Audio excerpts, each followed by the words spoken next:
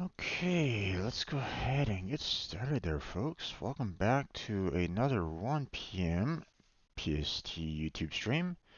I'm your host, Strangebro Jim, and today we're going to be getting back into some more Pega certification studying. We have some videos to continue making public, um, and I forgot to upload uh, previous videos. I got really need to take care of that. Um, and we have Final Fantasy VII later on tonight, so hopefully you'll enjoy what's coming up. Um, and of course, you can watch all of this live on YouTube if you want. I try to stream. I try to stream every day. Doesn't always work out. Let's face it. I'm not a machine, so I'll take breaks from time to time, but um, it keeps me focused, so I keep on moving. Um, but um, concerning these Pega videos, if you're kind of curious as to what they're all about, um, or who am I? What am I doing with these videos? So on and so forth. Um, so for me, I'm currently an unemployed, out of work software developer whose last job was concerning the Pega environment. Um, the the employer had us train with an authorized training partner that, well, in my opinion, wasn't all that great.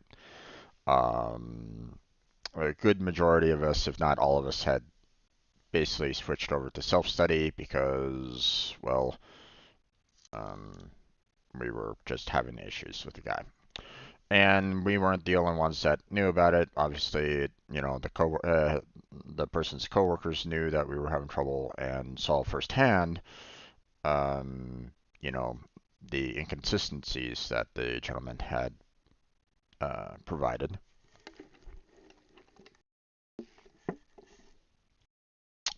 Um, but uh, I asked to be put back into training a second time with a different authorized training partner for the Pega environment, but was denied.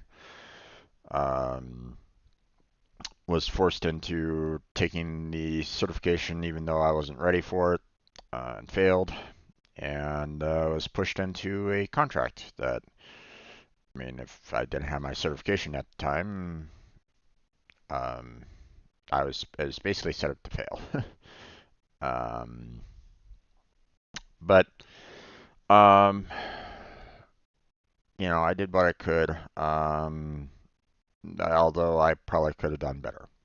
I will admit that I could have continued with my self-study to try to get to the point where I could learn this in certification and take it again and, pass it, you know.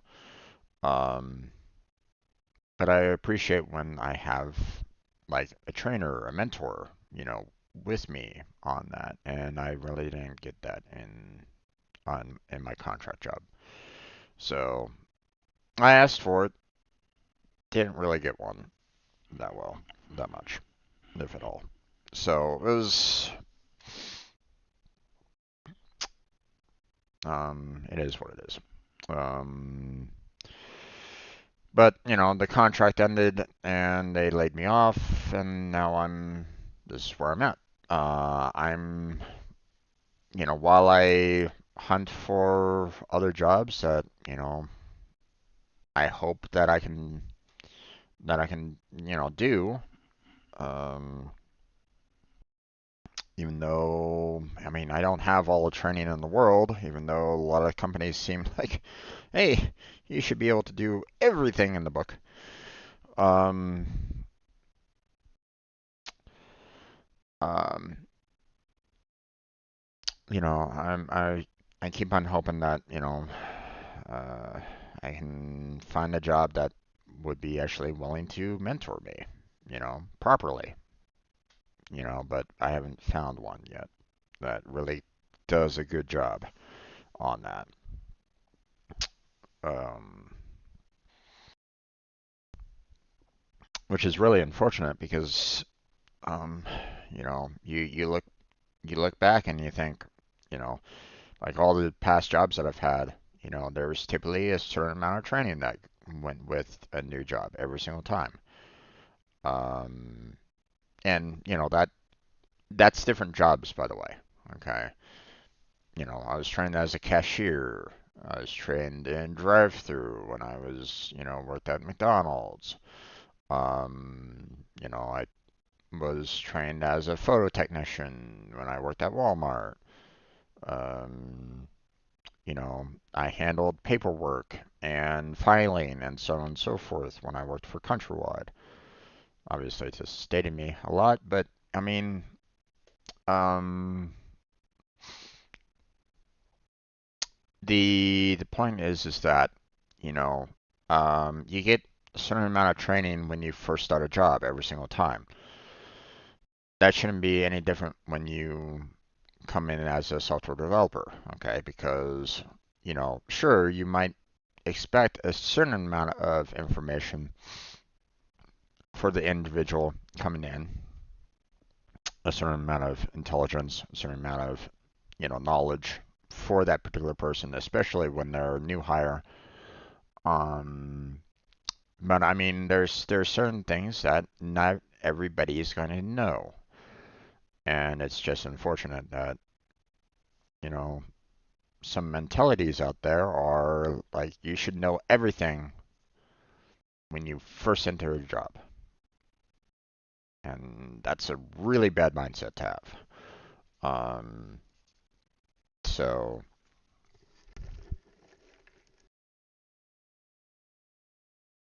it should be the exact opposite. You figure out what the person is missing and then you help them fill that in, you know.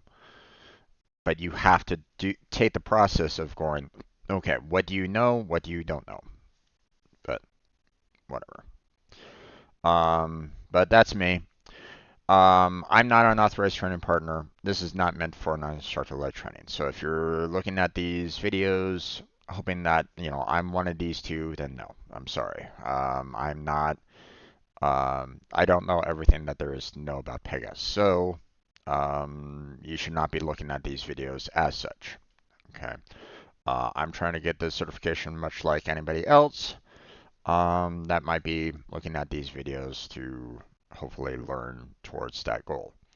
I'm not endorsed by Pega in any way, so if you're thinking that I'm getting some kind of benefit from doing these, I'm not, so you can go ahead and remove that from your mind as well. I am just working towards getting my system architect certification. So now, we are currently working on the 8.7 version. I know that there's an 8.8 and there's a 23 version out by now. Okay. I'm doing the 8.8. I'm doing the 8.7 because there's translations for it. Okay. In other languages. Because I know that there's going to be other people that, around the world that might see these videos and they might want to learn along with me, and that's perfectly fine. So, but there's no translations for 8.8 yet or the 23, so we're doing the 8.7. Now, we've already covered everything concerning the business architect. Okay, that has been completed. The two missions and the two modules. Now, I will recommend these two modules cover the Pega Express delivery, and I would recommend that you go through this particular mission for if you want to take the business architect certification, because 12% is covering the Pega Express delivery, and I feel these two modules does not cover enough. So hopefully this mission will help you out on that. But my goal is the system architect, so that's where we're going to continue our journey. We're working through these 26 modules and 23 challenges, less than now because I've already covered, a few modules and challenges already. But I mean, according to them, I still got 13 hours and 35 minutes left. So, um, which is um, still a lot of time, still a lot of work to do because some of these 5 minute, you know, topics that they give is very full of information, and it takes me like an hour to fill it in. So, but we're on the last topic on the customizing the appearance of a form. So we're on the user interface controls.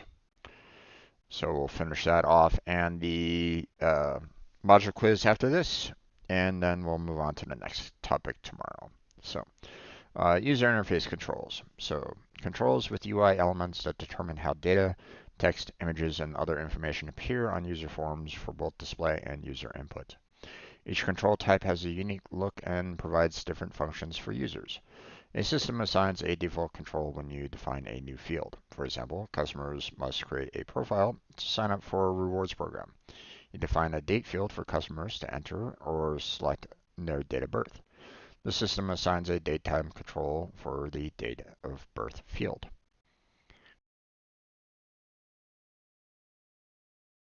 Well, I mean, they might have a field, that you can select that is called date of birth. But I mean, if you go for like a just random generic field, it most likely will default to text, which you could probably just change after. But um, controls are not necessarily associated with data. For example, once customers have created a profile successfully, they can view and edit their profile. You can create a button control that allows customers to edit their profile information. There's no data associated with the button control. So, data validation with controls. Controls provide the most common approach to validation. You can validate user input with controls by leveraging control types, required fields, and editable settings. Control types. Using the correct control type for a specific purpose ensures users enter valid values. The following table shows example use cases for different control types. So date type is a control type.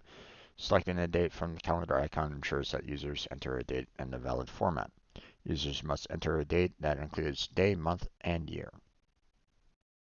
Radio buttons. Restricts choices to a set of valid values and allows users to select only one value. You can use radio buttons when only a small number of options, for example, fewer than 5, is available. Users must select one of 3 possible loan types. The user must see all types on the form. Dropdown. Restricts valid values to the ones that appear in the list. Drop-down list presents the options only when users click the control. This helps to reduce the clutter on the form. Users must select one of the 10 types of office chairs from a list. The options do not need to be displayed on the form. Now, I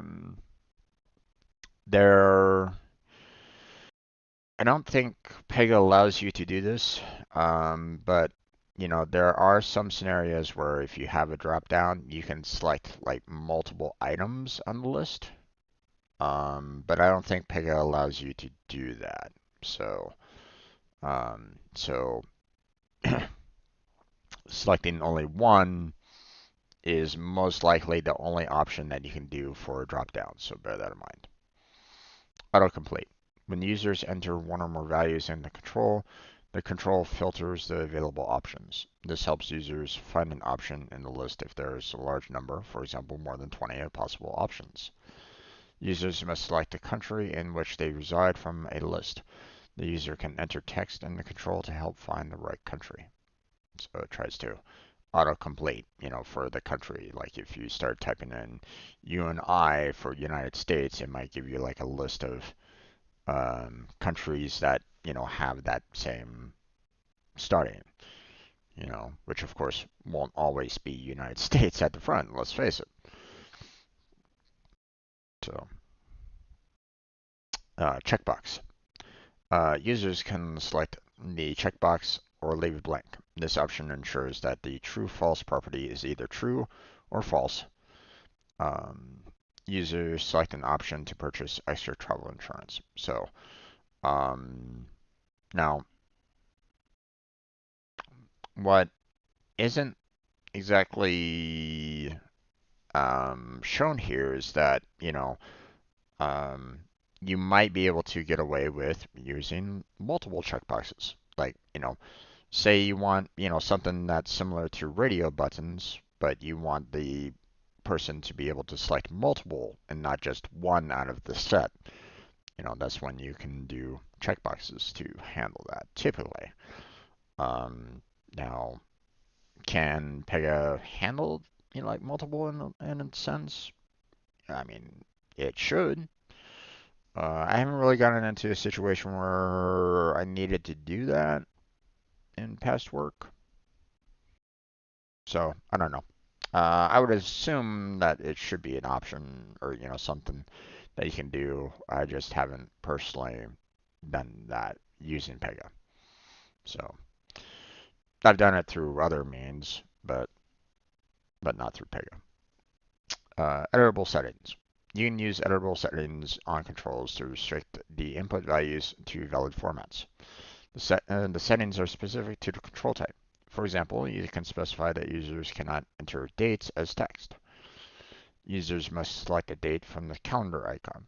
It is the best practice to have users specify dates by using the calendar icon to ensure that date entered matches the format expected by the application. You can also specify the minimum and maximum of characters allowed in the text input control. So, you know, so date of birth, they're saying, October 2nd, but it's like, yeah, well, we don't know what you mean by this. And even then, you're missing the year typically needed for date of birth. So,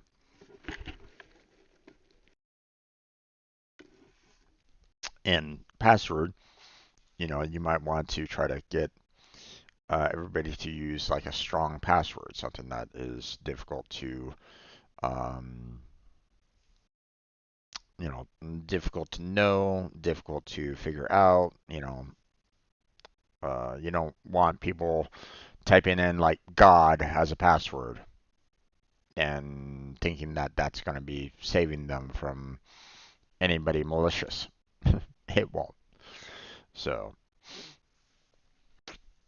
if you have the password of God, I would highly recommend that you change that to something like more than 8 characters in length and maybe put in like some symbols or numbers in there as well.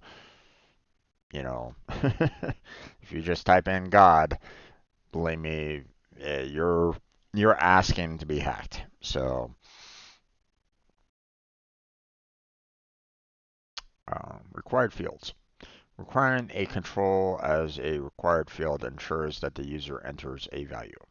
If there is no value, users receive an error when they try to submit a form. In the rewards program profile example, you decide to configure the date of birth as a required field.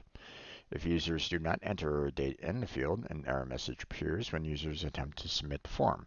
The error message does not appear if there is a date in the field. In the center of the following image, slide the vertical line to see the create profile view without a date entered in the required field and with the date entered in the required field. So required field specified, that you have the date of birth right there, and then of course, if you leave it blank, value cannot be blanked. So there you go. Ensure that users fill in the forms in an application correctly by supplying brief instructions. By using labels, helper text, and placeholders, you define what kind of input goes into each control, which reduces time required to fill in the form. For more information on the editing controls, see adding text to controls. So if you just have if you have like create profile and then just a field with the calendar control there, but nothing above it, no label saying date of birth, how are they supposed to know what to put in there? They could basically be thinking, oh, put in today's date, okay, So Now, obviously, if you were also if you were kind of expecting a date of birth and you're looking for profiles that are required for anyone over the age of 13, for example, then you may want to consider putting in some kind of condition in there saying, hey, this person has to have a year that is um, older than 2010. You know, so they have to be 2009 or even older than that. To be allowed to be able to create a profile or something like that, right? So, but then again, you might want to consider maybe doing something that is, um, you know, also checks like how old that person might be too, because if they are saying, "Hey, I was born in 1850," yeah, no, not possible. Um, you know, we haven't found immortality yet. Not to say that it might not happen. I'm just saying at this particular moment in time, yeah, no, not happening. Um, we are getting older, you know, as a race. People are getting older and older, surviving and living longer and longer. I mean, that is a thing that is happening, but um, science is kind of helping us out with that, living a longer life. But um, we haven't gotten to that point of immortality yet. So, will it happen? I mean, I'm not gonna say no. It'd be kind of silly for me to say, yeah, it'll never happen. You never know. I mean, they're working on it. They're trying to find out how to allow the DNA to like continue to restore itself, at this particular moment in time. The implications of that might be, you might look at the ethics of that a little bit more and see, hey, what you're doing right now is, you know, kind of going against, you know, standard evolution. Um, but yeah, but we'll see what happens. When completing a purchase online, customers must specify their shipping preference, standard, expedited, or next day delivery. How do you configure the shipping preference field to ensure a valid option is selected? So you can either do a radio button because it has to be one of those three and only one of those three. So, you can do that with the radio button. Text input controls, not no, you don't want that because then you'd have to be like doing spell checks and stuff like that on that. No. Checkbox allows for multiple selections, so that doesn't work. And configure the shipping preference field to be required. Well, I mean, you don't necessarily need it to be. Well, I mean, it kind of is required. Um, but you can always default it to say standard, no matter what. So, so if they don't select one of the three options, then you can always state that it's always going to be a standard delivery, if not selected otherwise. You know, so so it's definitely that one. So, although I would like to see what they have to say about the required field all of a sudden. Um, so if they say, hey, I want it to be required, you know, making shipping preference required ensures that users enter a value, but does not ensure that the entered value is valid.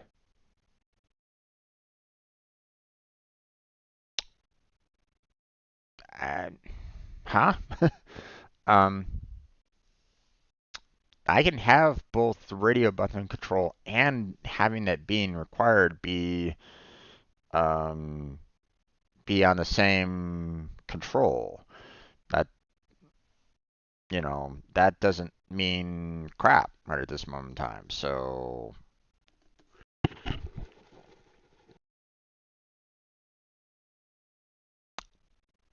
you know, I can have both required and radio button control being on the same field. That doesn't mean crap right at this moment in time. Um, the only problem with it is that it doesn't necessarily specify what the field is, and that's where the problem is. So I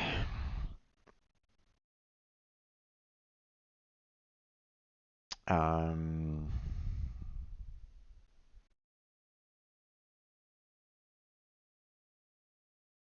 so I mean they're correct. Doesn't necessarily mean that it's you know a good correct. It's like yes, but you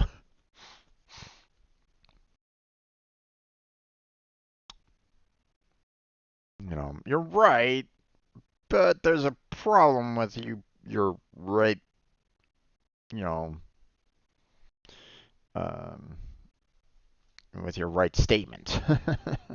you know. So, oh, we move on. There's no need for me to comment more about that. I don't need to put. I don't need to address that as a suggestion or anything like that. I mean, they're right, but at the same time, um, you could still have it required. So if there was no other options better, then yeah, it would totally be fine.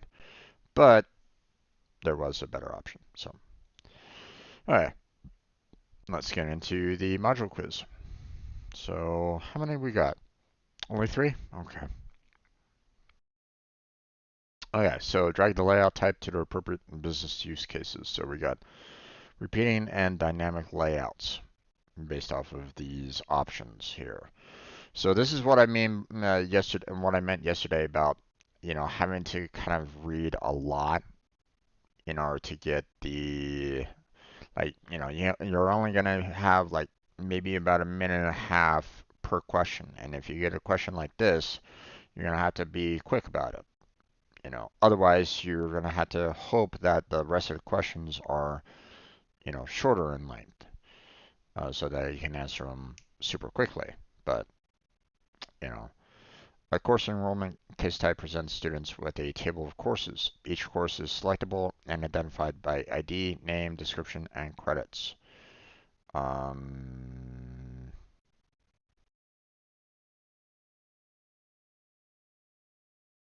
Sounds like more of a repeating layout than anything else on that one. A vehicle rental case type presents customers with available vehicles. Vehicles are identified by make, model, price, description, and image. Again, that sounds more like a repeating layout. A banking case type presents a screen with terms of use that users must scroll through before clicking the accept button at the bottom of the screen. The terms of use contents wraps to accommodate smaller screen sizes. Um,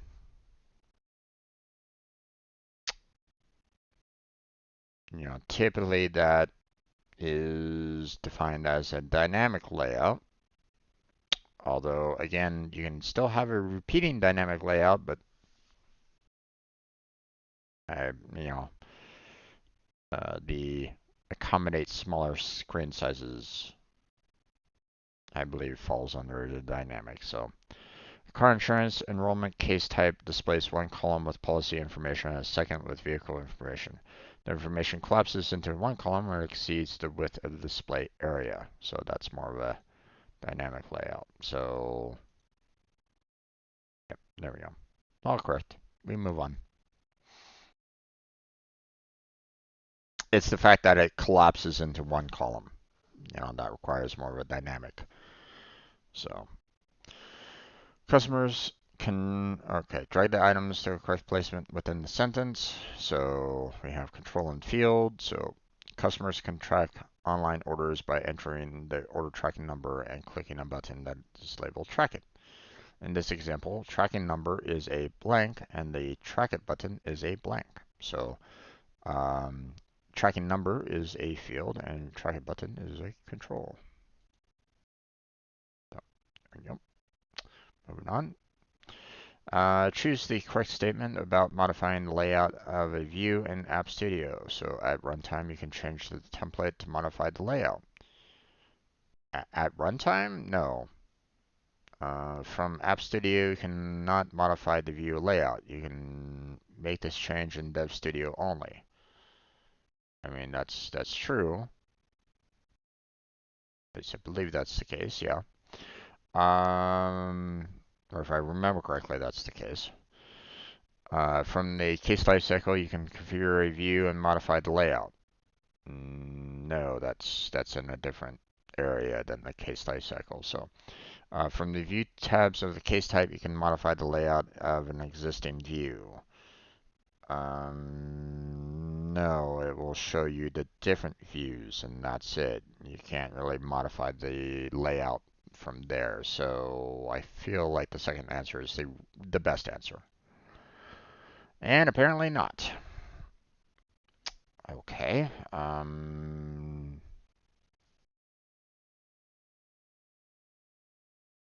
View a layout can be modified in App Studio.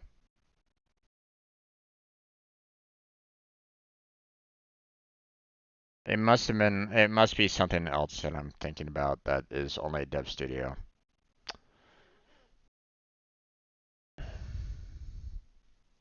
Hmm. Okay. Well, if that's incorrect, then um,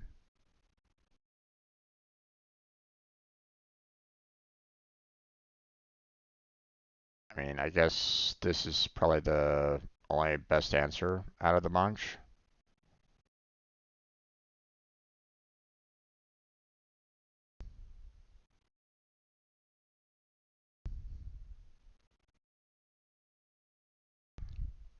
Oh, even that was wrong?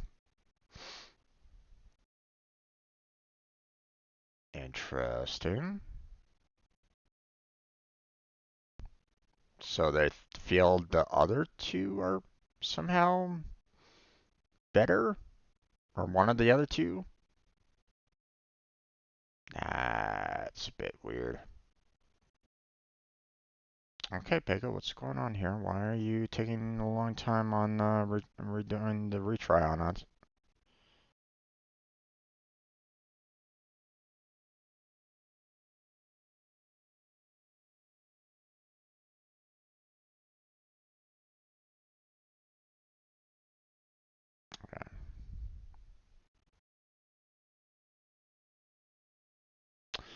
Okay, so apparently that's wrong, and that's wrong. I was kind of feeling that that was wrong anyway, so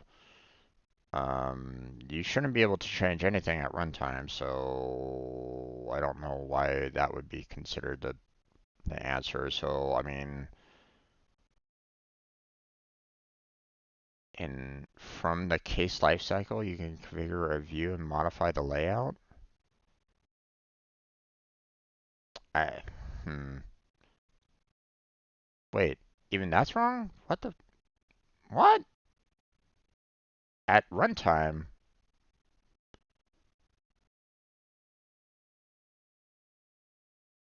Are they really saying that that's the answer on that one?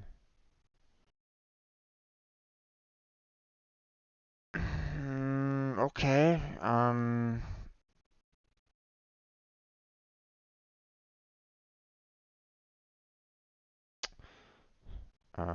Okay, well, I don't know if they switch the items around and stuff like that, so some of these might be change differently.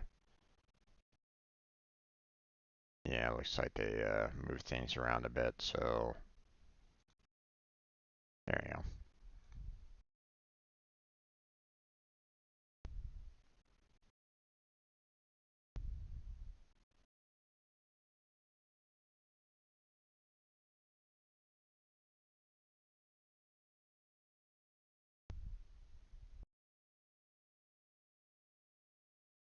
So let's go back there real quick because um, I'm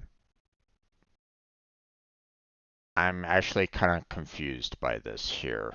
So let's see. Um, so I'm gonna return to module on this one and go back to what they had. So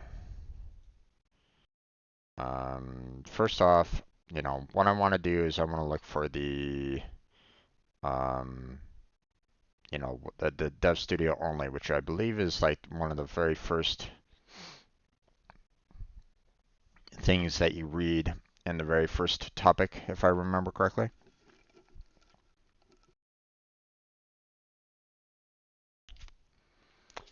Um,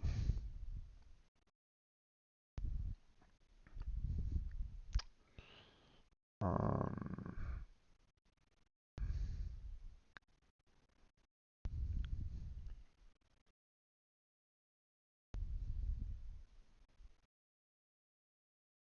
Only Dev Studio allows you to create and update a layout template. That's what it was. It was the layout template that it was talking about. Okay. So that's my fault here. They're talking about a layout template, not just a view layout. Again, this is going to come up often in the certification, okay, where it looks so close to what you feel is the correct answer, but it isn't. So now I can understand why this is the incorrect one. Um, the they are very I guess you might say malicious in the sense that they used layout in this. Okay, layout being a fairly often used keyword here. Um, but layout in their terms is kind of separate from views. Vue has their own, you know, style of layout where a layout has a layout. It's like, I don't know how else really describe it. It's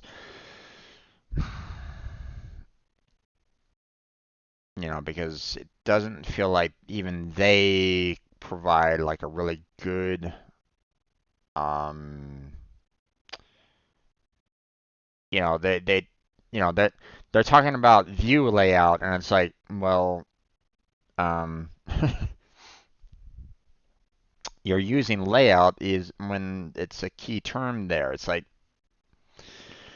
uh, but yet, you know um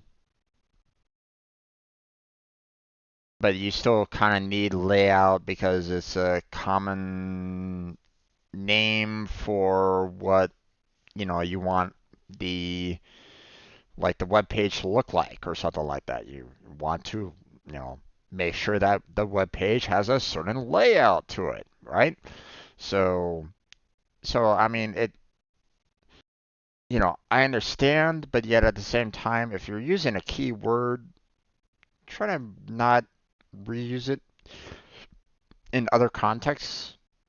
That makes it kind of confusing. Or in this case, um, uh, this can be quite what's the word I'm looking for? Like underhanded, or basically saying, hey, um, you're kind of deceiving me a little bit with this particular question. You know, you're being a little underhanded with this kind of answer here. You know, it's, you know, if it wasn't for that view there, then the answer would be correct. But because they said view layout, there it is. Um,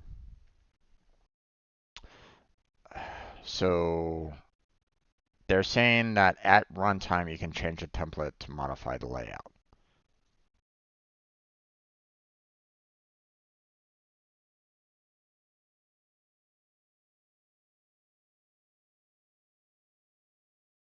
Um, Hold on a second.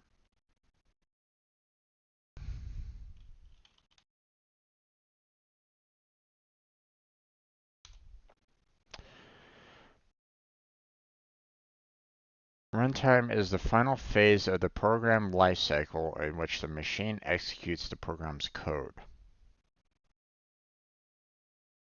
Other phases include edit time.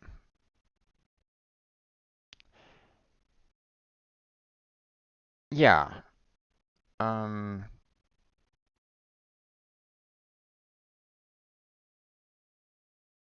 so typically, runtime is talking about things that, normally happen either like when the program is being executed, when when the program is running, the application is running, or when the program is trying to build itself so that it's ready to be run. So, um, you shouldn't be modifying anything by around that time, typically. You shouldn't necessarily be able to change anything during a typical runtime. So I'm gonna have to look this up a little bit. I'm gonna have to see what they have to say about this. See where they're saying this, because you can modify a view at runtime. I need to see that. Um,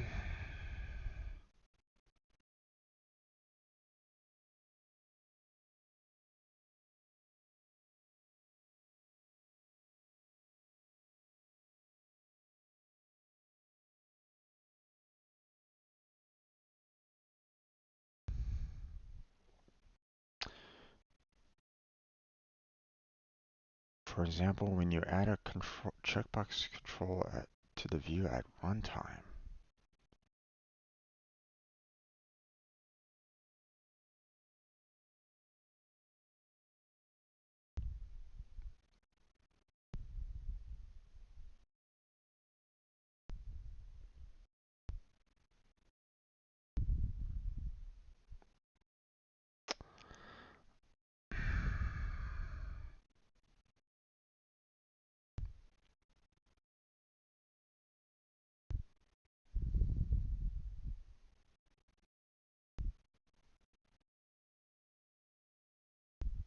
Let me look through their other topics here, because okay, nothing there.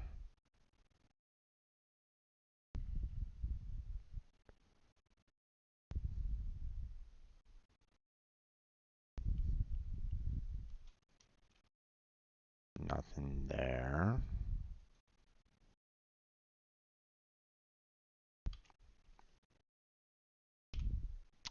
Okay, so the one and only time that they mention anything concerning runtime,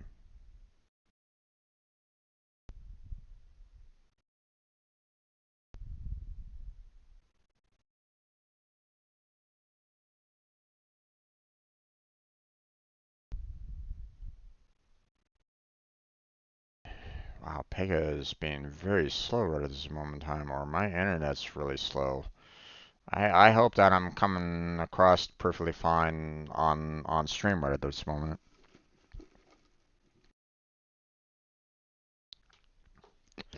Let me know if I'm not, because this is a bit concerning. The one and only time that they talk about runtime at all in these four topics is right here in an example. That's the only time that they ever mention it in an example. Now,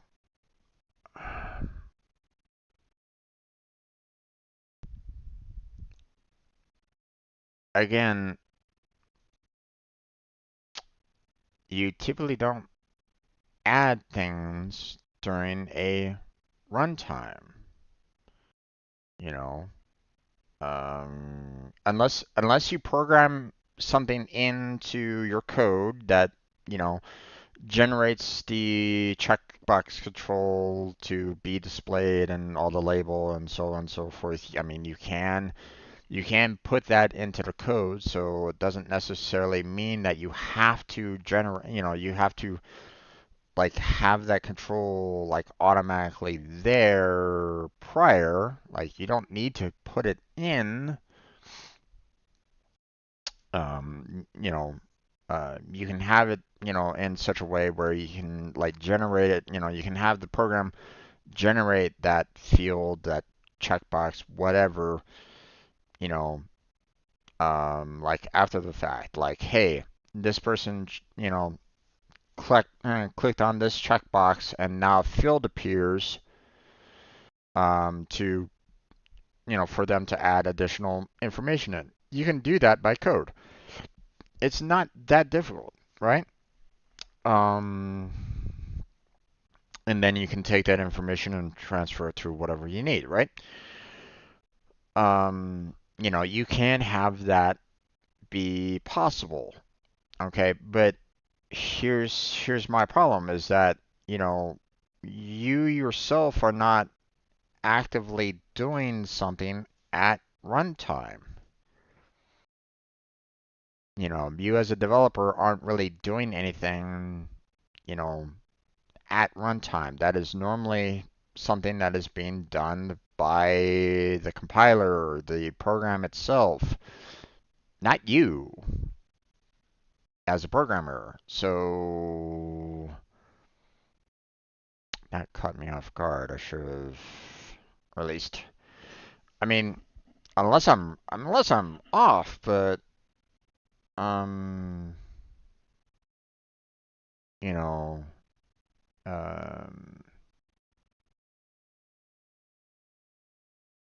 you yourself are not something that is, you're not doing anything yourself in a runtime environment, or at least to my knowledge.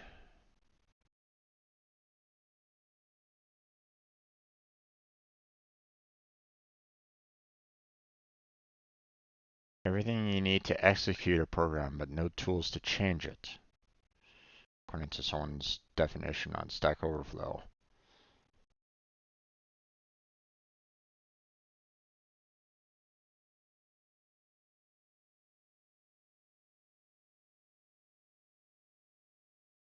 Runtime environment can also be a virtual machine, such as JRE, Java Runtime Environment, or CLR, Common Language Runtime. So,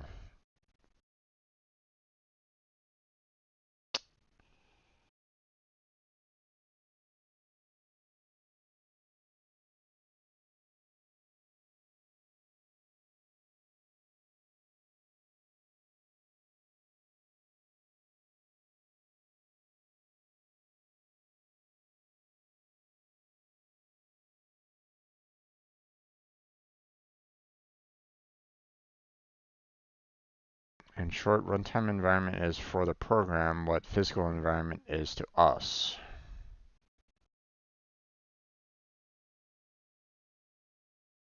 Hmm.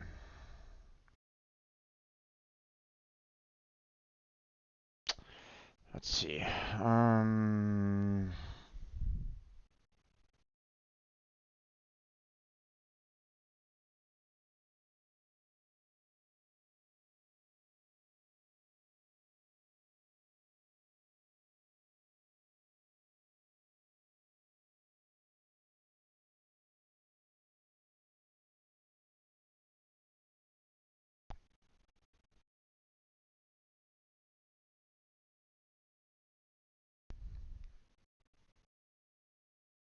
Okay, let's program lifecycle phases.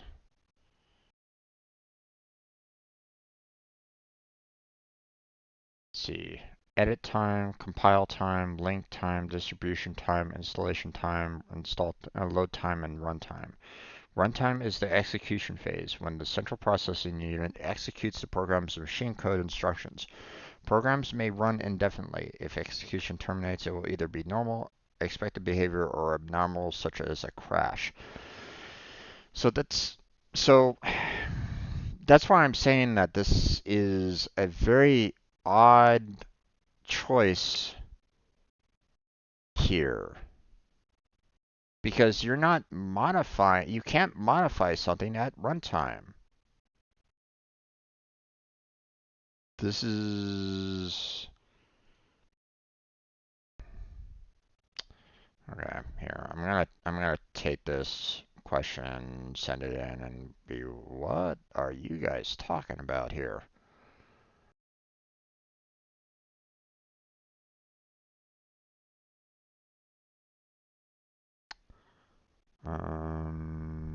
Let's see.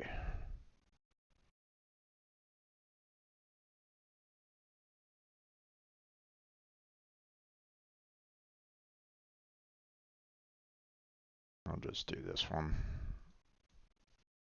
I'm trying to keep my screenshots saved properly. Um,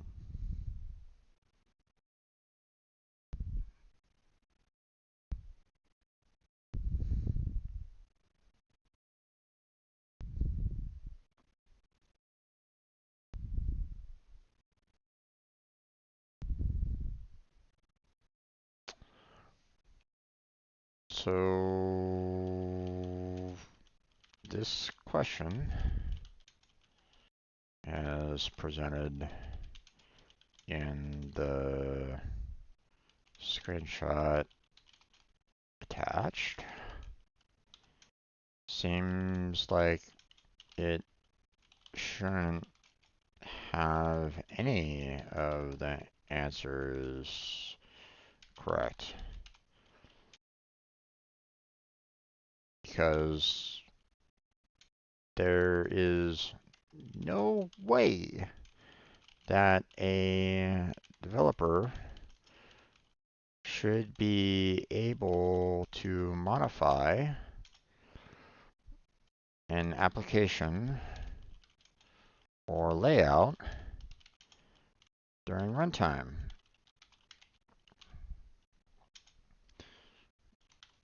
Runtime is typically when the compiler is working on the code, accessing the libraries, and making sure that the code can run,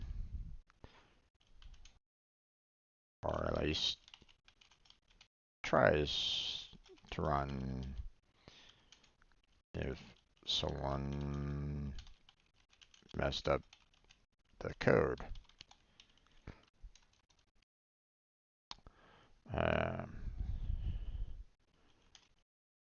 Runtime is not when a programmer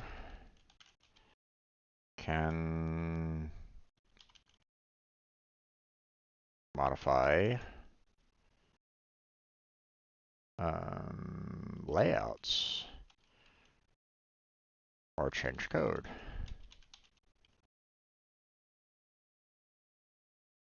That is counter to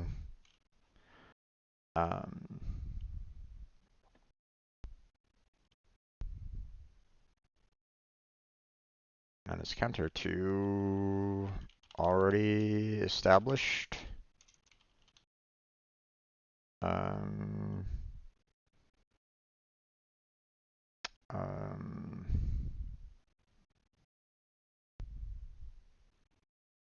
guidelines from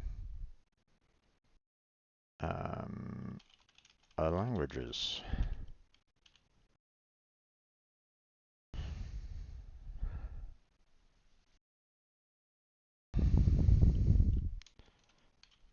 So I recommend that you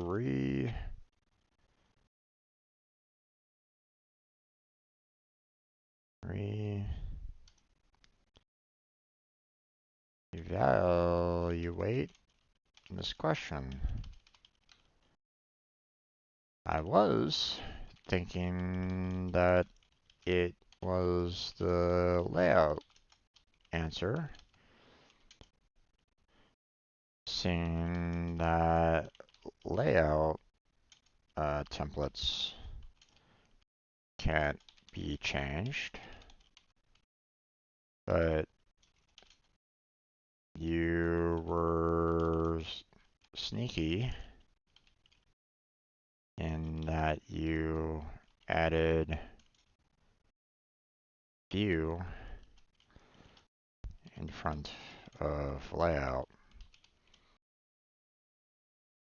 making the answer, you know, slightly different than the correct answer.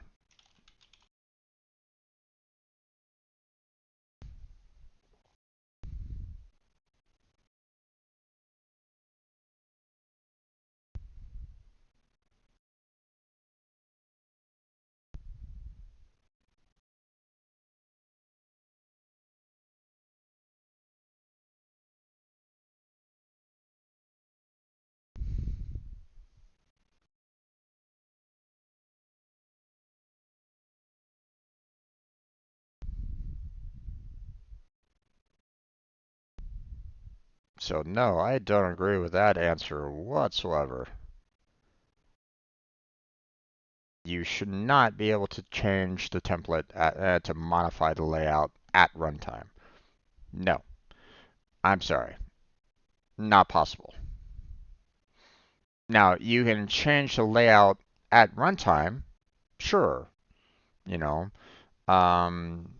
if you need to have a dynamic layout and it needs to change, then sure, it can change during runtime. That's perfectly fine. But you can't change the template of the layout at runtime.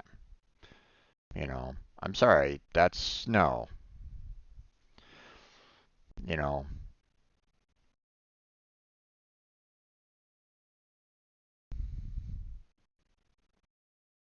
you know, you yourself are not changing the template at runtime.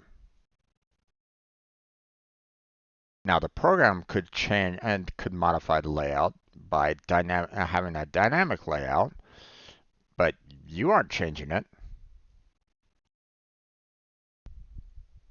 So that's an incorrect answer. I'm sorry. I do not agree with that at all. So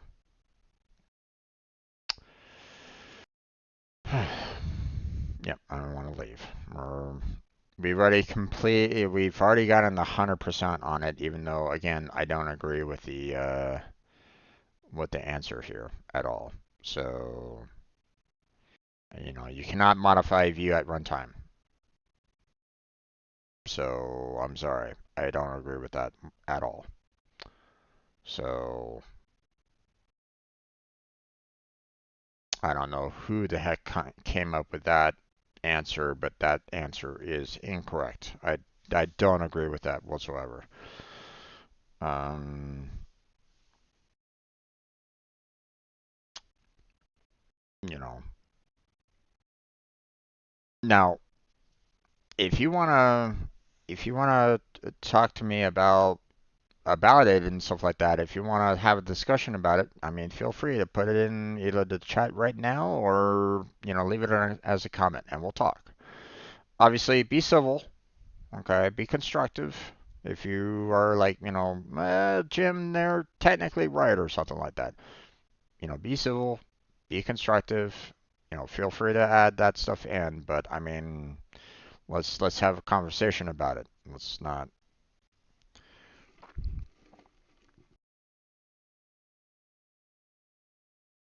If I see something like, you're being a stupid idiot or something like that, then yeah, well, deleting that comment. Um, but still, I don't agree with that answer at all. So they need to modify it to be correct, or they need to or they need to pick a different answer altogether on that question, or they need to get rid of that question altogether on that module quiz because they're messing up there. So um, the fact that now, okay, bear in mind this statement here. For example, when you add a checkbox control to a view at runtime, okay, like I said, you you know, if you have the proper code and the compiler understands what you're trying to do, then yes, you can add a checkbox control to a view at runtime. Okay, if you've already done the work, that will allow you to add said checkbox to a view. Okay, if you put in the code, then you can do that. Okay, there's nothing that says that this is incorrect. Okay, you know you can or you should be able to do this. Okay, um, you know modifying modifying the form to add in something that could be hidden, or you're adding in something brand new into the form, you know, can happen all the time. Okay. You click that little down arrow and it will display a whole bunch of additional like fields and boxes and checkboxes and radio buttons and stuff like that. That can all be kind of added in at runtime. So yes, you know, that's possible. Okay, I'm not saying that that isn't the correct answer there. But when you say that I'm modifying the template, then no. I'm sorry, I don't agree with that. Okay, the template here. Let's go.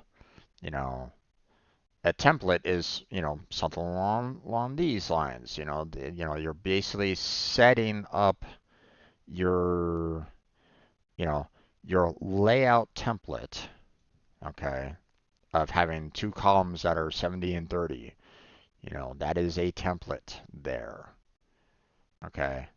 You're not you're not creating this, style of, hey, I'm creating a two column that's 70 by 30, with all the contents on A being over an A and all the contents over a B being at B at runtime.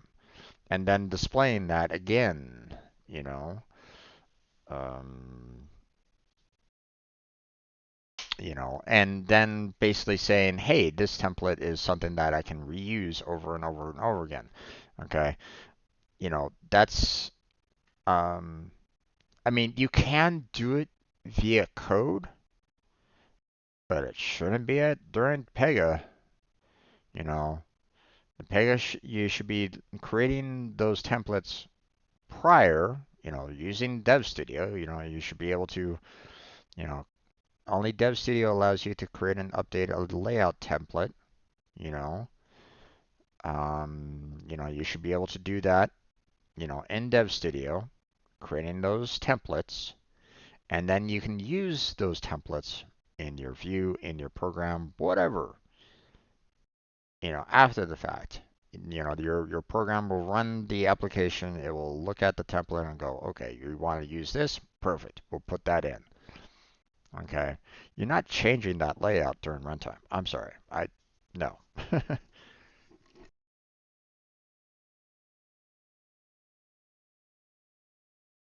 There's no way that you are changing the layout in mid-process of a compiler running. No, I I cannot agree with that whatsoever.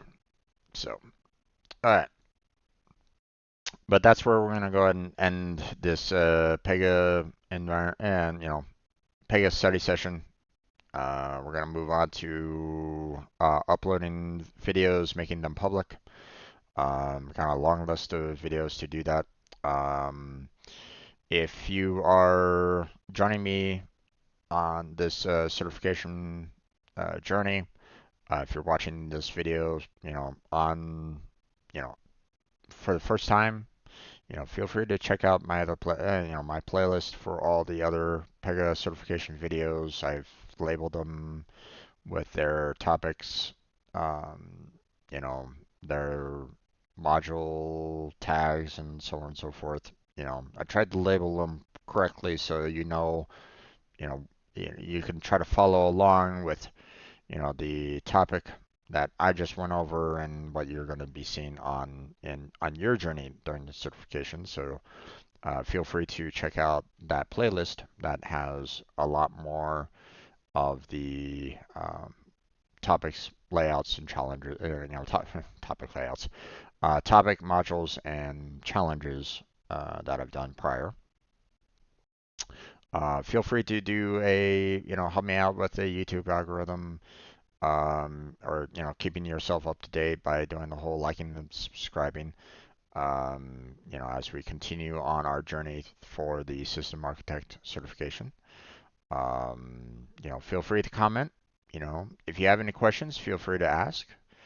If you have any kind of commentary or suggestions or anything along those lines, again, feel free to put those in the comments, or, like I said, you can add them right now in chat. I'll read them off and we'll go from there. Um, but that's where we're going to go ahead and end this portion of our Pega certification study. So I want to thank you for watching. I appreciate it. Don't forget to check out the description for additional links. And that's it. So take care. Have a good night. Stay healthy. Stay safe. And I'll catch you strangers next time.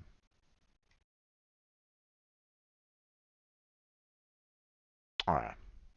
Now that that recording is done, we're going to go ahead and switch on over to some um, video uploads. Again, I haven't been able to add um, the additional videos from before. So um,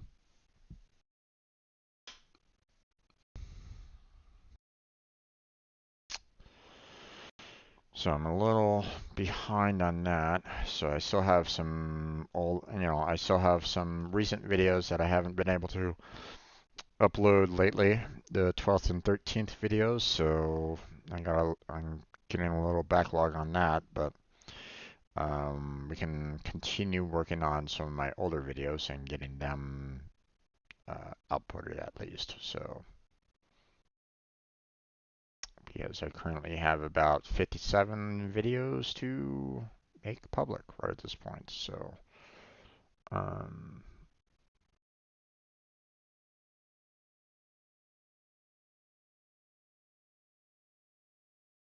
okay. So let's go ahead and get my one folder open so that I can look at the next video that I'm going to be uploading here, which is a World of Warships video. There we go. Now let's see. The 25th.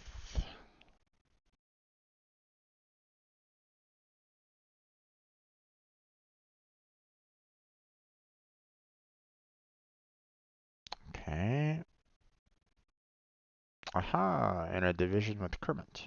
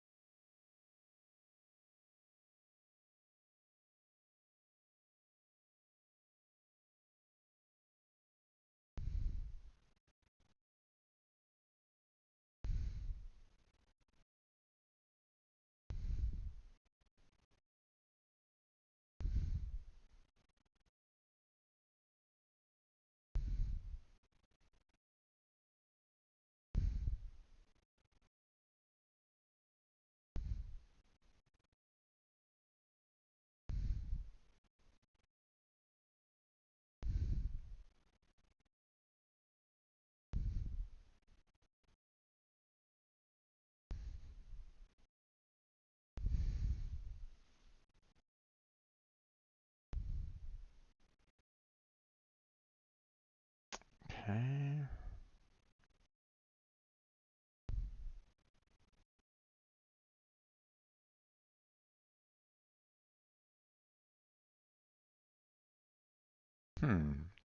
It looks as though have both with me.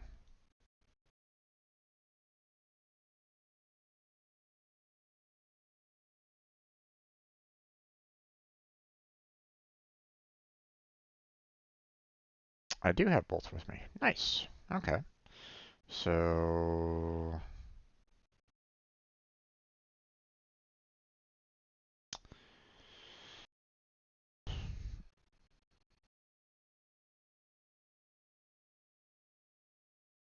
let's see. Um,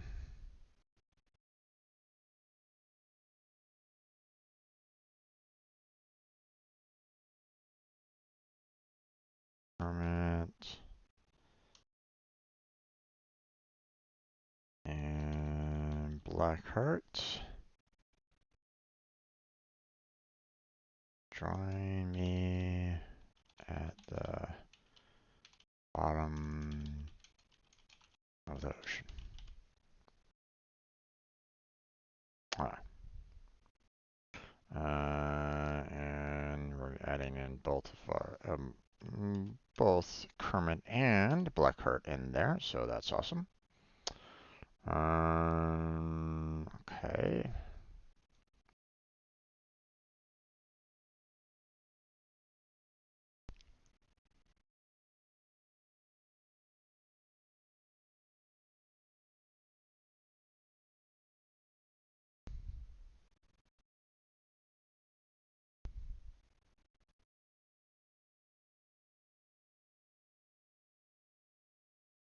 Okay, now we're gonna go ahead and schedule it.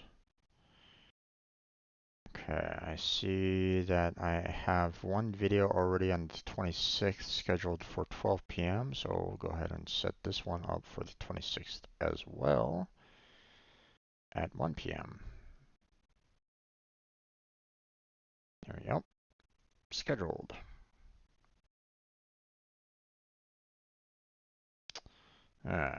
Next video.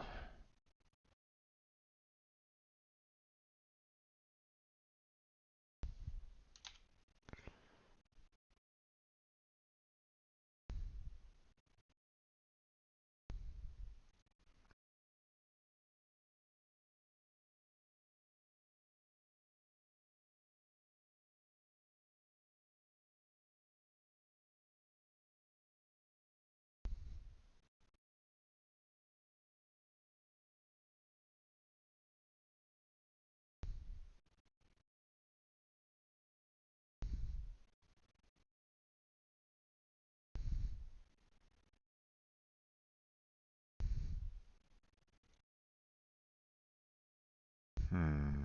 I don't see. Um.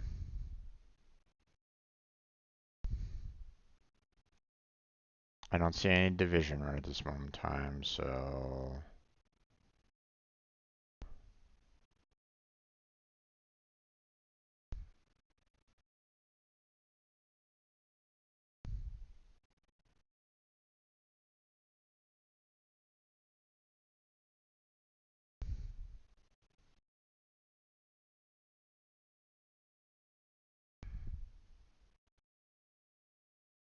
So it looks like it's just gonna be just me on this one.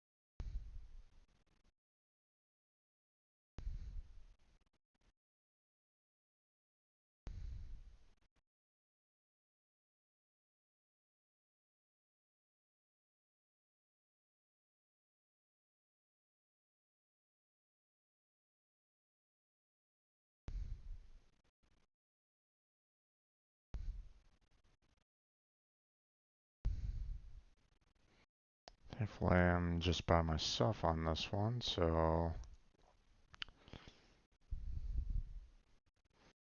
not having like, additional um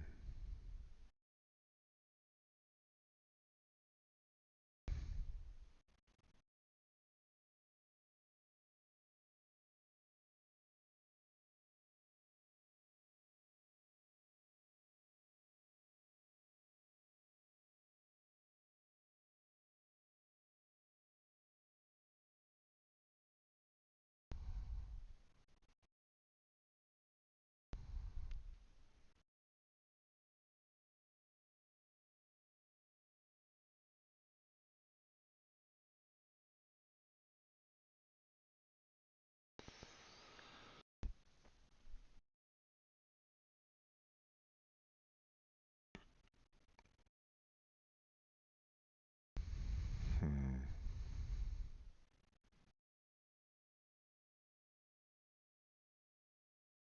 It would have been great if I had some extra support on that.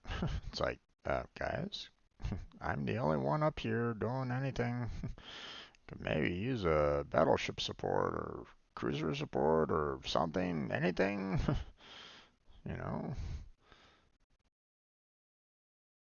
It's like me versus, one destroyer, one cruiser, and one battleship. Granted, they're AIs, so I mean, their aim is terrible anyway, but still, it's like, you know, they're spotting me so that the other, regular players can, um,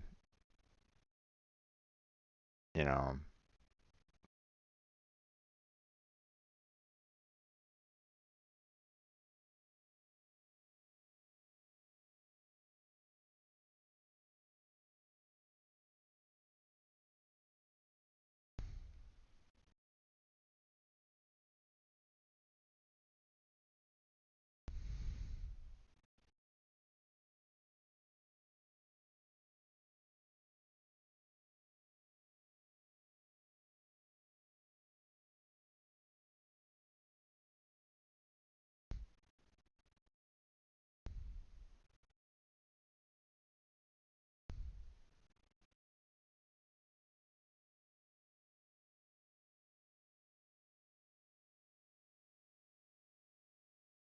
Is this just a straight AI battle overall?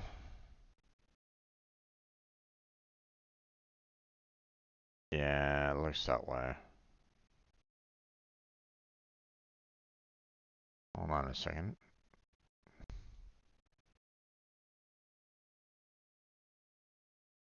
It was a co-op battle. Okay. Not quite sure exactly why I switched over to co-op battle, but yeah, okay.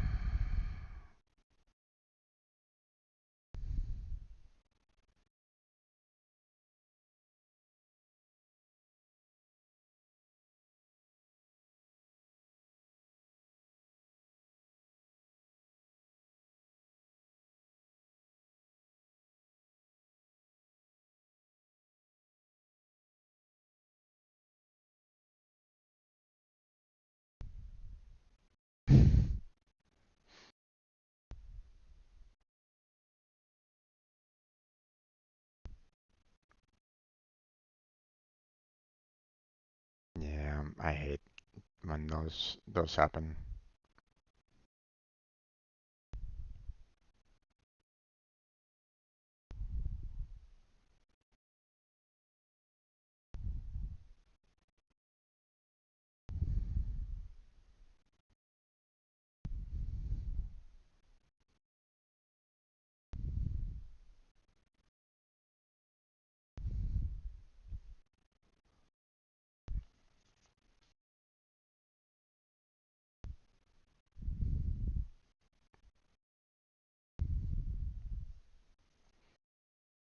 That was rough.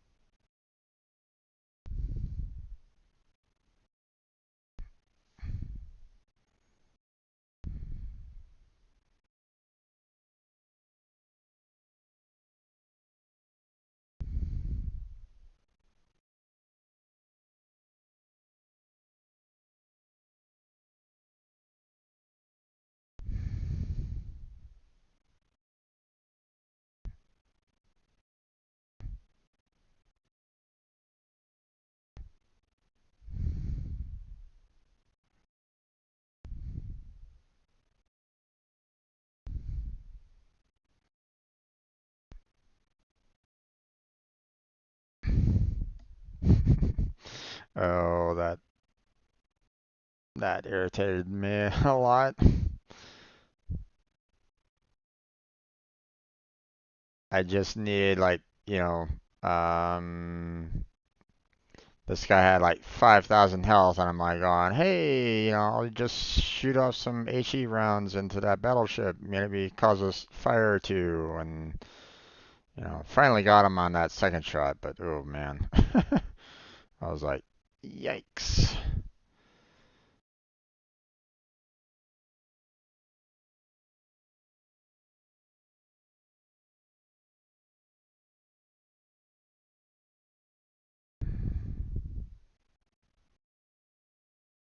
Ooh, ow. Yep, that's gonna do a lot of damage there.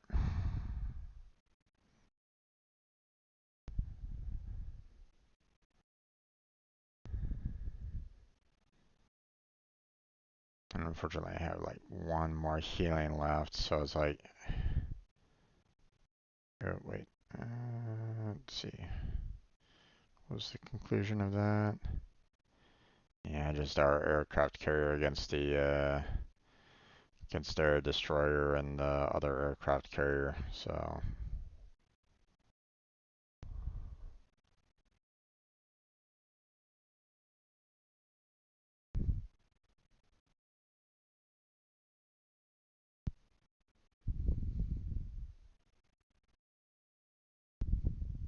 yeah,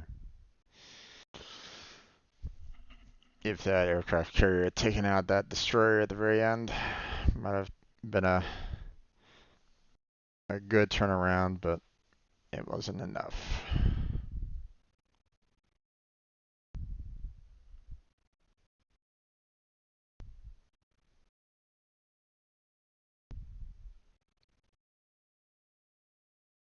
Okay, this one was more about kind of doing the um,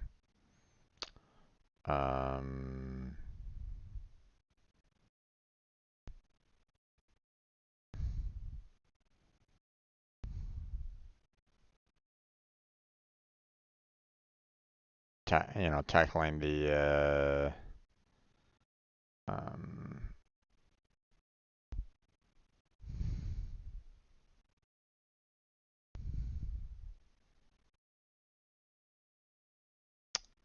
um,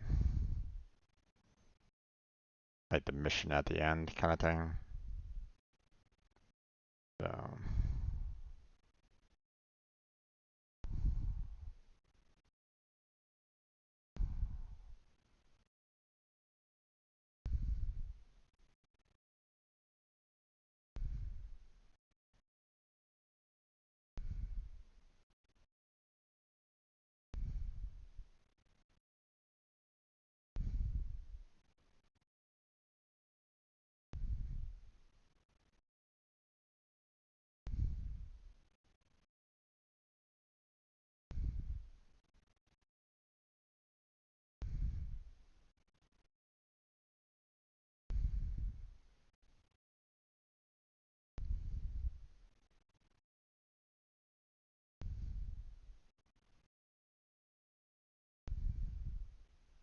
I don't think I was doing really well on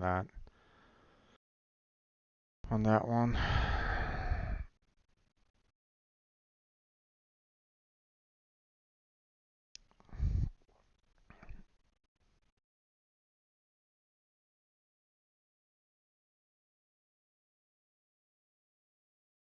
Yeah.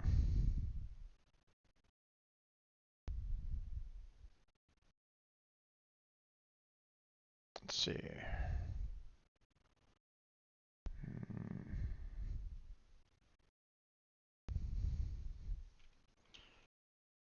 Working on the clan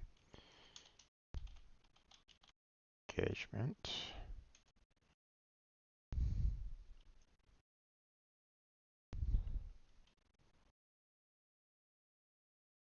To clan against another clan.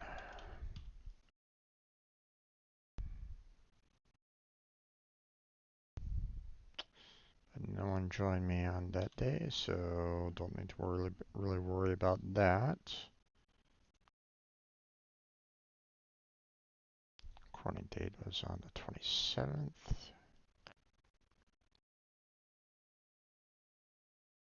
Go. Alright.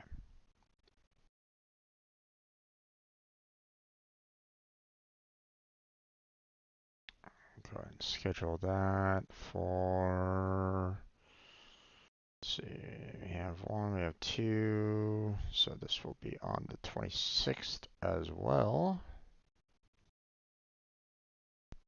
And we'll set it for a 2 p.m.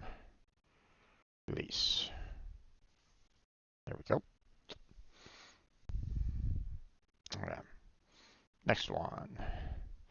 We'll probably do one more video before we switch on over to Final Fantasy VII. So.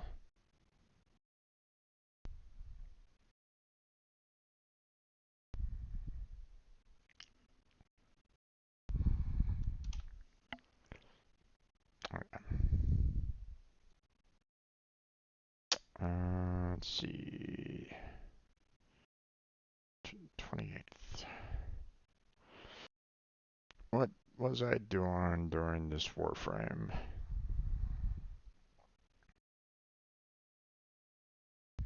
Okay, I can see.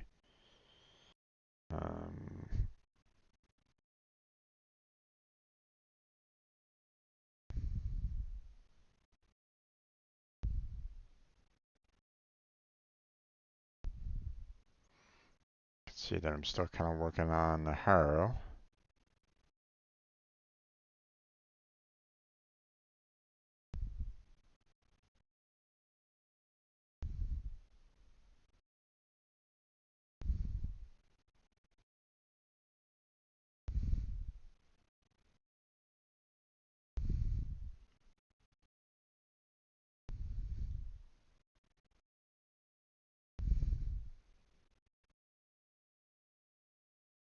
Okay, I see Blackheart, and I believe I saw Vinny in there.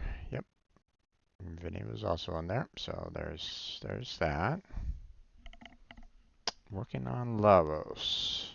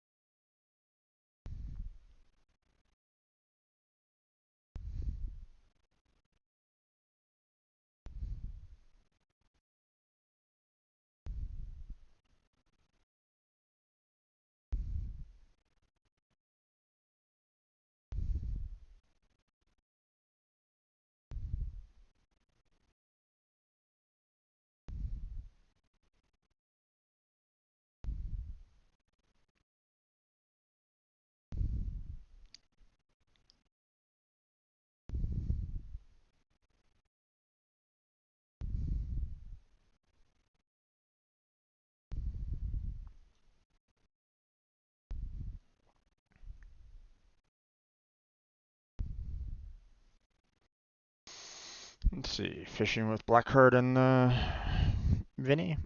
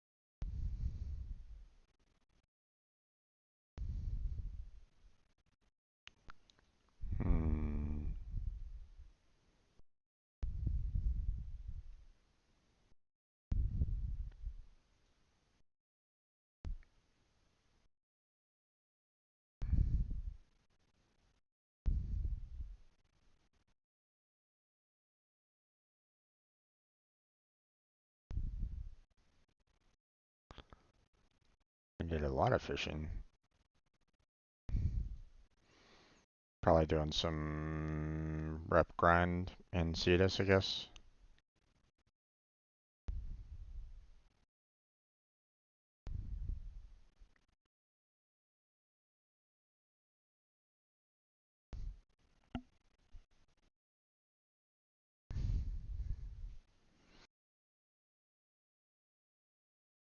Let's see.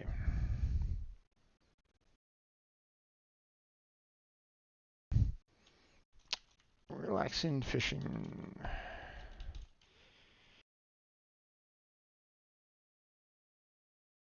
But it was not with Insomniac Gaming. It was with Vinny and Blackheart.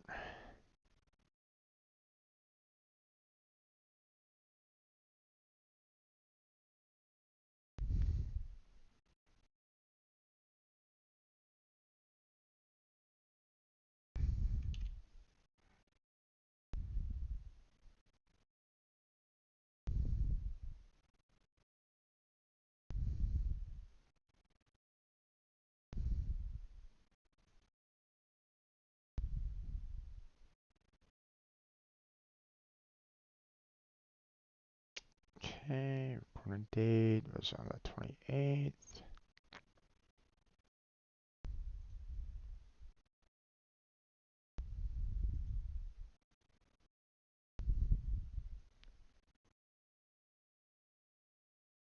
Okay, that was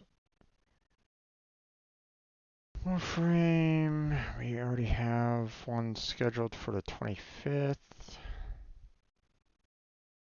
Nothing else scheduled for the 25th, so this will be scheduled for the 25th at 1 p.m.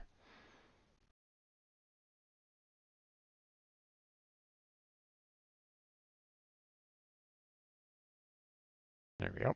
Scheduled.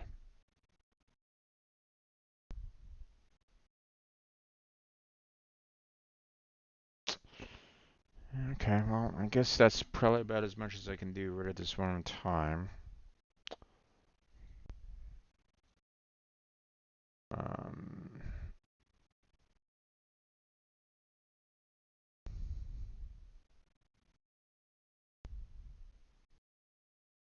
Still got, according to this, about 54 more videos left to do, so I didn't really do too many today, but I was also kind of watching a little too much of my old videos. But it's okay, you know. Um,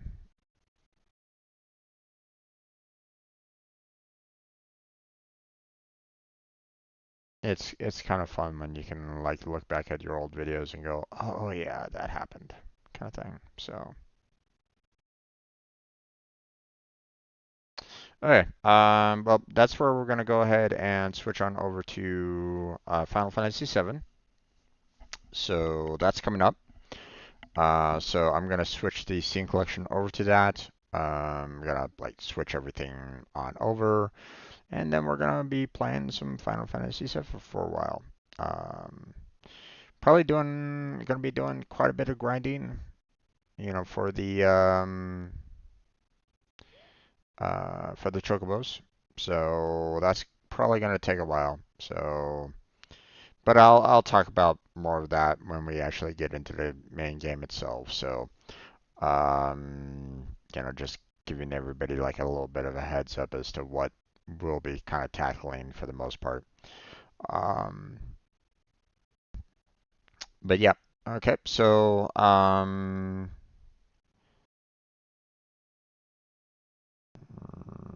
okay, apparently Phasmophobia is doing an update on patching. Interesting.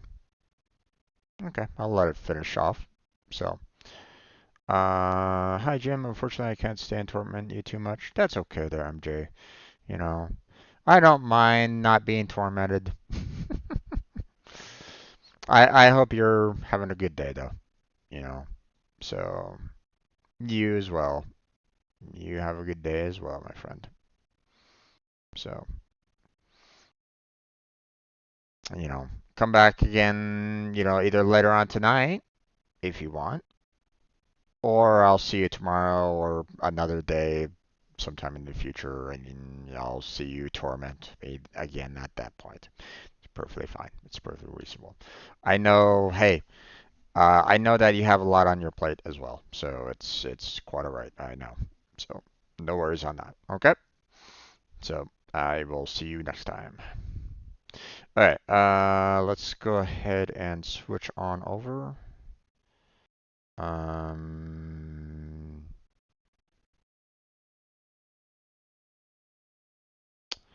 um,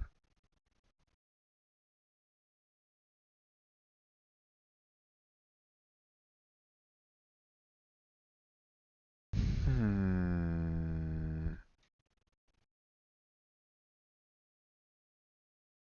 Ooh, that's gonna be rough for Blackheart. That's unfortunate. Sounds good. Thank you. Lurking. Sounds good, Ben. Yeah. Ooh, Blackheart just basically put a notification saying that Steam isn't going to be using his currency anymore for games. It's going to be straight dollars apparently. So it's going to be harder for him to even pick up games. So that's going to be a bit rough. So,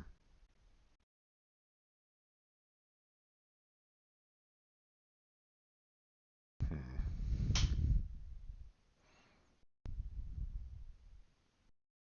I wonder if there's like a way that I can kind of help him out with that in some fashion or another.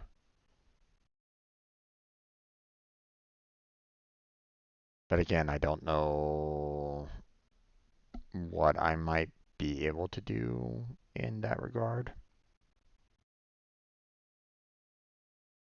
Hmm. Like if someone wants to maybe help him out and say, donating like, actual US dollars to him, to maybe help him out with purchasing games, then I wonder if there's a way for me to kind of help him out with that in some fashion or another. Hmm. Not that I really have any means to really support him too much in that regard. I mean, I can't financially help him out because I'm in my own troubles along those lines. But maybe there's something that I can do, like maybe you know, is there some way that I can like maybe set up like a PayPal account that will allow for him to like take dollars in and all that? Hmm. Or is that somewhat illegal? Probably somewhat illegal, I would imagine, but I don't know. Um, I'll need to kind of look into that maybe.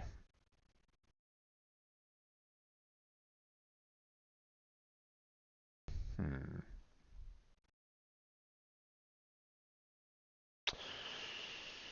Hmm. Actually, let me look into that. I mean, I got time. If anybody's like really, going, Jim, but Final Fantasy VII, well, give me a minute. I want to look into this.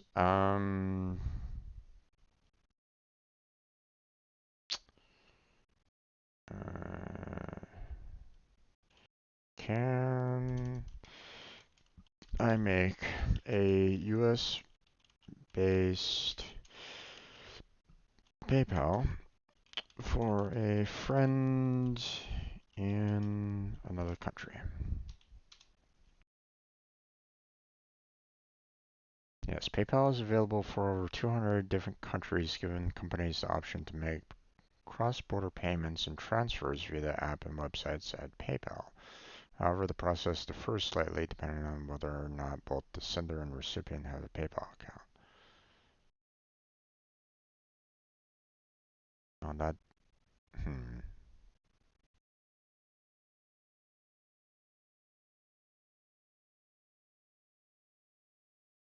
how to open a PayPal account registered to another country.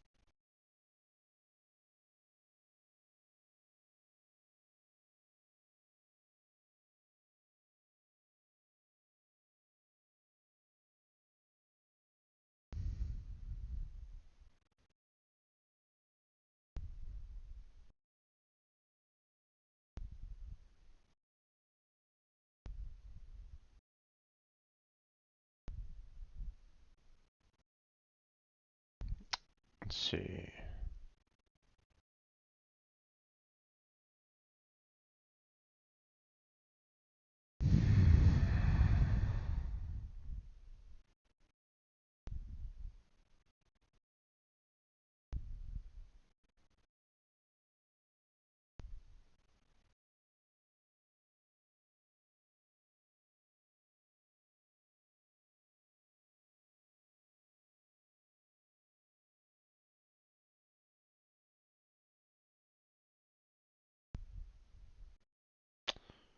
Okay. Um,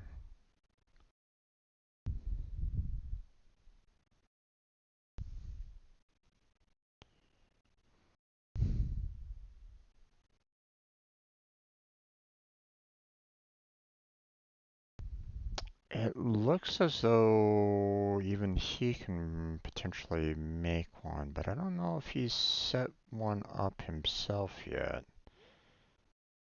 Um,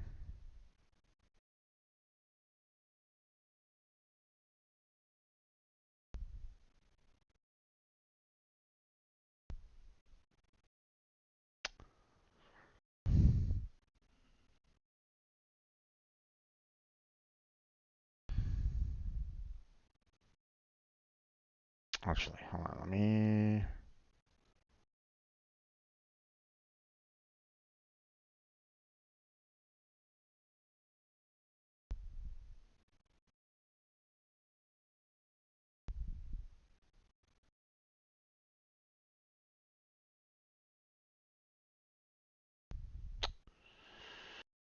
Oh, god damn it.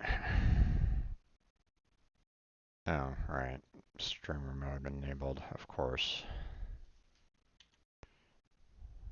So I can't really see anything either at this moment in time. Hmm.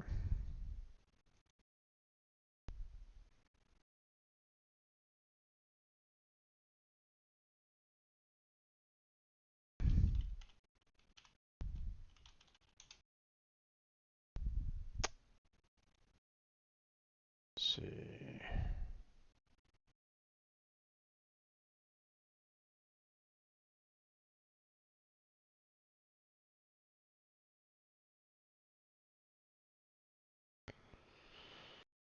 Um,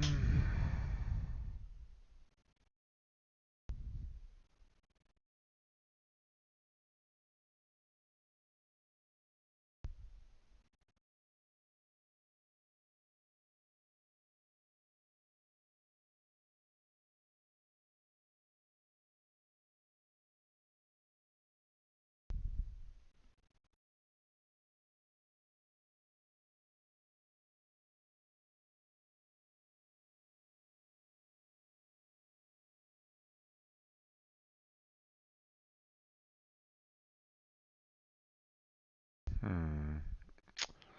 Okay.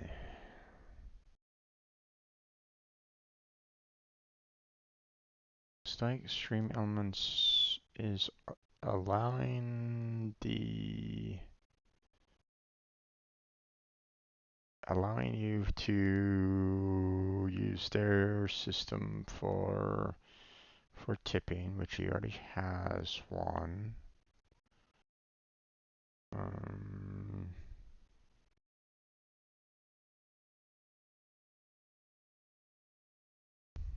hmm.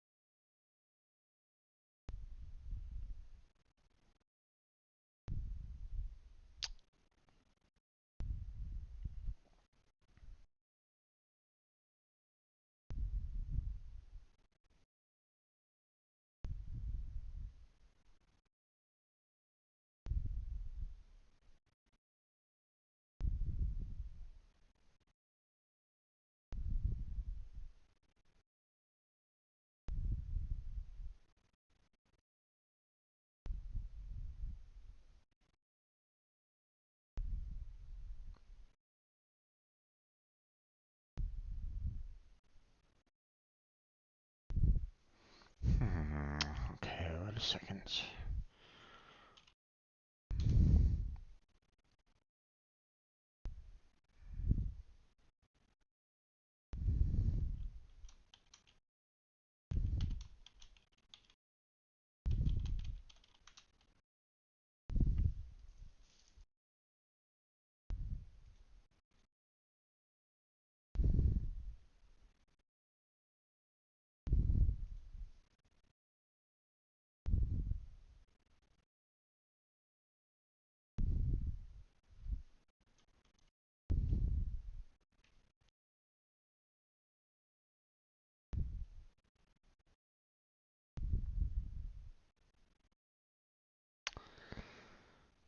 Okay, let's see.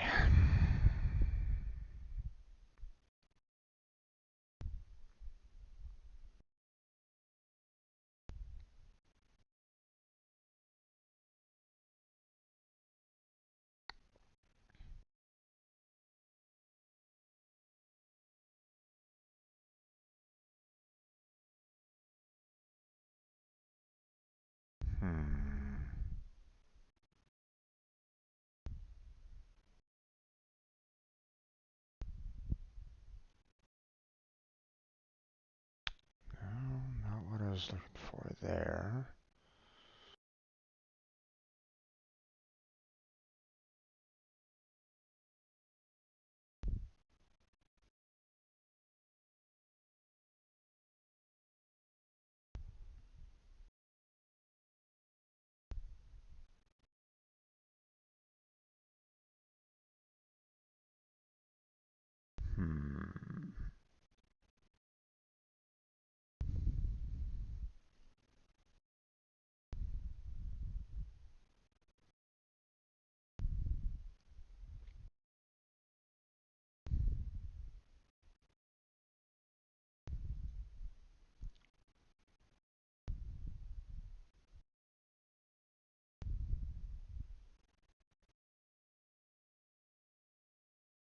Let's see.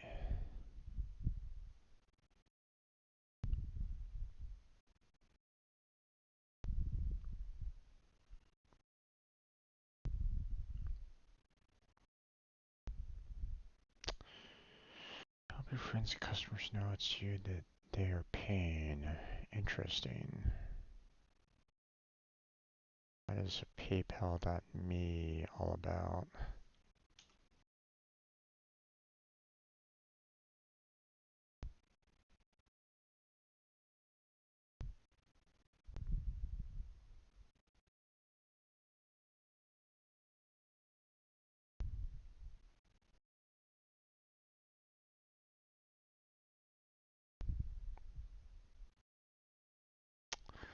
How PayPal.me works. Create your own PayPal.me link and share it instantly with anyone, friends, customers, or partners.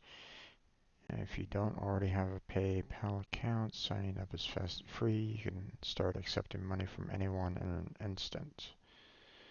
Share your link easily. Share your PayPal.me link the way you want to, in an email, text message, on a chat, or even your business card.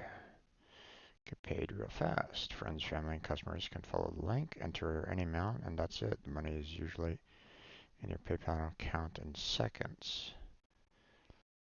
When it comes to simplicity, you can beat a click. Plus, it's a great way to remind anyone you're waiting for their payment. Simply share your link and you're done. Ask anyone who still has the time to write a check or set up a complicated bank transfer with PayPal.me. Anyone with a PayPal account can pay you in an instant.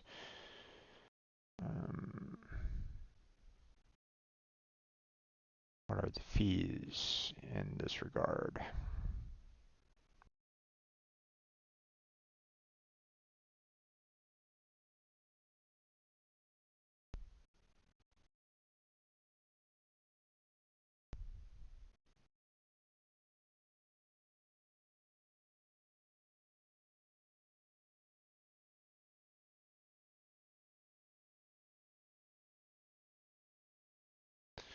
Um,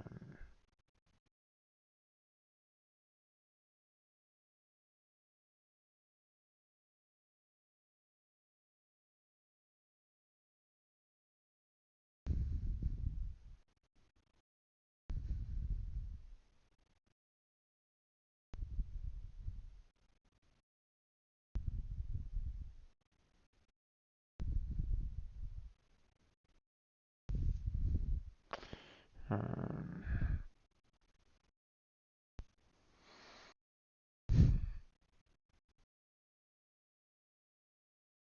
mhm. Fees charged in different currencies for sending payments or collect a fee from balance in the currency in which the fee is listed to do this. Fee amount from your sending balance to the currency in which the fee is listed, in which case the fees for conversions in other cases also apply. Hmm.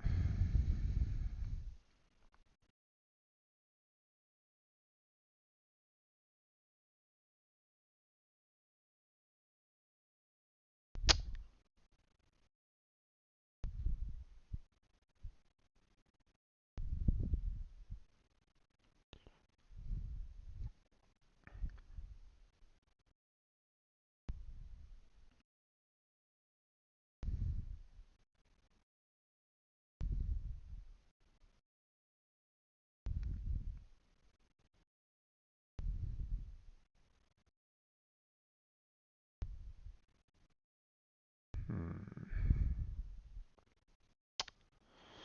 So if he gets any funds from anybody and it changes over to his country, it's going to automatically charge him a fee for PayPal. And it might also be the same way for Stream Elements too. They might also have like a fee that way. And I don't know if there's really any way to kind of get out of that, or there's a way to kind of avoid said fee for international transactions like that. So, um,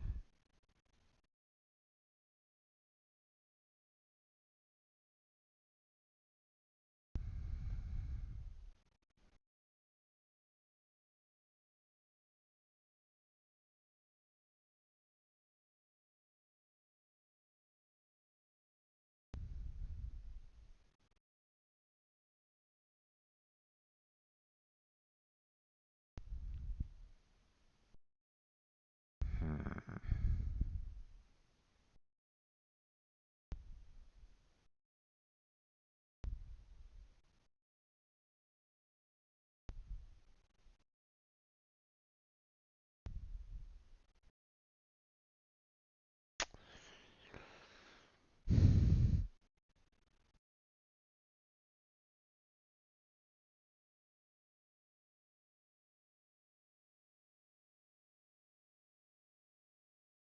hmm.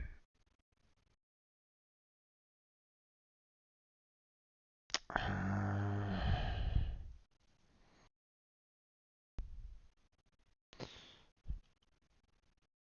is it okay to set up a US bank account for someone in another country?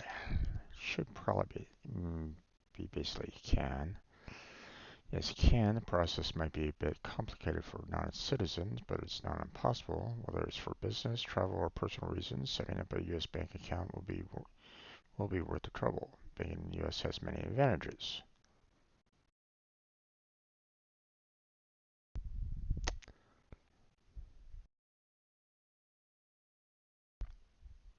Banking in the U.S. isn't as easy as it used to be. The U.S. passed the Patriot Act to prevent the use of financial system for criminal activity. Although it's far-reaching effects, one of the biggest changes it brought was increased verification requirements. Now you might be wondering, can a non-citizen open a bank account in the U.S.? Yes, you can.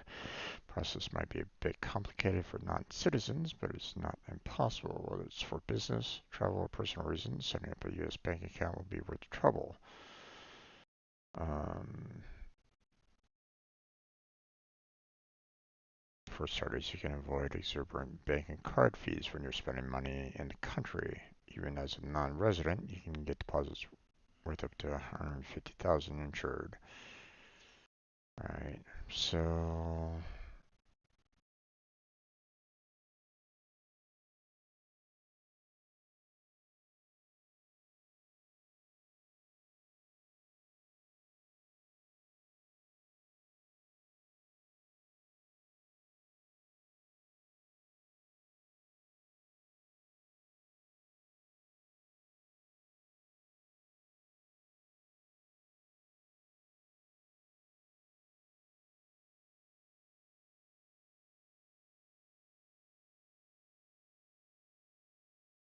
Hmm.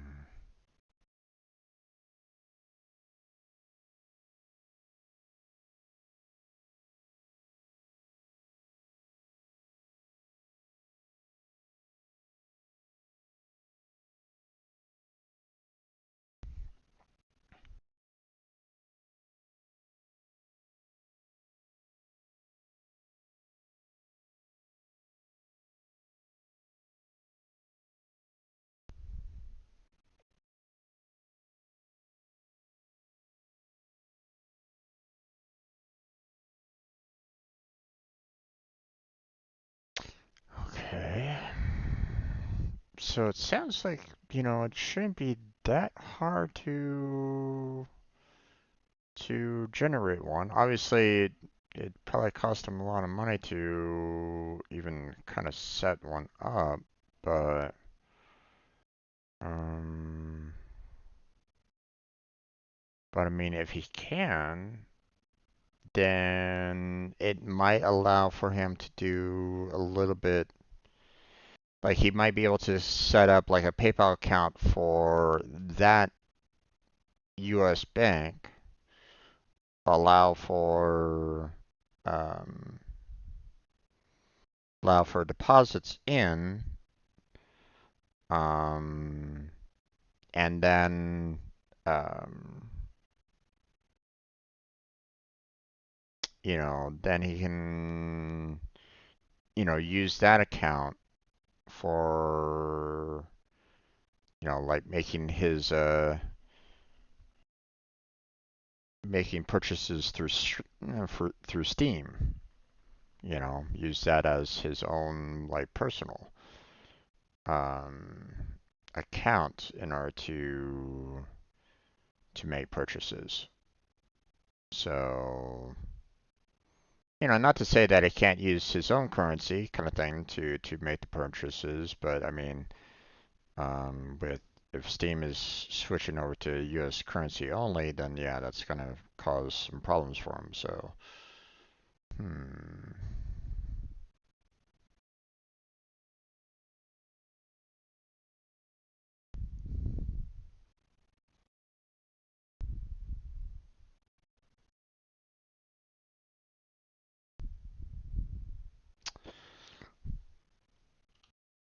So, saw your message about Steam. Have you considered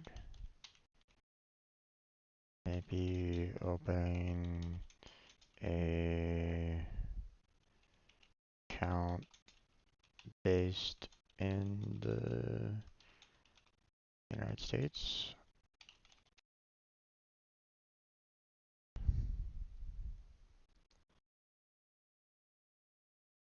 It might be rough in that they might be expecting a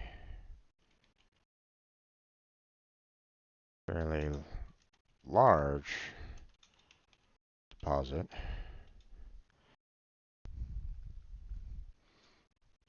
to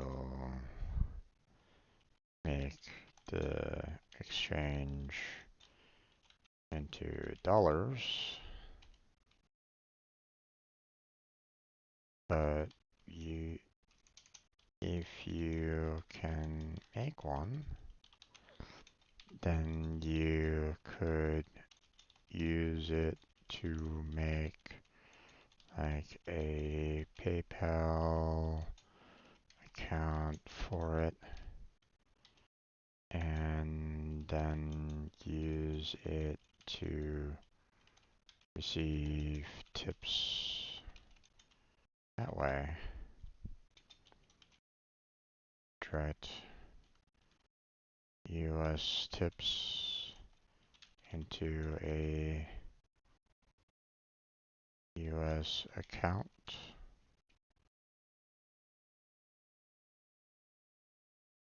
Might skip any international fees that way.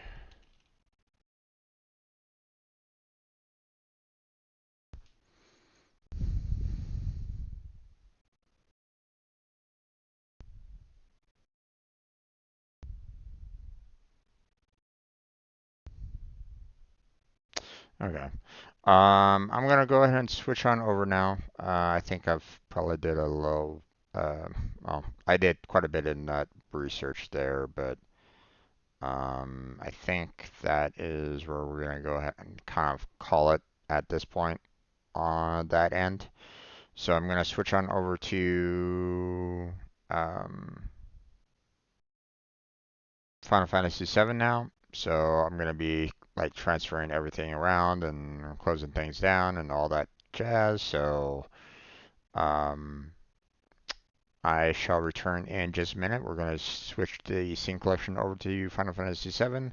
I'll be starting up the game, and we'll be playing some FF7 in just a few minutes. So stay right there. Or if you need to go for like, food, drinks, or restroom, then, know that I will be returning. So hopefully you do as well. Um, so be right back.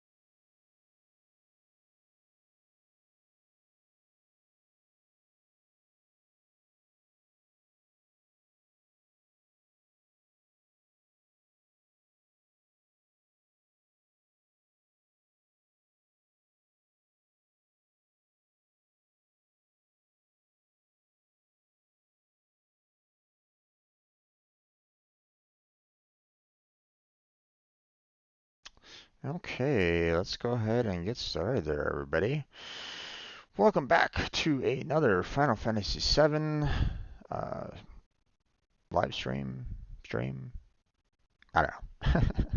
We're playing the original Final Fantasy VII, not the remake. Um, and last we left off, well, we had already. Let's see. I think the very beginning of the stream, we had escaped. When the Shinra base was being attacked by a weapon. We escaped on on the airship, and we were able to, get away. Now, with the fact that you have access to the airship means that, hey, um, you can now handle more of the chocobo racing. Um, and that leads into, you know, unique content. Don't want to go too much into spoilers myself on that. For those who know, you know. For those that don't, I'll get to it eventually, but it'll take a long process to get there. Uh, believe me, it's not exactly um, it's not exactly a short process. But my main goal right at this moment in time is working on trying to get um, a certain chocobo. Okay, and you have to do a lot of um, you have to be getting a lot of chocobos. You have to be breeding a lot of chocobos to try to get some special chocobos, and then you do the exact same thing with them. You have to breed them to get to what you need. And you keep on racing them to get them stronger. You breed those to get like the next best version, and so on and so forth. It just keeps on um, going through this process to get a better chocobo in the end. So um, it's not a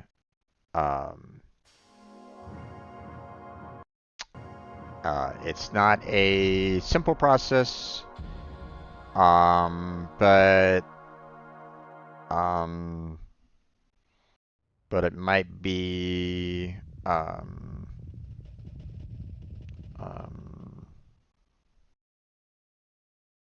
it's gonna take a while, and it will lead to some really good results. So um, so that's what we're gonna be kind of tackling today. Gonna be working towards.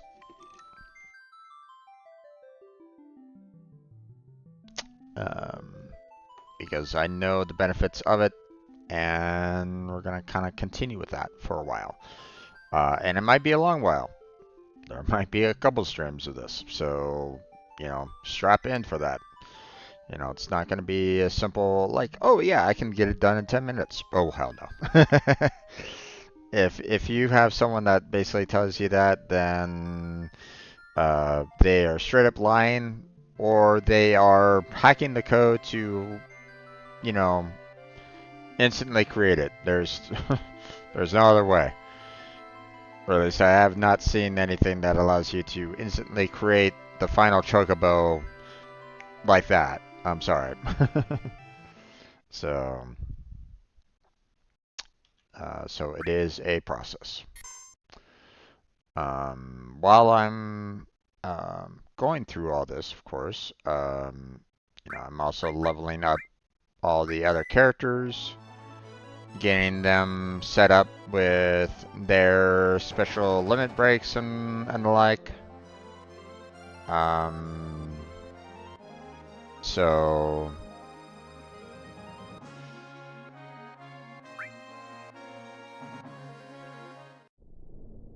okay, now where were we from last time? Okay, so we had three good chocobos here that I named Chalky, Choco, and Choco. Now, yeah, very original, right? Now,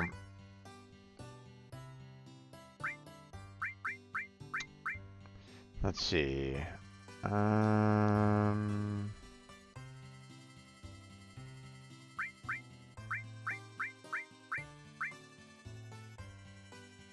I think it was her. Always Chocobo Inspection. For telling me that story, I'll tell you about each Chocobo's abilities. From what I can see, the fastest sprinter is Choco. Fastest one is Choco. The most stamina is Choco.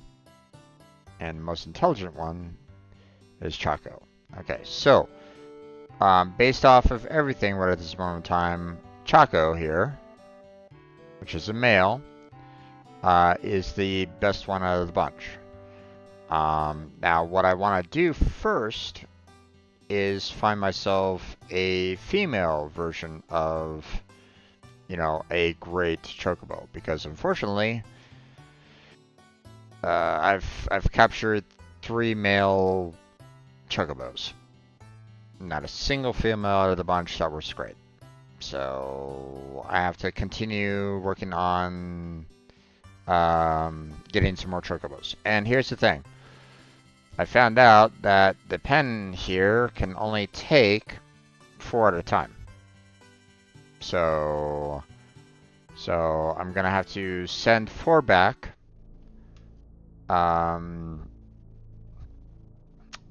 Get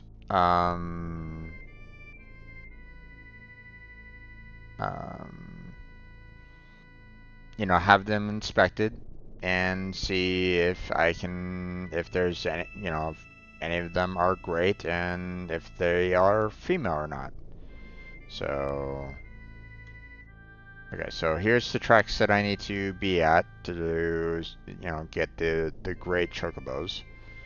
So,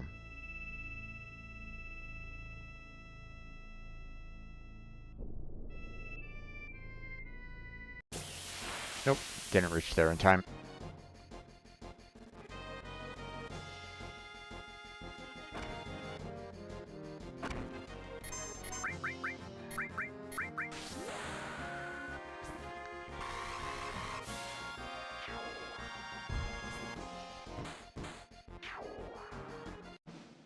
Boom, boom, bum, ba-dum.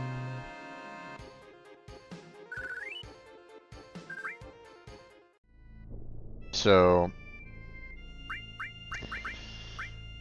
you know, obviously, as you can see, Tifa is the highest level right at the moment. Well, except for Barrett, you know. But I've gotten everything for Barrett. You know, he has all of his limit breaks already taken care of, as you saw from the last one. So we don't really need to work on Barrett's limits anymore. At least I shouldn't really want to at this point. But when it comes to limits, you know, still gotta work on Tifa. You know, because, you know, she's only at level 2. Still got Red 13 to work on, you know. So he's working on Blood Fang right at this moment in time. And Cat Sith has nothing. He just has the dice and that's it. So he's got some work that he needs to do as well, so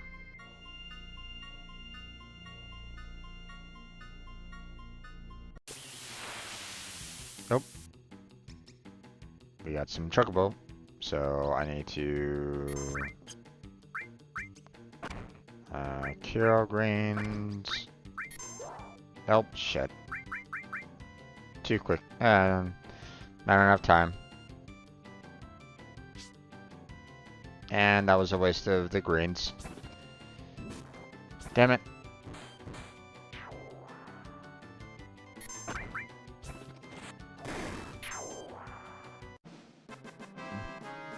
Unfortunately, the controller I find to be really slow.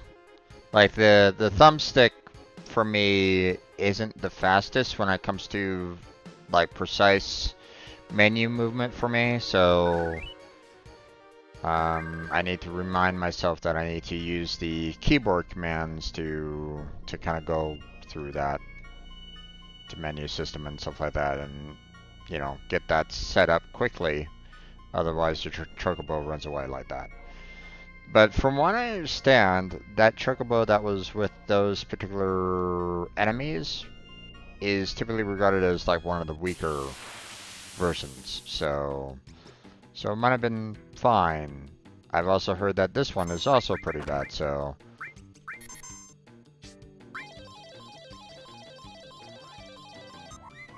nope.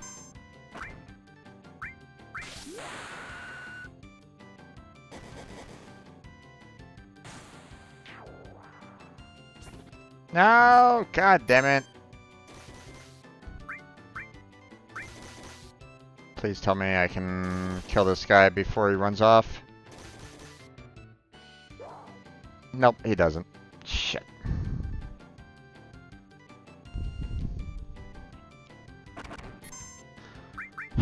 Oh well.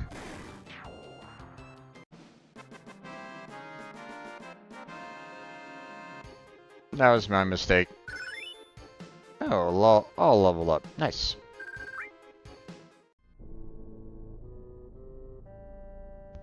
Again, from what I understand, those particular chocobos aren't typically regarded as one of the best either, so it probably would have been terrible when I got to the Chocobo Ranch, but, you know, again, I don't know. Okay, we got another one here. Okay, same kind of process here.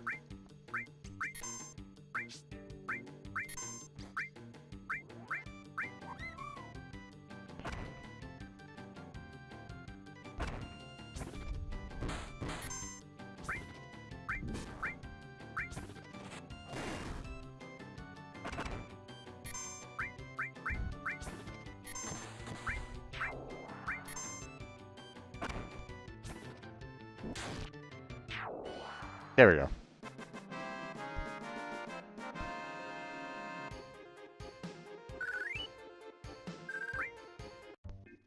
Alright, so now we hop on off, and we can send the chocobo back to the stable. So that's 1 out of 4. So...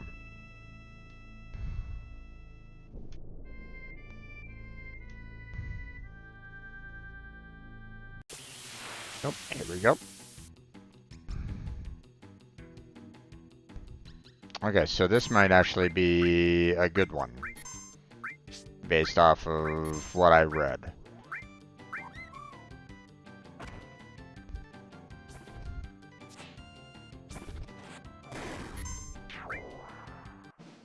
Oh, okay.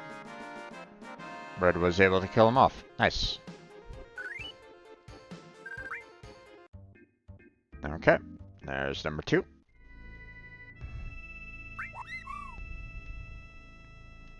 There we go.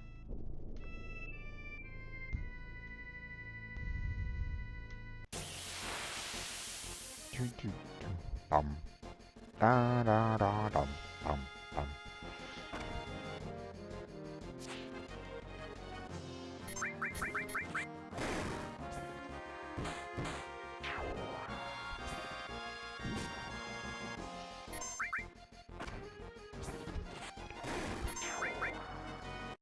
Okay, all done.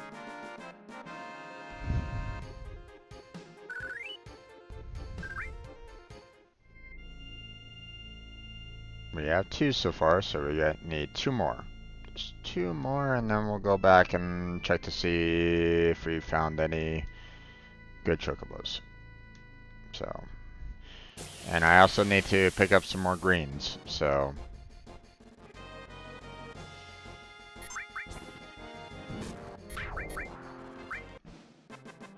Bum bum bum ba-dum.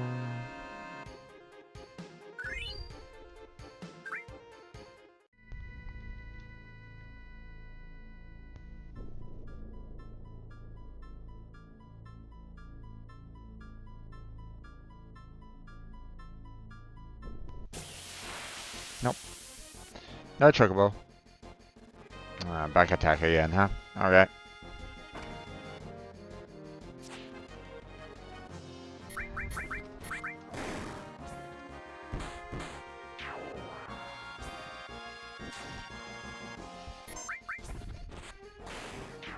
Dead. Bum bum do do.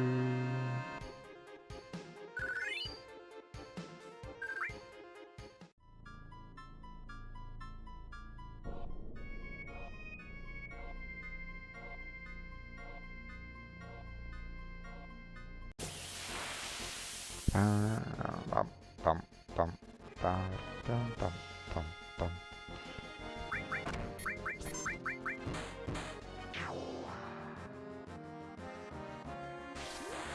Dice. It's dead.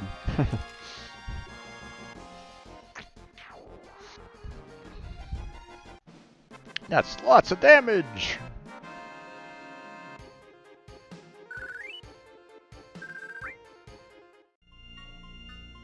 It basically takes the dice, which I think was, what, about 19?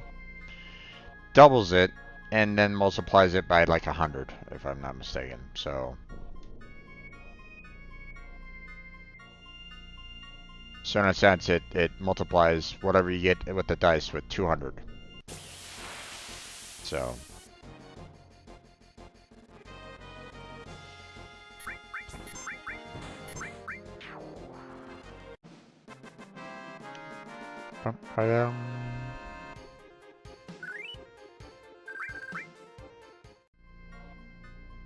Let's see, how many high potions do I have?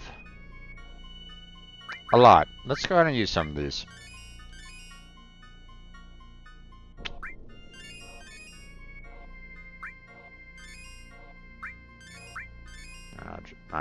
I keep on getting a lot of them anyway, so might as well just use them all, right?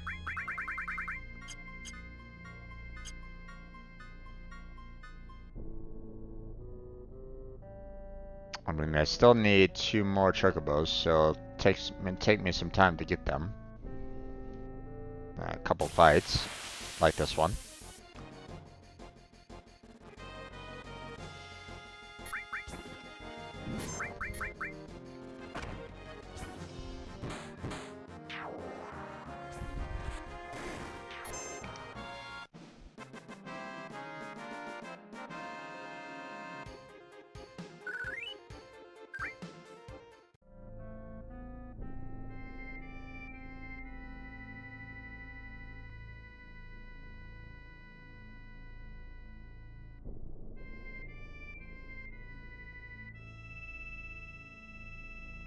Come on now.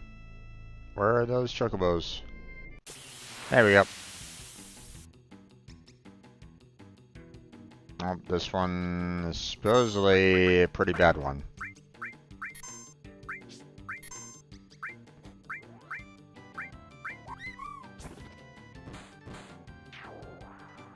Okay, that one's gone. Got him. Nice. There's number 3.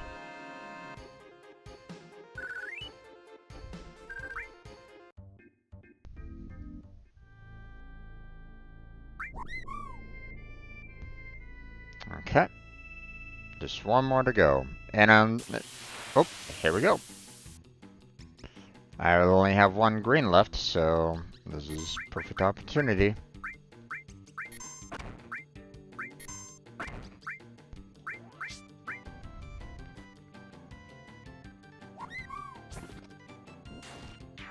Ooh, he's gone. And he's gone. Yay! Bum, bum, bum, ba-dum. Okay, I'm gonna ride the chocobo all the way over to the airship to make it easier to kind of get in. And there we go.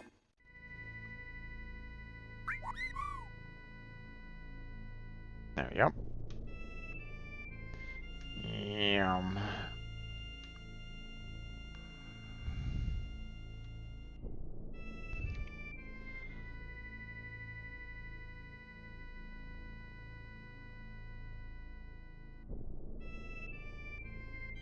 Now, you might be wondering, Jim, what is with the depressing music all of a sudden? Well, that's because kind of a depressing time in the world right at the moment, so... Okay, so there's all the chocobos. So... Now we talk with this gentleman here, Chocobilly, and we go into moving. And... Okay, can't really recommend that one. That's fine. Let it go. Go ahead. Ah, the wonderful chocobo. I mean, we don't know whether it's male or female right at this moment in time, so, but we'll put them in. Another male. God damn it.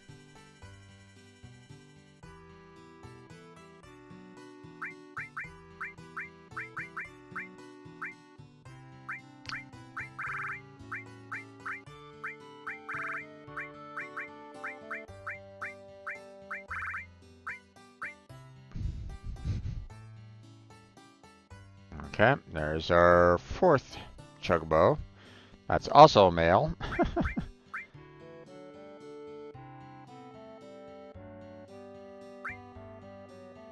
And let it go. And let it go. And that's it. So we have our Chocobo Billy here. Let's see. Inspection. Choco still good. Choco, right? Choco, okay. Choco, okay. So based on like base stats, which you know, obviously I fed some of our chocobos some greens. So so there's that. But you know,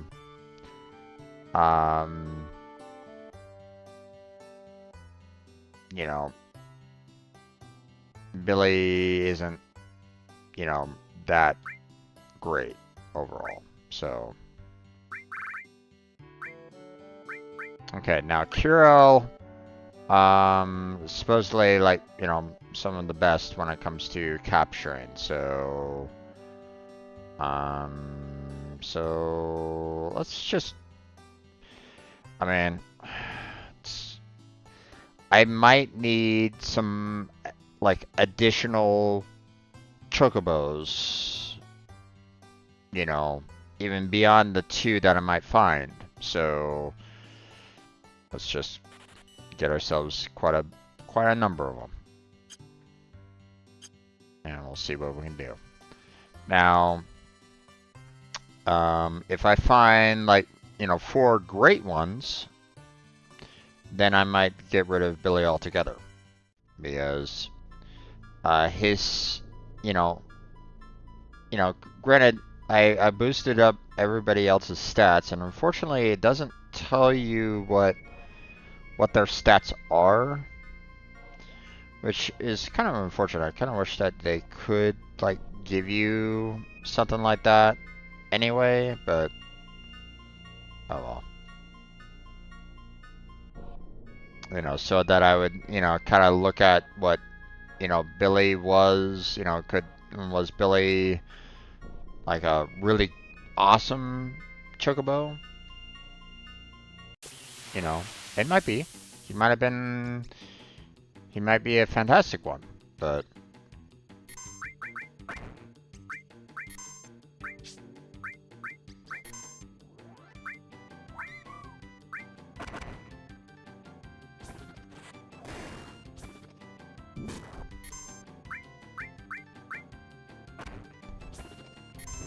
I need to be very slow and methodical as to, you know, capturing the chocobos there, so. Okay, there's one. Now, from what I understand, that one could be pretty much crap, because it's not just the bunnies, you know, that I found that chocobo. You know, if you find a chocobo apparently with these guys, the Bandersnatches, you know, they're kind of typically regarded as pretty bad overall, but I don't know.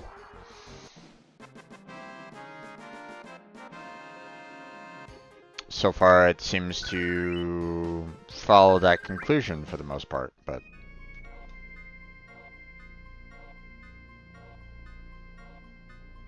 like in that last set, I only found one that had just the bunny, and that was it, right? So, could it have been that one that was great? Don't know. You know, it doesn't tell you outright. Like, it doesn't like give you like a name for them or something like that. Like, hey, this is, you know, Chocobo 1, this is Chocobo 2, or anything like that. So you don't really know, you know. Like, you can't tag them or something like that and know, like, you know, hey, um, nope, here we go. This might be a little rough.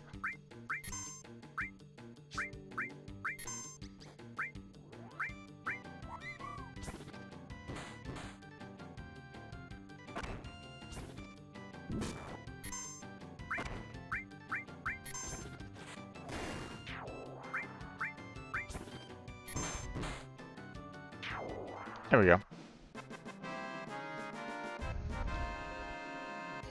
Again, this might be a pretty crappy one. But this is number 2.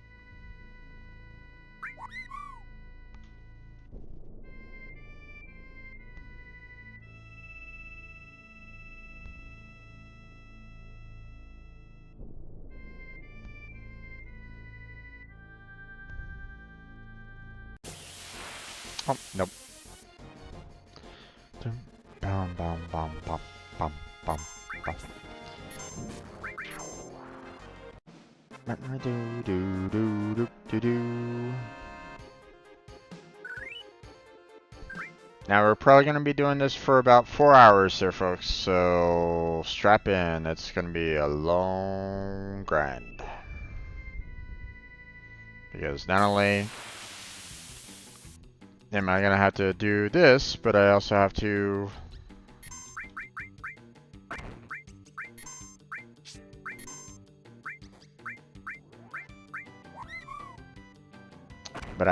do chocobo racing afterwards. So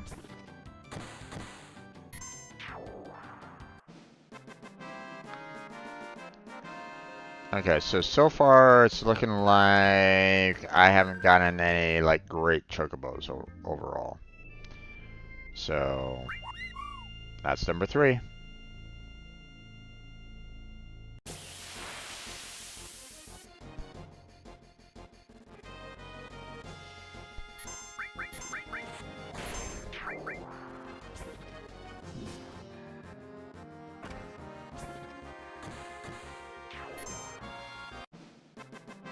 Bum bum bum ba do.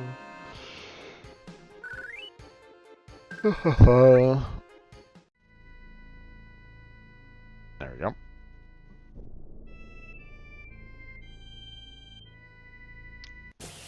I know this is super thrilling content. I mean, you know, who wouldn't want to watch this, right? But unfortunately, there are some things that you're just gonna have to do if you want some of the best stuff. You know?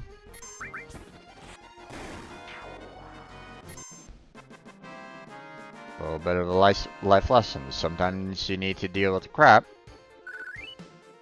you know, in order to, you know, get yourself into a good, you know, to be in a good position later.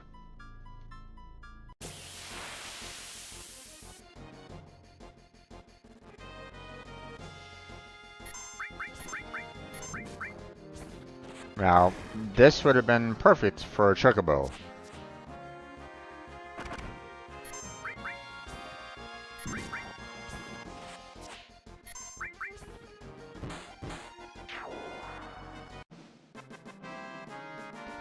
Ta-da!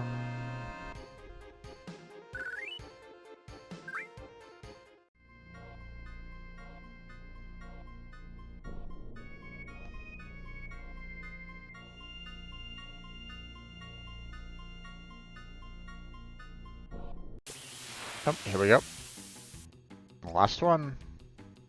Ooh, another bad one, apparently.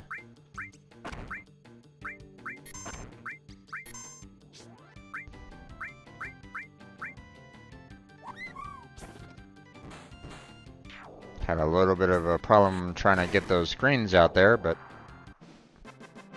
Okay, so that was the last one, so I'll take them back, take it back to the ship.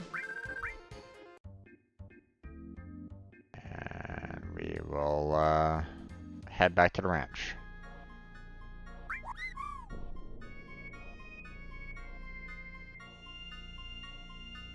There goes the chocobo.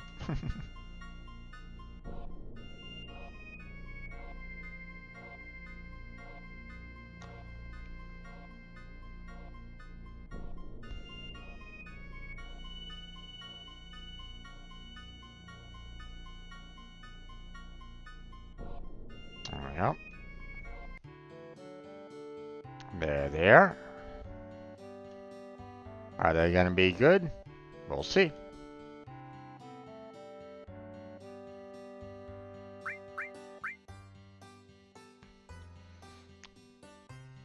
Nope. Not him. So all four of them are probably going to be this. So if a single one is great, then you know what they say about, you know, the Bandersnatch isn't completely correct. So far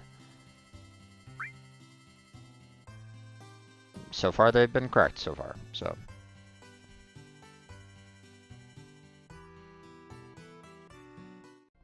because not a single one of those were great Chocobo. So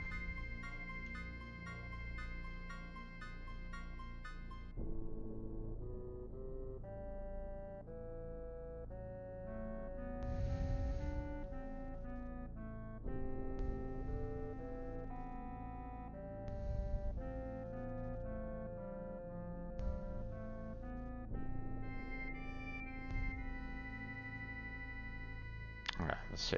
Alright, we'll just go ahead and use our high potions for restoring everybody's health back up again. There we go. And Chocobo. Nice. Crappy one apparently.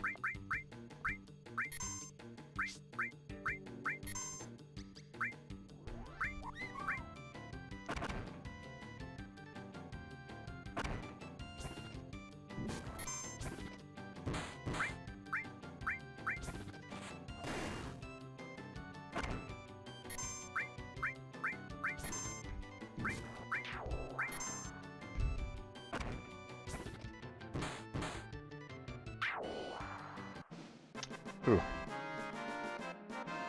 I was a little concerned about that. I was almost ready to select them again, but okay, there's one.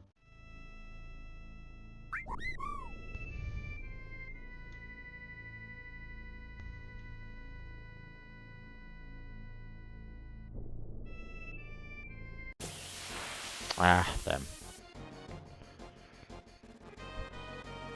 See, that would have been perfect for a Chocobo.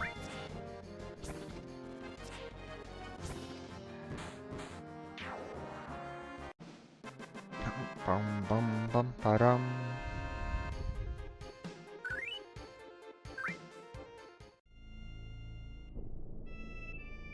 I just need a great female. Give me a great female, please. Taking that out of context. Yep. Not so great.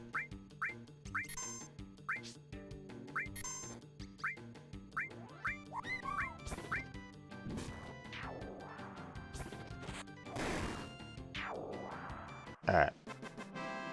So that's number 2, and probably not going to be great.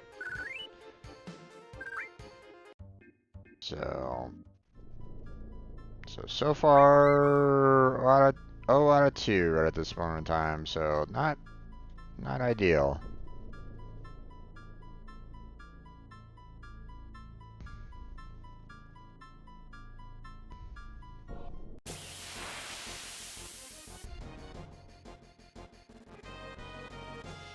Nope.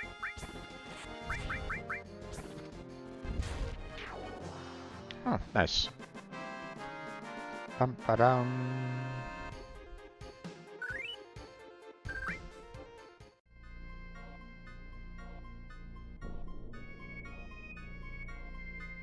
Come on now. Work with me here. There we go.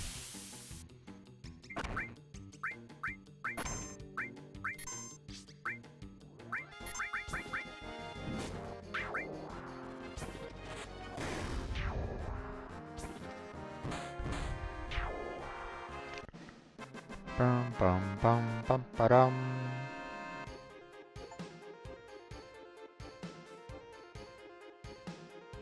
Wait, what?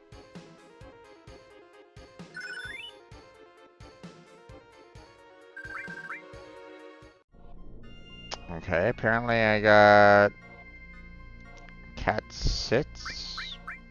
It said the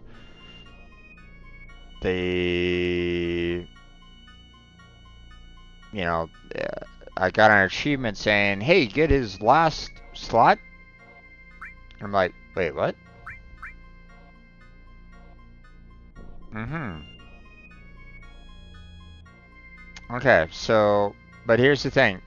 I don't want to use slots yet because I still haven't gotten level 1's other, which, I have to use dice over and over and over again until, you know, I use it enough times to get the second one to become available. And then I'll show that on stream so you don't have to worry about, like, what does it look like. But after that, I'll switch over to slots and we'll use that. But I'll probably get the number 3. Oh,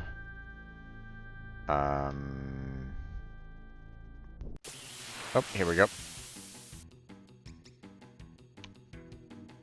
Again, another that could be potentially pretty bad.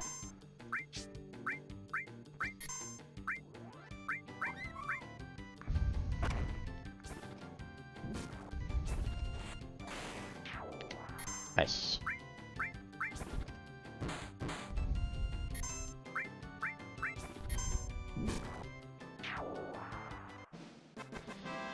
Okay, I think that was number 4.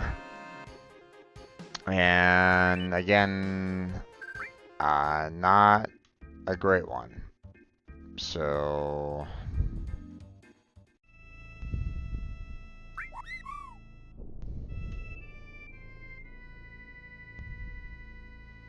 the chocobo disappeared.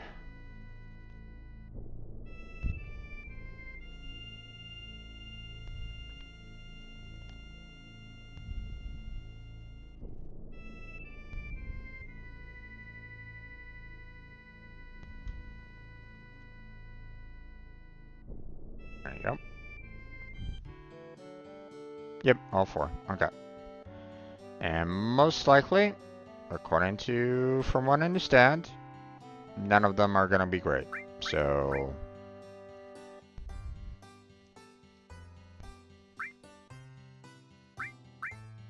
there's 1. There's 2. There's 3. And there's 4.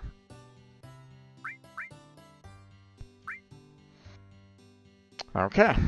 So far, my luck hasn't really been with me in terms of trying to find a female.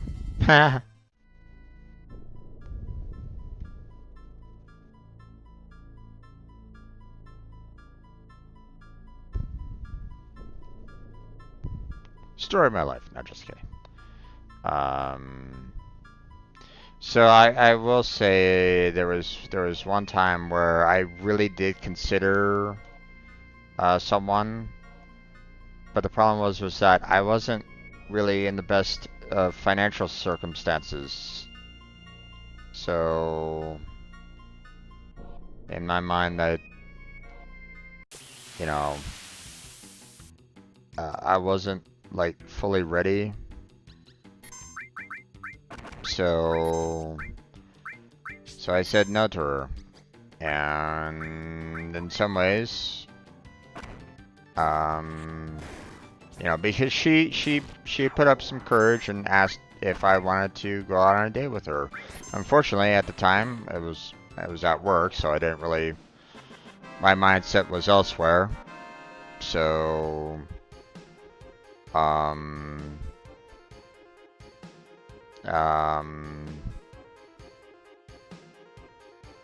so when she came up and asked bravely, it was kind of, I was kind of thrown off by it because I didn't really have any like clear indications that she was going to do that. It was kind of out of the blue for the most part. you know, I had some interest, obviously, but and but I again, you know, I wasn't in a good financial spot to ask her out myself, so um, and I didn't really want to put that on her, so you know, was that a mistake? Probably.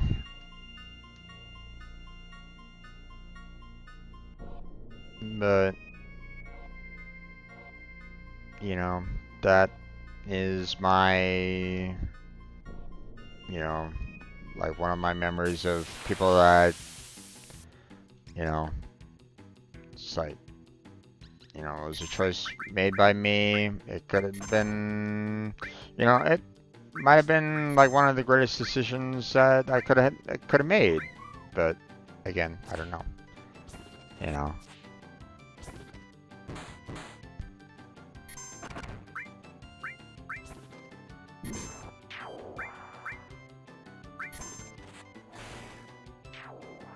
There we go.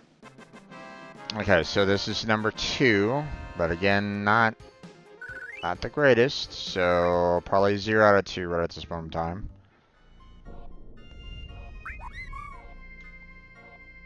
But we'll see about trying to get ourselves some more chocobos here.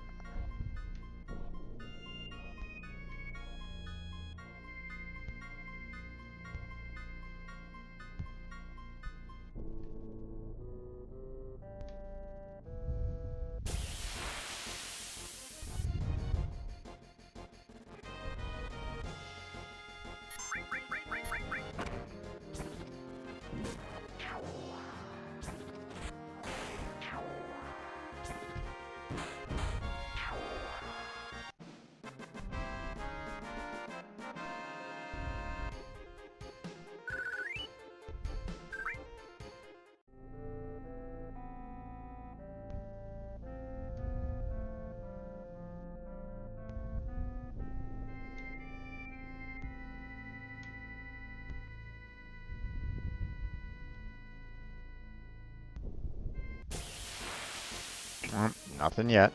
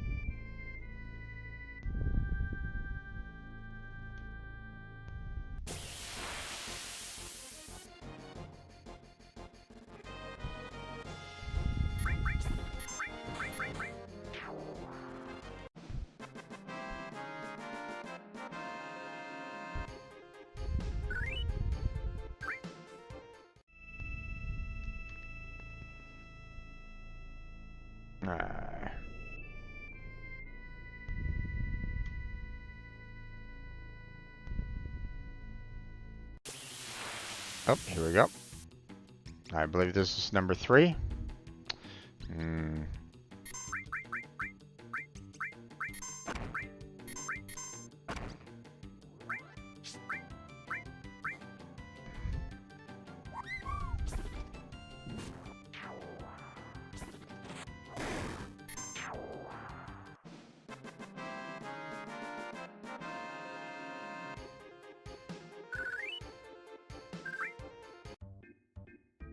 Number 3, and it's gonna be 0 out of 3 so far, so I haven't found a single good one yet.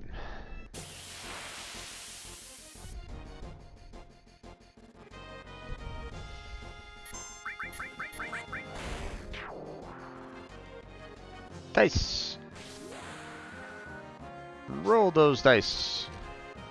Ooh, that's a low roll, but high enough to kill him.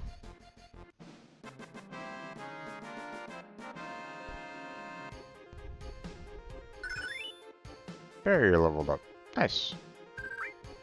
But it's not a master rank, otherwise I would have gotten another materia out of it. So we're gonna continue grinding that materia up.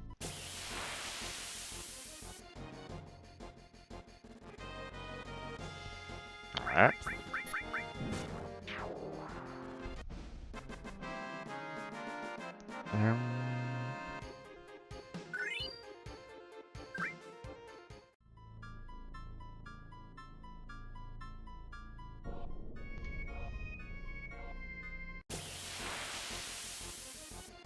Come on now.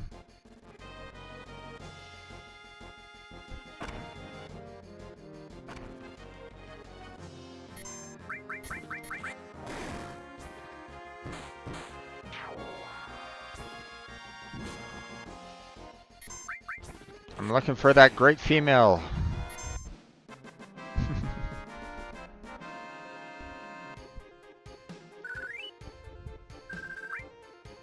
Where's that great female at? Something to be said out of context. I know.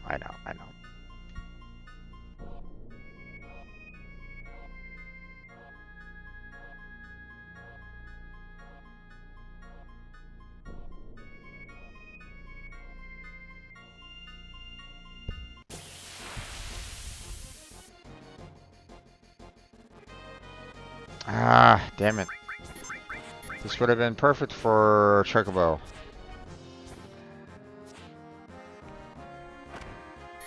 Come on, game. Work with me here. And why is everybody missing all of a sudden?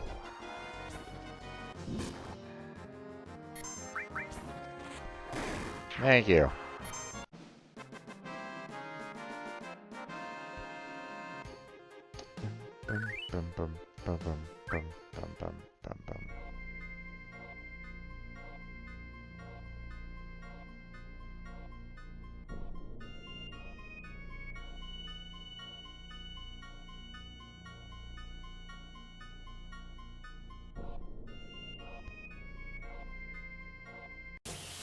Ah, come on.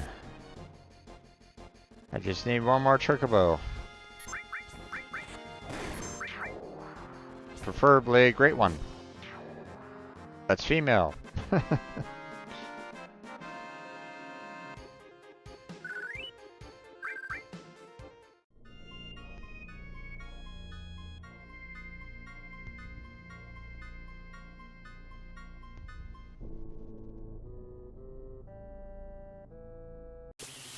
Oh, here we go.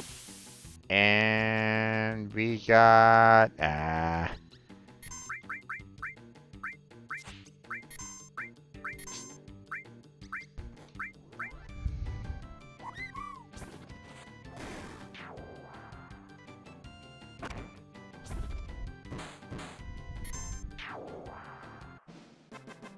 I believe that's number 4, so let's head on back.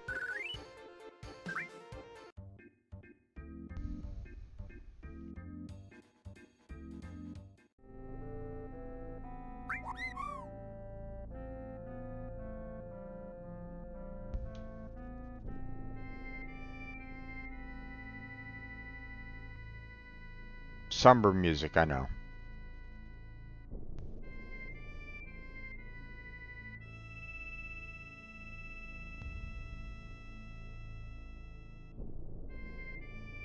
Eventually it does get better, but... yeah, there's the 4. And most likely all of them are going to be pretty much crap, so... yep. There's 1. There's 2. There's 3. And there's 4. There we go. Sorry guys, still trying to find a female. Female Doko.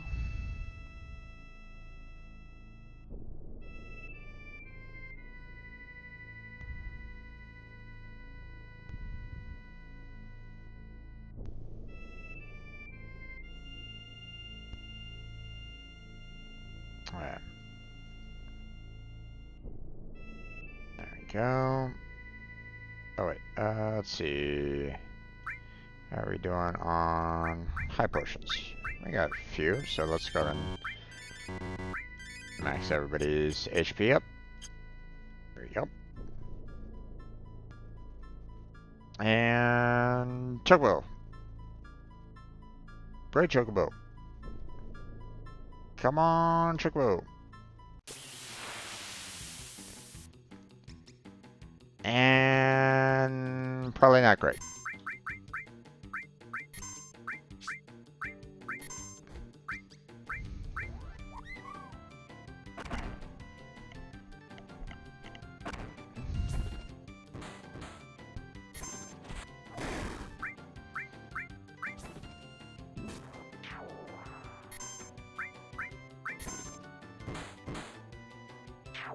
There we go.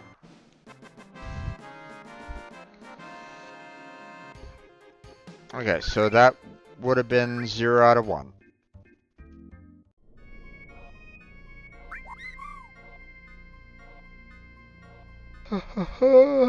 Excuse me.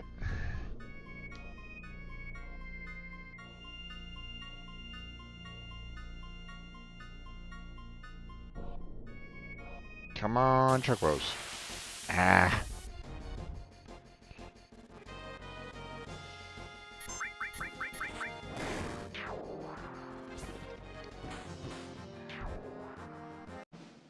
Ba-dum, bum, bum, bum, ba-dum.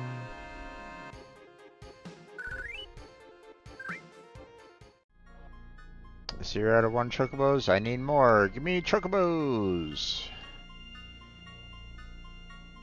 You know, raise up my Chocobo material so that I can get more Chocobo counters or something.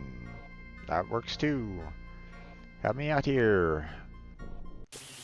Oh, there we go. There's number 2. And not looking good.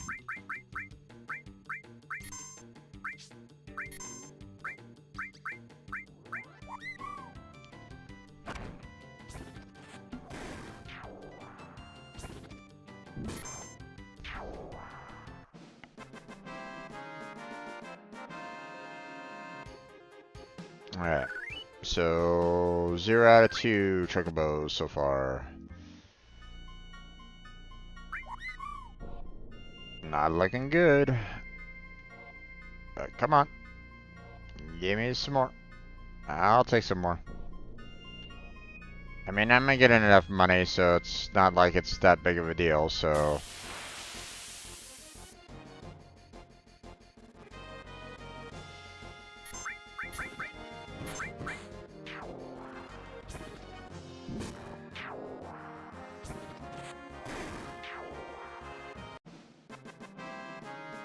Bum, ba-dum.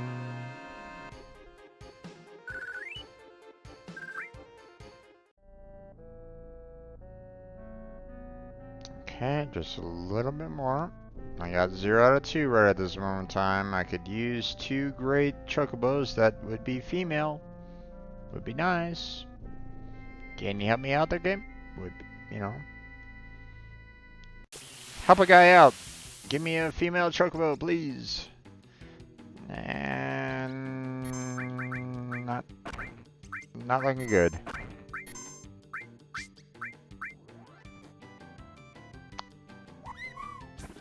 If, of course, you know, what they say about the Chocobo is correct. This is going to be 0 out of 3. So far, it's looking like it's pretty much what they're stating about, you know, the fact that, you know, the Bandersnatches have typically like the worst Chocobos. You know, so far that's looking pretty much true. So, but I mean, if there's even a like 0.1% chance that we'll get a great one out of it, then why not, right?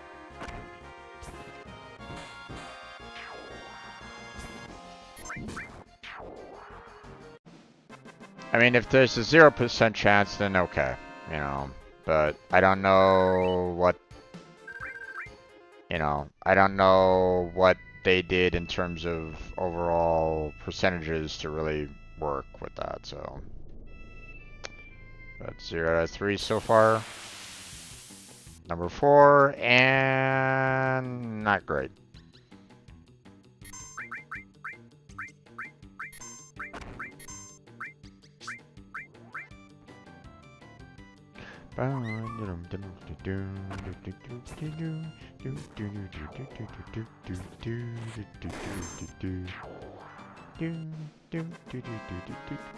Okay, so this is number 4. We're gonna head on back to the airship, and we're gonna head back to the stables and see what happens.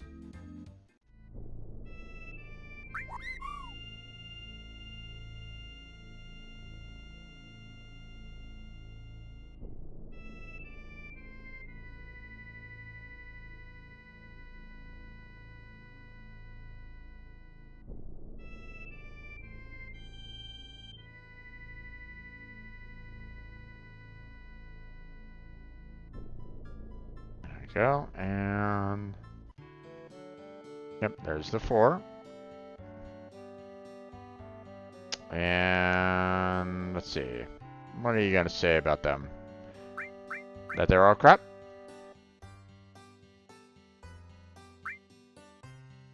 Nope, let it go. There's 1. There's 2. There's 3. And there's 4. So it's looking like it's pretty much they're pretty much right on the money with it, because I mean we've done how many so far? Here, I bought 40 Corels, and I've gone through 16 of them. You know, and one of them was a male. You know, great. So 15 of them weren't. So that's, yeah. It's looking like it's pretty much established. If 15 out of them that were, you know, linked up with bender snatches are terrible, then, you know, and not a single one of them are great, then yeah, it's looking like it's like a one. It's maybe not even a 1%. You know. You know, it doesn't look like there's any percentage on that.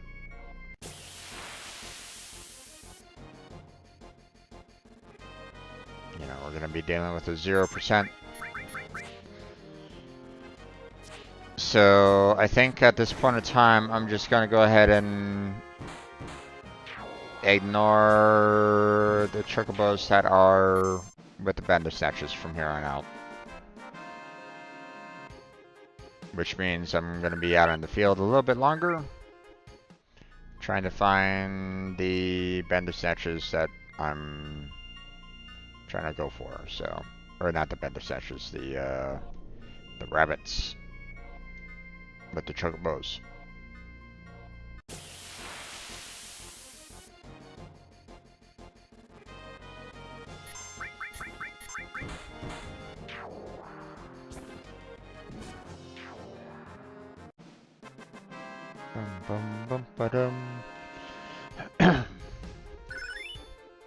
Bahamut, nice.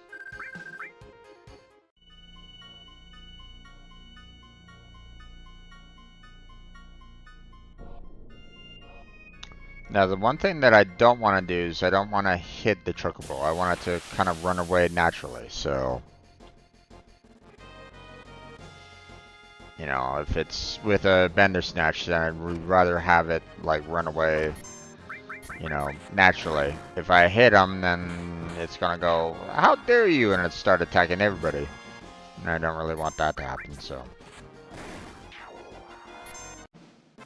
Bum bum bum ba dum.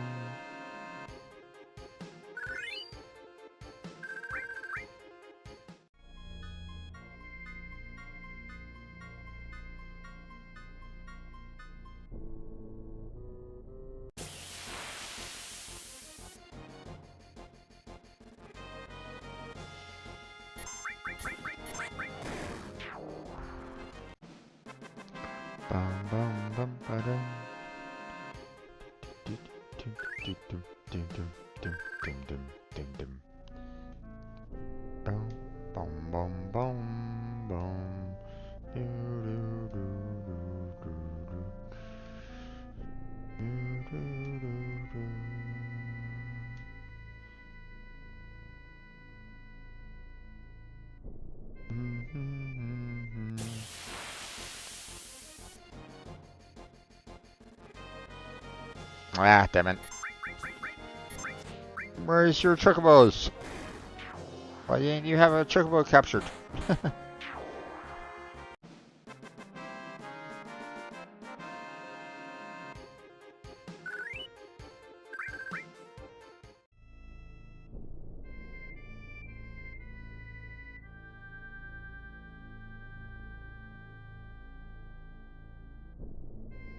Come on, chocobos, where are you? Ah.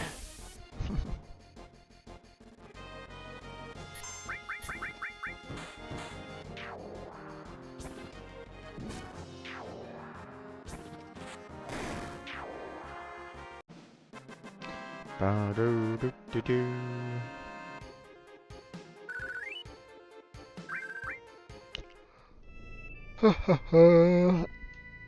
Come on now. Give me some chocobos here. Nope. Nope.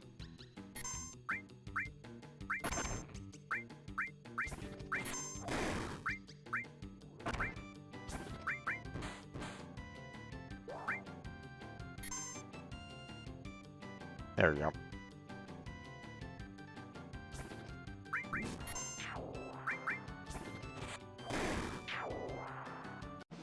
If I just let it run away, then it won't be attacking anybody, so... Mystify. Okay.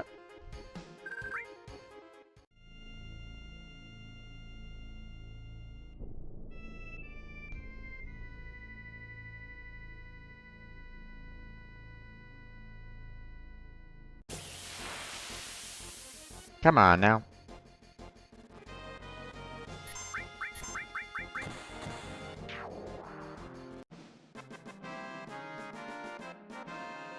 Guess I'll need to wait until I can get the chocobo lore to level up a little bit more.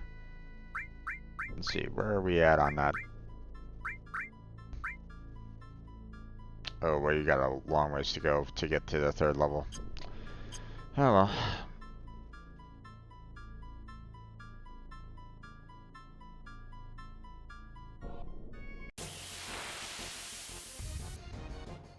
$17.75.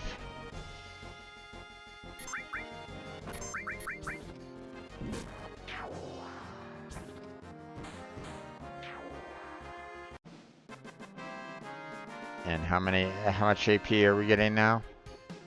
80? We're not even getting like 100 AP per round, so... You know, we're looking at even more than 17, 18 battles ahead of us before it turns into the next, you know, level 3. So... Ah, come on. Where's your chocobo?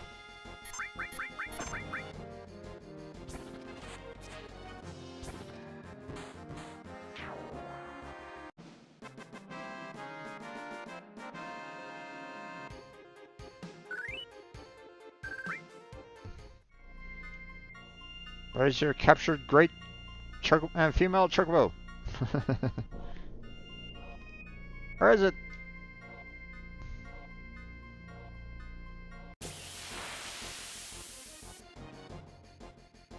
Where are the females here?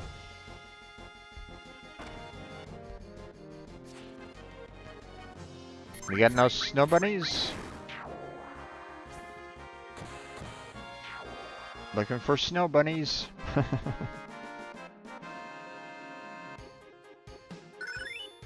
Ooh, another all level up. Nice.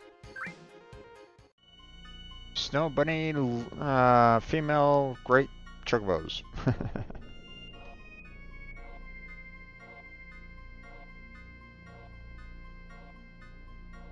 Any females like snow? Maybe? Be nice?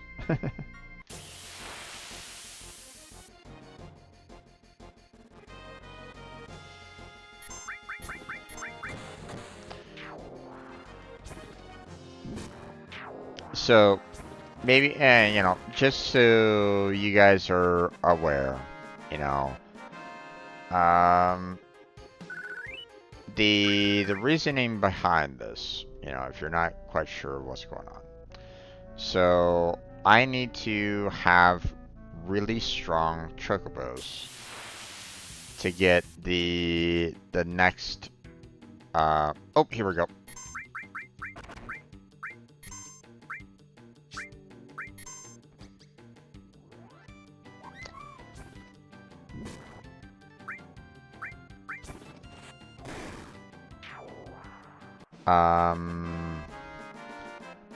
You know, I need really strong chocobos in order to, if, you know, to breed them, to get, like, the next tier of chocobo.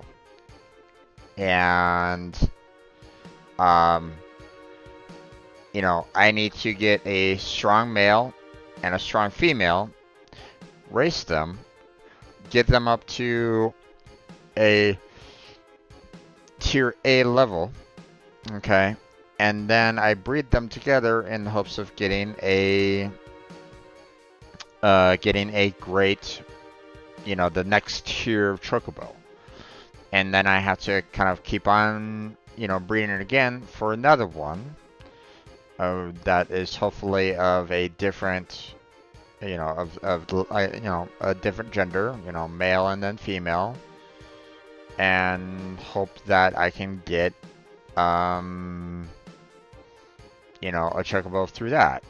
Unfortunately, that's, you know, genetically kind of messed up, you know, on our level, but I guess it's perfectly fine in Final Fantasy VII. So, we're not going to go there. Okay, so there's one.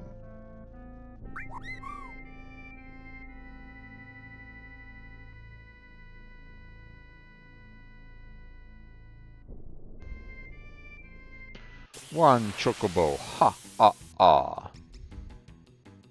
Nope, don't want him.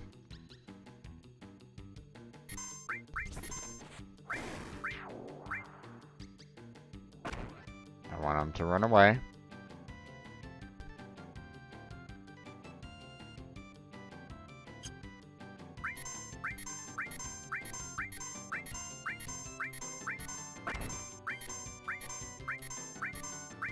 Okay, chocobo, you can go away now.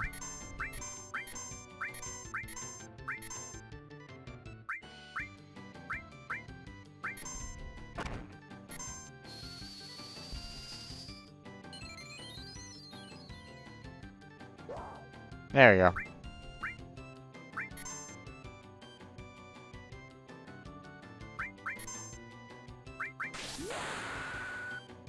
Nice. And dead. Duh. Bum, bum, bum, bum, ba-dum. We're still at one. 1 out of 1. More chocobos! Give me more! Oh. Good? Nope.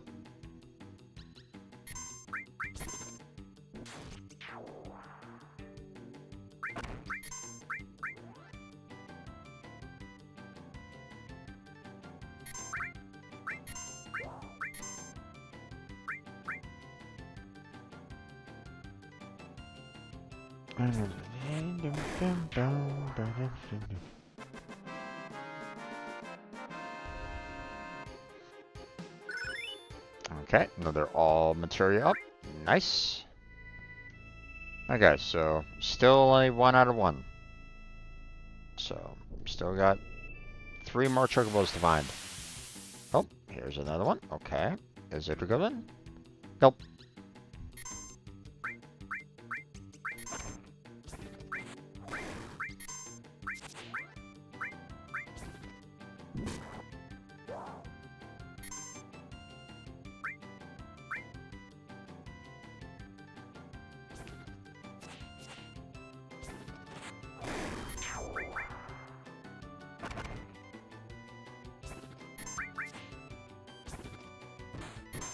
There we go.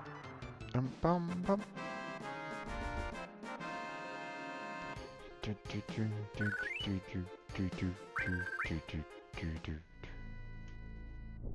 Still only 1 out of 1. I need more chocobos. Give me those chocobos. Show me those chocobos. Preferably female.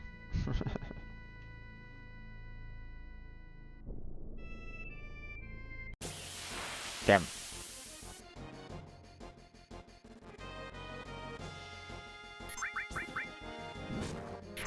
Show me those snow bunnies. But chocobos.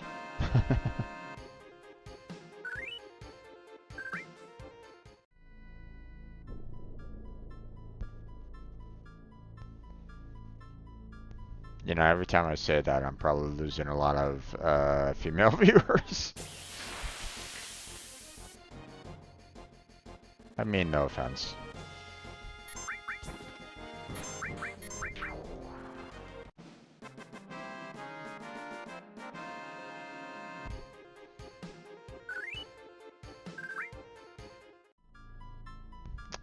You know, we're out in the snow.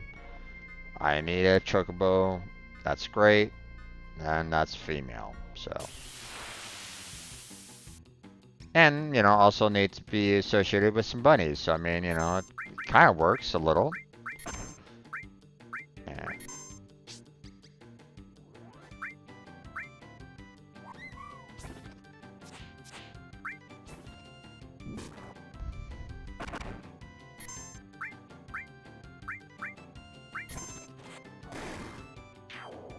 There we go. There's 2 out of 2.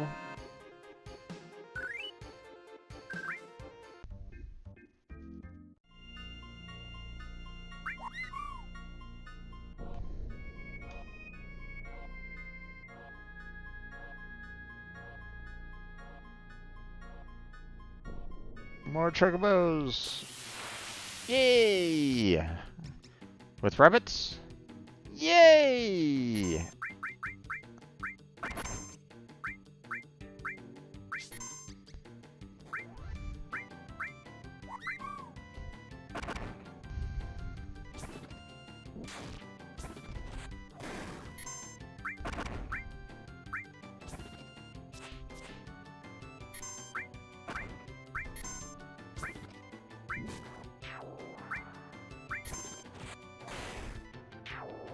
Got him. Okay, that's 3 out of 4. So that's awesome.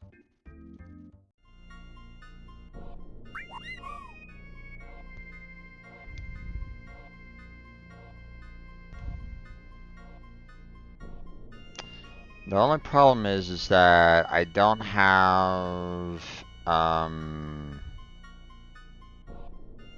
a lot of room. You know, I only have two slots open right at this moment in time, so. But if I can find a female, then that would be great. Now, what I should probably do is I should probably level up Billy with some greens, you know, just to see how, you know, Billy is in comparison to the other males that are there. Then, you know, remove the other, like any other additional males that are there as well, so.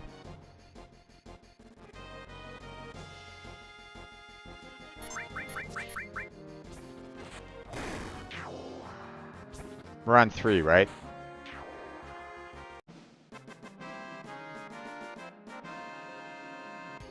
I think we're still on 3. I know I'm not on 4. I think I'm on 3.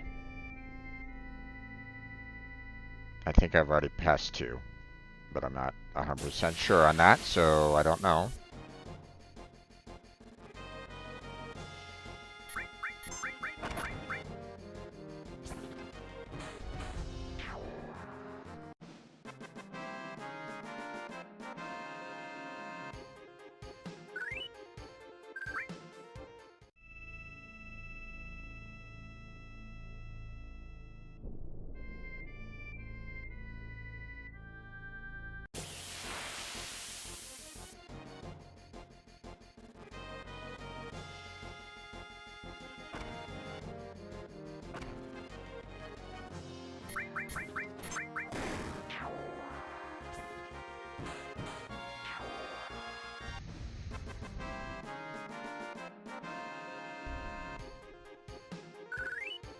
Okay, I just need one more chocobo there, guys. Just one more. Come on. Where's that chocobo? There we go. Is it a good chocobo? It is not.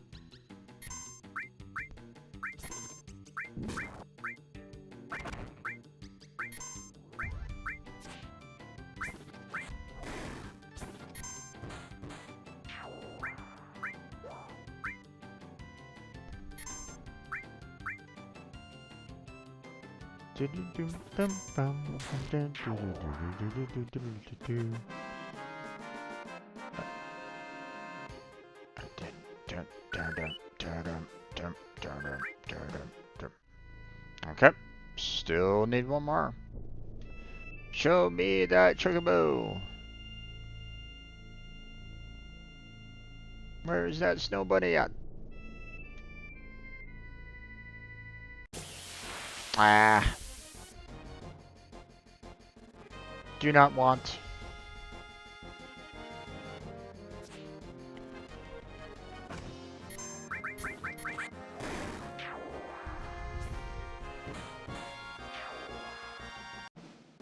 Dum bum bum bum ba-dum.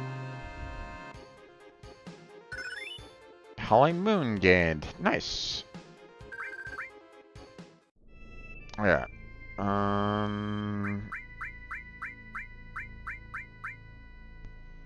Problem is that I need the level 2 extra for that. Oh well. We'll get to the Howling Moon soon-ish. But I want to do... I mean, obviously I need to kind of keep on using the level 2 limits to get to the second version of level 2.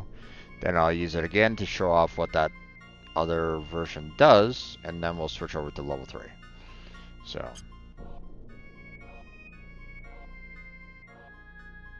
Come on, where's that last chocobo that I need? Come on, where are you? Show me that chocobo. And is it a good one? Nope.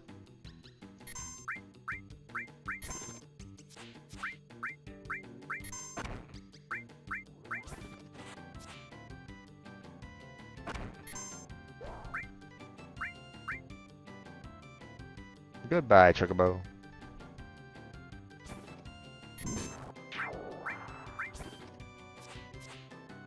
Keep on missing.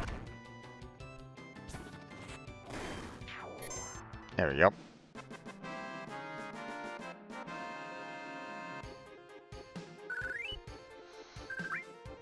Nope, do not want chocobo. Next chocobo. Come on. Where's my great chocobos? Where's my great chocobo snow bunnies? Come on. Show me one. Nope. Denied. Do not want. You do have no chocobos, so you need to leave. I said leave. Go away. No touchy.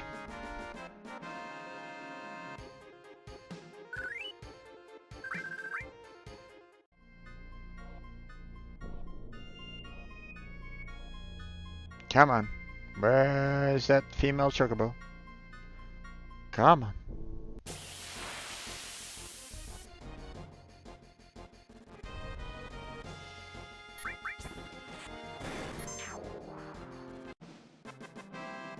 Should I maybe name off some female VTubers to maybe, you know, do that maybe?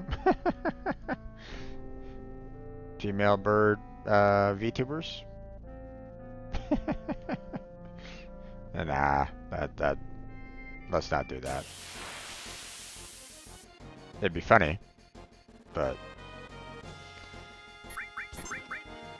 some of them might take some offense on that too, so not gonna do that.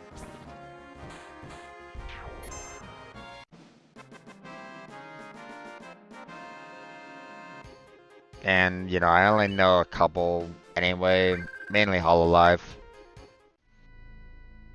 So,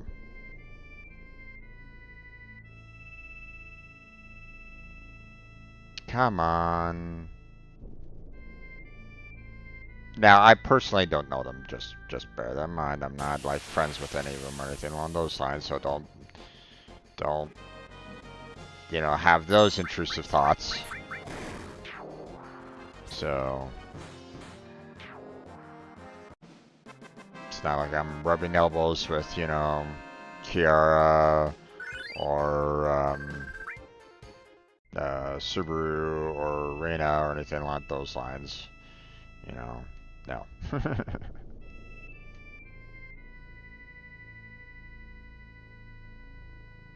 So, come on now.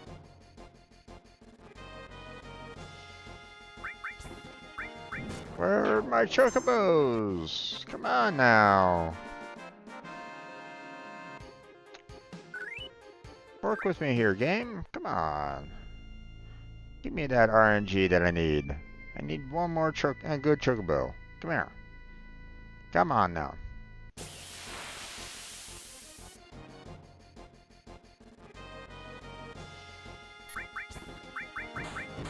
Oh. Game, you're just being a pain. Okay, let's see.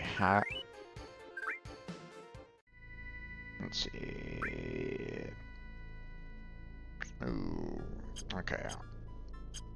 I was checking out the high potions and see how many I had left.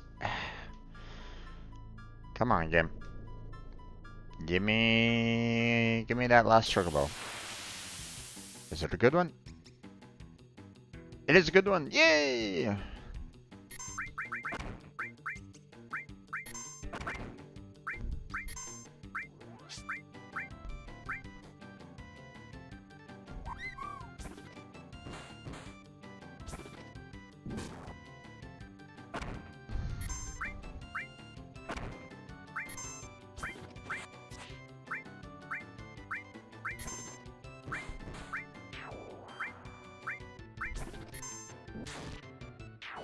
Got him.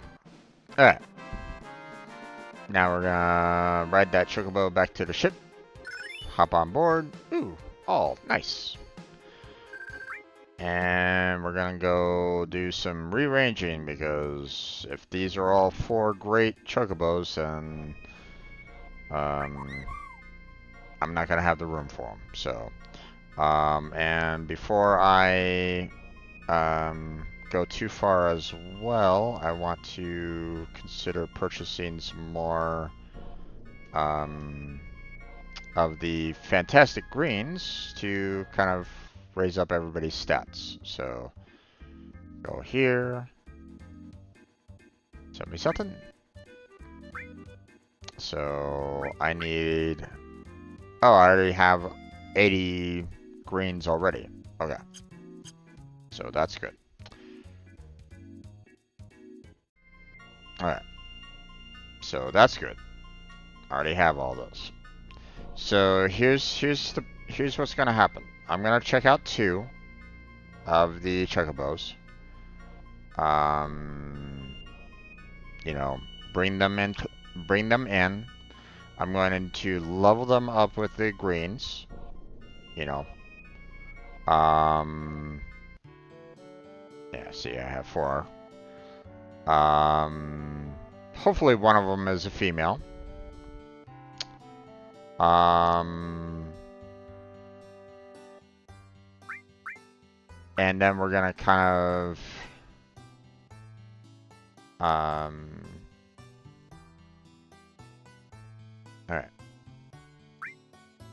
Yes. Another male. God damn it. What's with all these males? Okay.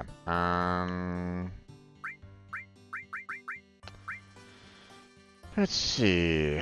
Let's go with some pretty simple names for the most part. Okay, there's one. Okay, so there's, there's another chocobo, male chocobo. Let's see. We're gonna move one more in. Yep, there we go. Put it in. Another male. God. I got 6 males.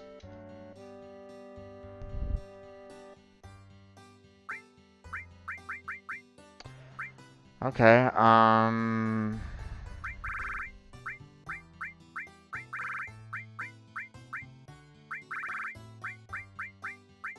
we'll put this one as Jason. There we go. Okay, I have no more room right at this moment in time. Okay, so I have Choco,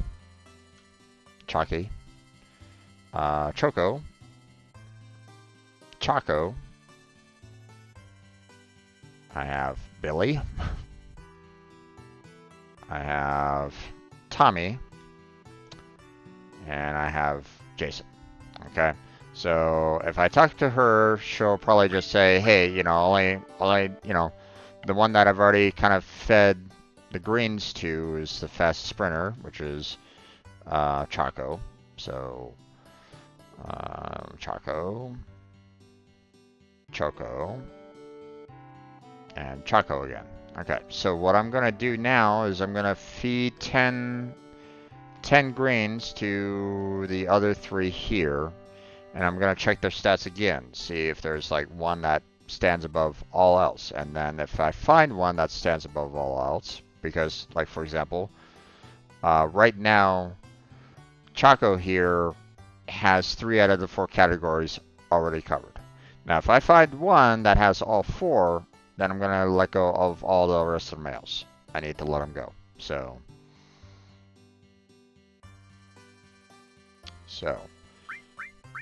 feeding.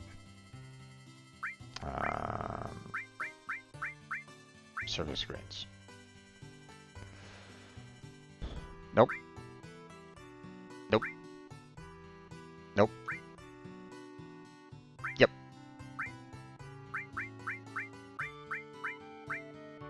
There we go.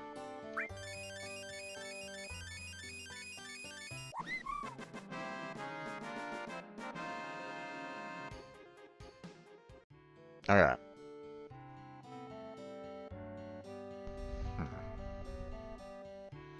What's the inspection at now?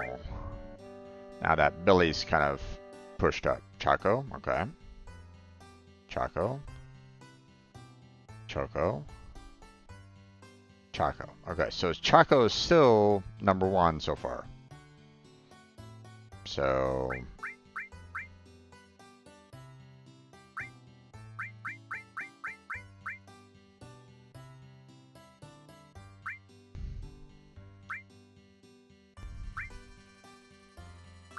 okay, and now Tommy.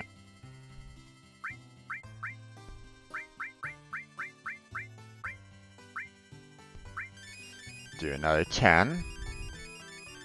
And we'll check their stats. And see if there's any competition to Choco. Okay. Choco. Tommy. Interesting. So Choco's now only 2 out of the 4. But again, Tommy only took 1. So still Choco's the best out of all of them so far. So now we're gonna do one more round for Jason.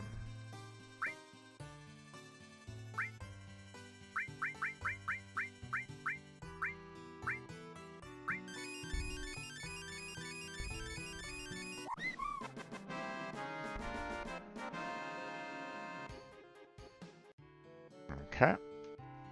And now we inspect.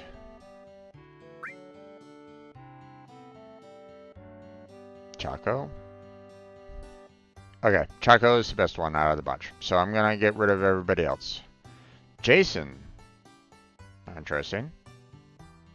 And Tommy. Yeah, okay. So I'm gonna release everybody but Choco. So releasing Chocobos. Okay, so Choco is gone.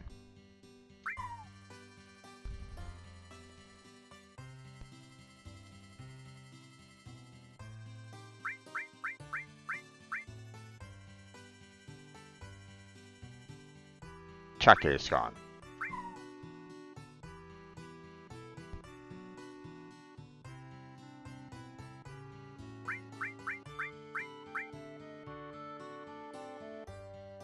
Not Choco.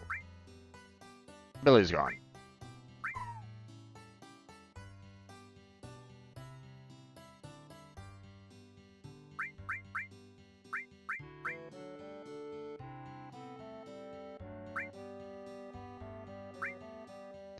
Tommy's gone.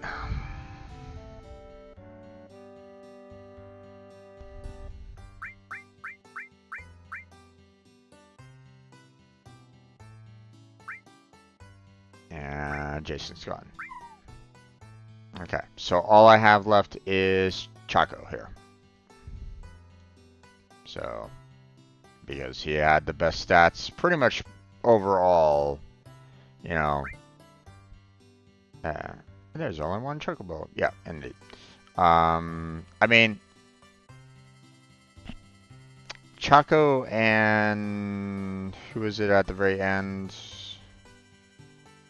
Like Tommy, I think, had the most intelligence. But I mean, Choco had 2 out of the 4. And he basically had 3 out of the 4 until I raised up the other one, you know, and yeah, so it was like, okay, well, you know, Choco's still pretty high up there. So, so we're gonna move the other Chocobos that are outside, inside. Yay, a female. Nice. Finally. Okay, so what's a good female name?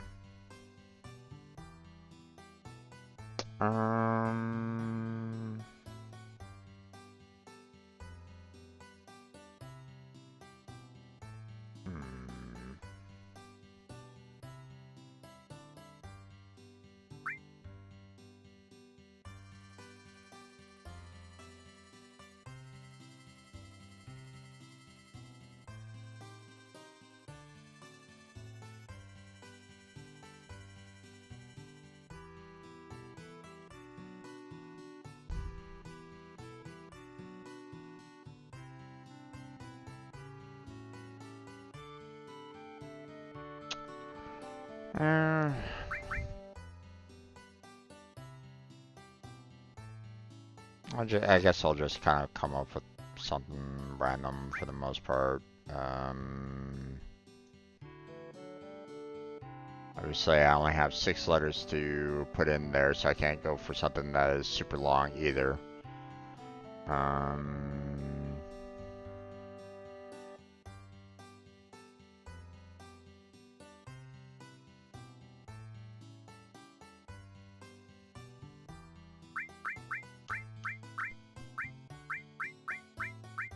How about Rachel?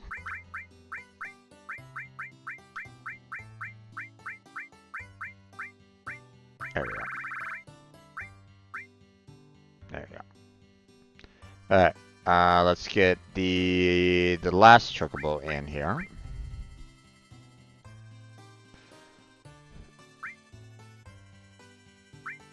And hey, we got another female. Okay, so what we're gonna do is we're gonna check to see, you know,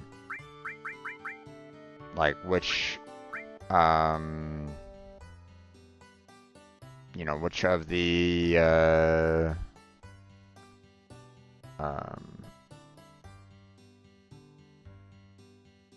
you know, which of them are going to be better overall. So if Choco's the one that has like all the best stats of all three of them, then that makes it a little difficult because I won't know like which of the females might be like the best one out of them either. Unfortunately, there's no way for me to do like a comparison between like two chocobos. So, let's do Susan for this one.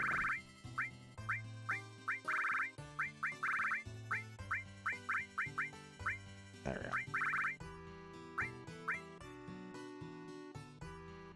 Alright, now, obviously, if I talk with this person right now, they're basically going to say, hey, Choco's the best one out of everybody. So, Choco, right? Choco. Choco, and Choco, right? Makes sense, right? So what we're gonna do now is we're gonna feed the females, you know, 10 greens to both of them.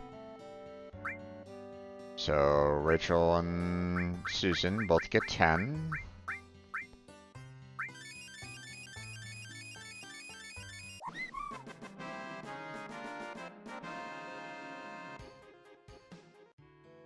And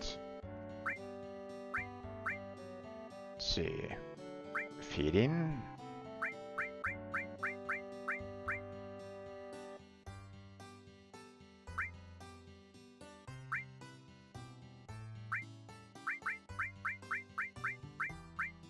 There we go.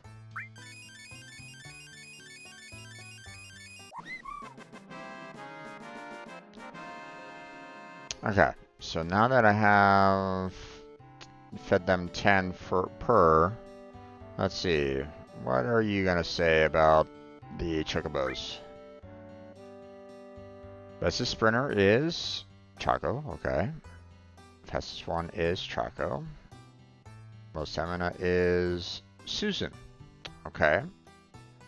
Most intelligent one is Choco. Okay, so Susan is the best choice out of the bunch, so I'm going to go ahead and release Rachel.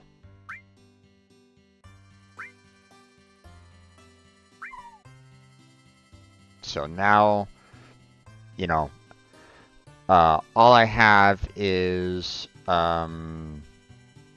know, I have Susan here, and I have Choco, right? So, now here's the thing. I don't want to mate them just yet. First off, I don't really have the best nuts, or the best nut for them to use to get the, you know, for them to get the best, you know, potential chocobo out of them, okay? I'm probably just gonna get a general yellow chocobo, which I don't really want. I want like the higher tier chocobo. But before I do that, I need to race them to get them from their C stats to A stats. So now I don't know.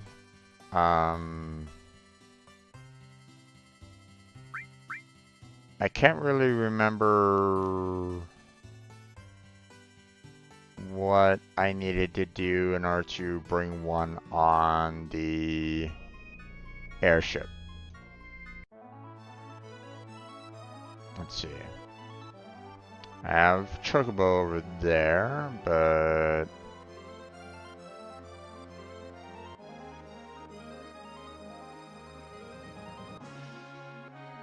want to ride a Chocobo? How do I? Listen, you gotta ride in on a Chocobo you've raised yourself. Then if you bring your Chocobo to the stable, you can let it rest here. I'll take care of it for you.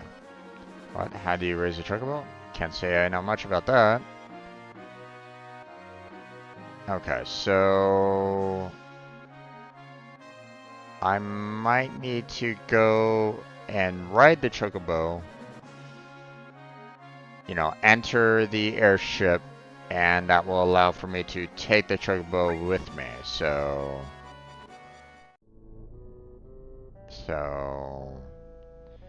okay, kind of put me a little over the ranch there. There we go. Okay, so we're going to go ahead and ride one of them out. Let's just go ahead and take Choco out. And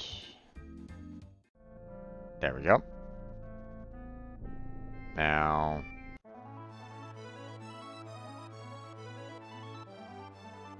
just to make sure.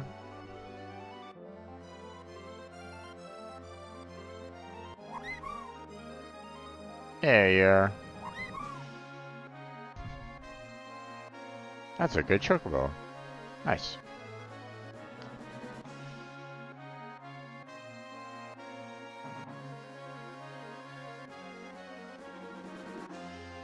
Alright, now we're gonna go off to the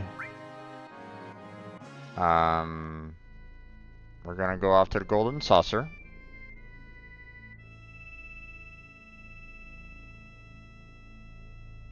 And we are going to see about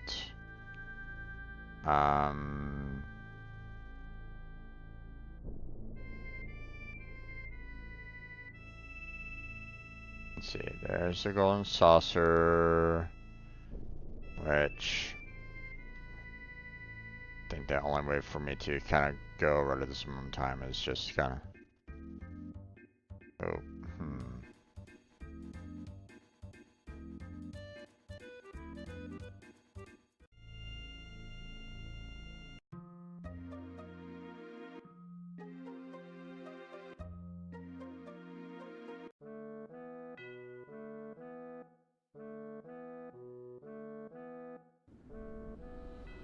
Alright, let's head on up to the chocobo races, and I'm trying to remember how to go about doing that again. So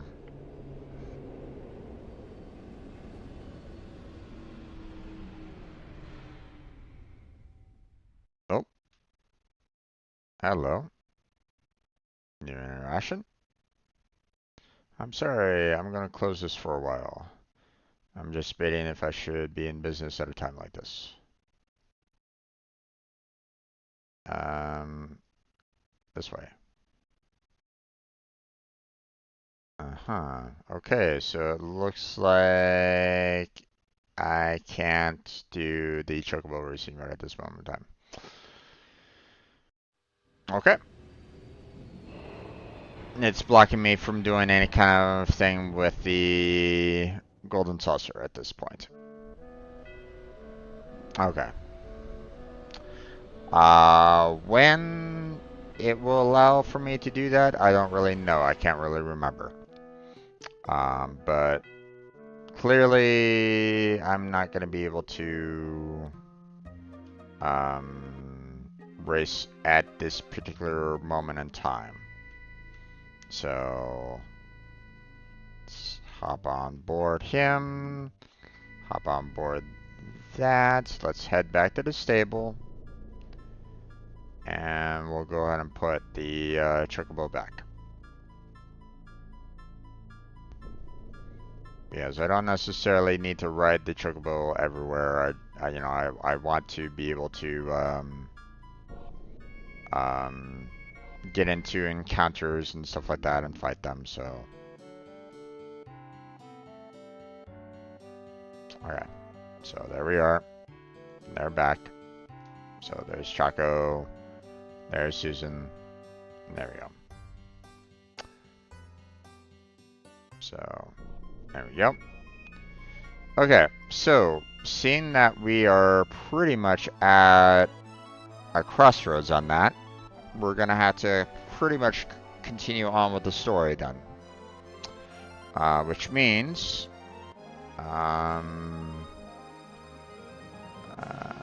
okay, first off, let's go ahead and heal ourselves up.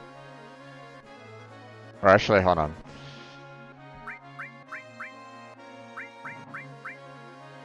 We're gonna go ahead and get rid of the Chocobo lore for now. Oh, it's so close to the next level too, but I don't think we really need it anymore. But then again, I'm not sure.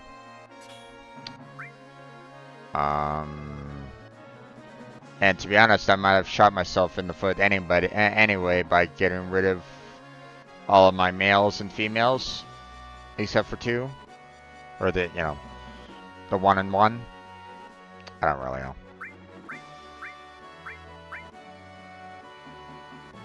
Okay, I'm gonna go and put heal in. Okay, I'm gonna go ahead and heal up and save.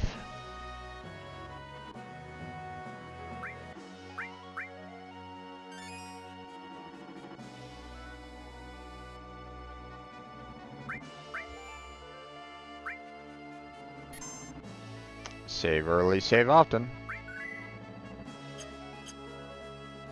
Okay, now.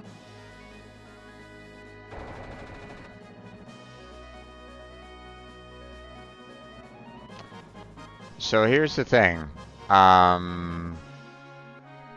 Everybody's kind of in the mood to try to fight, but, they're not quite sure, what the next step is.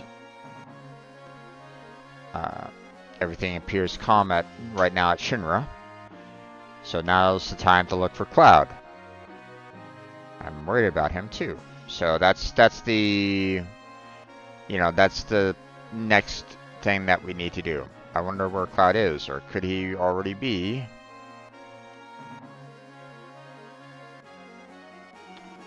Whenever I think of Cloud, everything gets all jumbled up. No matter how powerful Shinra or Hojo is, I can't believe they can create humans. Because of them, we know that Meteor is heading toward us. Even if I saw him, I'd have a damn idea what I'd do. Okay, you just signal when you're ready to go fly full speed.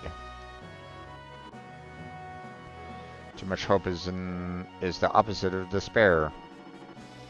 And overpowering love may consume you in the end. There appears to be a small island near the life stream. They say the life stream sometimes suddenly gushes out at the southern island, which is where we need to go to. I remember hearing about this from Seda when I was a child, but I don't remember much else. I'm sorry, Tifa. So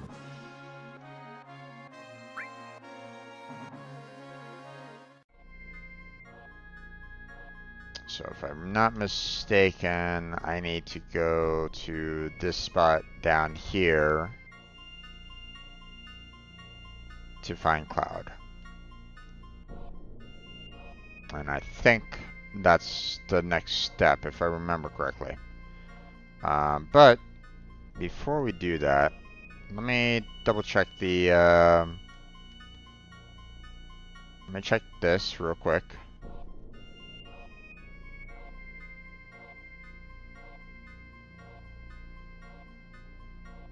Because, I mean, it's, I've done a lot of chocobo breeding, well, not breeding, but, gathering, so they might have, like, said, hey, there's another attack incoming.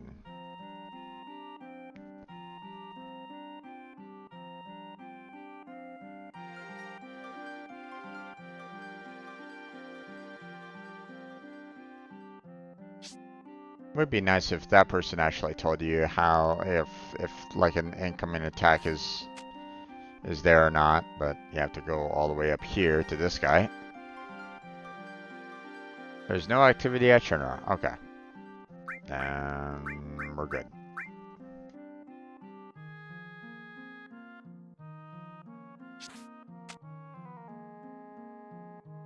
I was kind of hoping for like another fight, but whatever.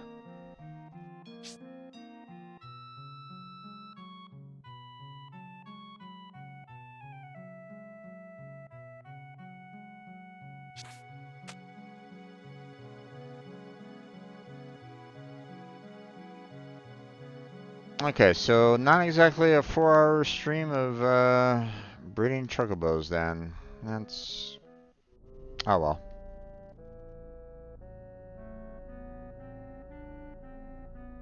Alright.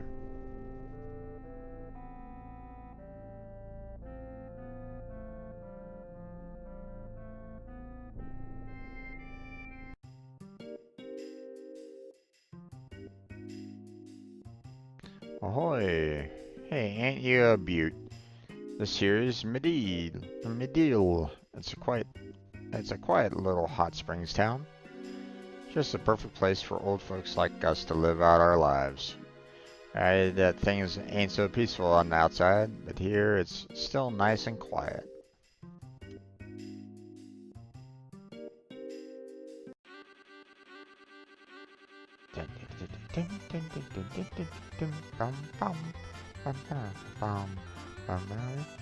So that overgrown moon's gonna fall on us, huh?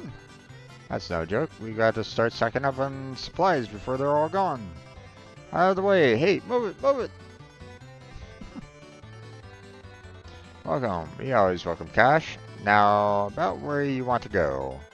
I'm afraid other customers have already booked it up. There's nothing left. Just kidding. Just a little joke. Now, what can I do for you?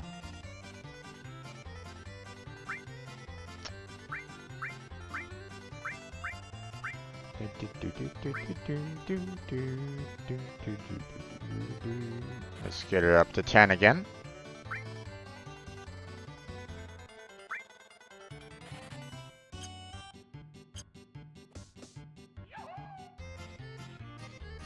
Alright.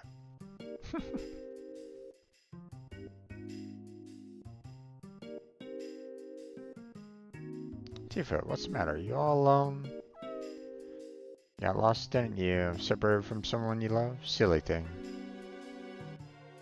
It's been about a week now since he washed up here on the shore. Poor pokey-headed young thing.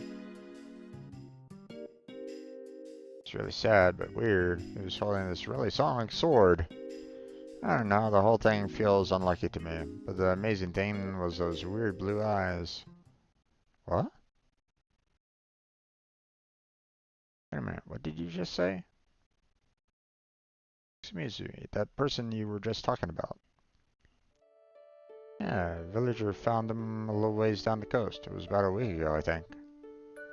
Poor kid. He must have drifted from somewhere pretty far away. Cloud, it must be. It's Cloud. Jackpot. Over here. So where is he? Is he safe? Where is he now? Yeah, up ahead. At the clinic. He's alive. Cloud. Cloud's alive. Cloud. Wait up. Halt.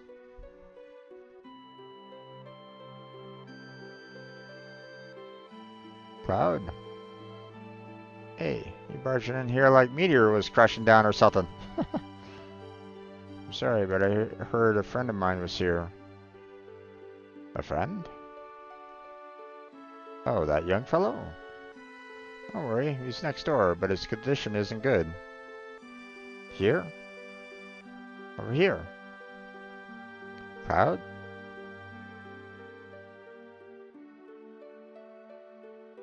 Oh, Cloud, I'm so glad you're safe.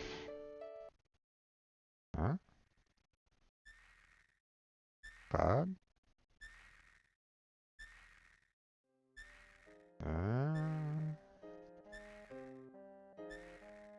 What's wrong? Cloud?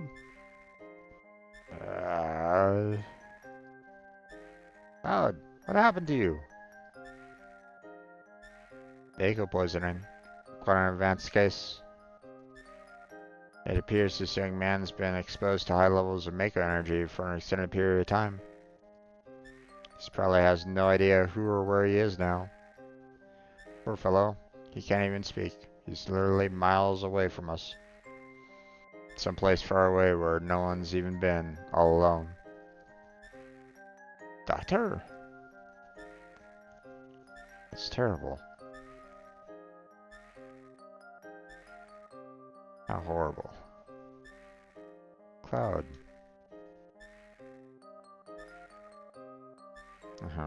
Let's excuse ourselves. Listen, would you all mind waiting outside?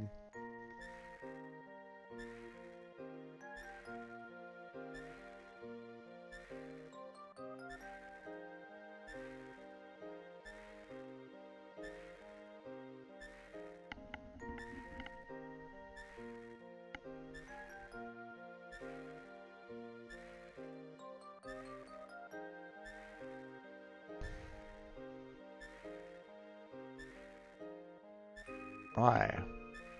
What do you want me to do? Please, Cloud, talk to me. Tell me you can see me. Tell me you see me. That you can hear me. Tell me, please.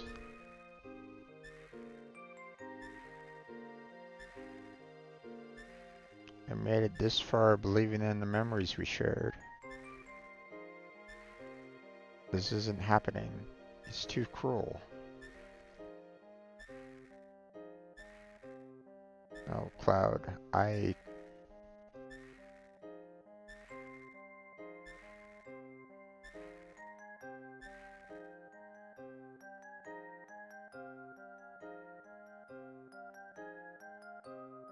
Tell me, Doctor, is Cloud alright? I mean, will he heal? I'll say it again, he's got Mako poisoning. I've never seen a case this bad. An immense amount of Mako-drenched knowledge was infused into his brain. It's a miracle he survived. No normal human could have. No wonder. He fell into the life stream and washed up here. But remember, the light of hope can be found anywhere. If you give up hope, what will happen to him? And now he'll recover. Cloud was a strong member of Soldier. Well, not really.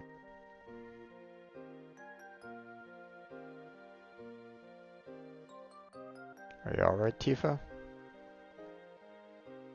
Yes, I'm sorry to worry you all. At least, according to Hojo, he was made and wasn't really part of Soldier at all. Something I want to say to you.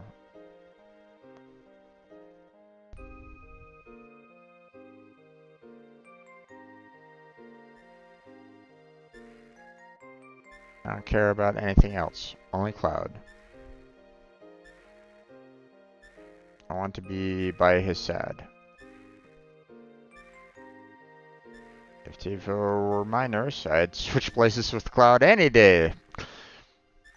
Ain't that the truth, Katsith? Ain't that the truth? Yes, that's best. Although, again, would you want to be living in a vegetative state for the most part? Not really even aware of where you're at or who you're even looking at?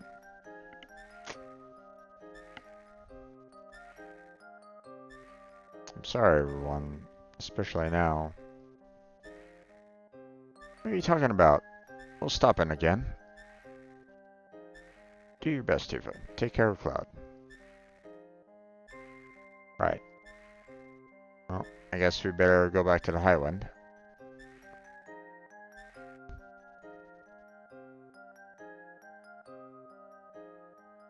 What are we gonna do now? What can we do? Huh. Ain't there nothing we can do? And don't go telling us to wait for Cloud to get better. Oh, I've got some news. Yeah? What? That you a spy? Yeah, I've already told you I was. Yeah, are up to something.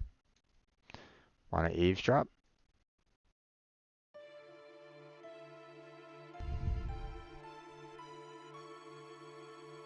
Now then, we're faced with two issues. 1. Destroy Meteor. 2. Remove the barrier around North Cave and defeat Sephiroth. Any ideas? Gahaha, the first problem's already solved.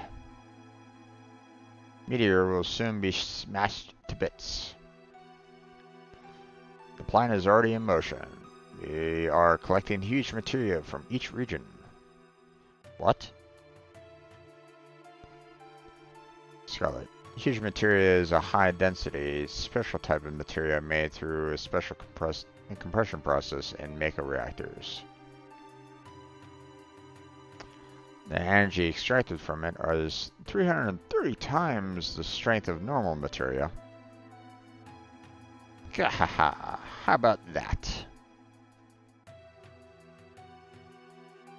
We'll gather all the huge materia together and ram it into Meteor. That will cause a huge explosion, reducing Meteor literally to bits. You're going to ram Meteor? Do you think we have the technology to do it? First things first. Right now we've got to collect huge materia from each area. We're already collected material from Nibelheim. All that's left are Corel and Fort Condor. I've already dispatched troops to Corel. Grahaha! Corel? What else can they do to Corel? And the huge materia. You mean the huge materia, don't you? I've heard about it. When our small materia nears the large one, there should be some reaction. I'm certain of it. That's why they're using the materia power in our fight. Can't let Shinra get a hold of the huge materia. Besides, when Cloud gets back, I want to show him this huge materia. He's going to be shocked. So, what are you saying, Barrett? Even though you're always knocking him, you really want Cloud to return?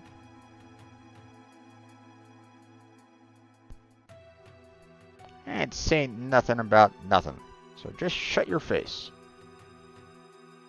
Every group's gotta have a leader. And that's me. At least I want to be. But I ain't cut out to be no leader. I never knew that till lately.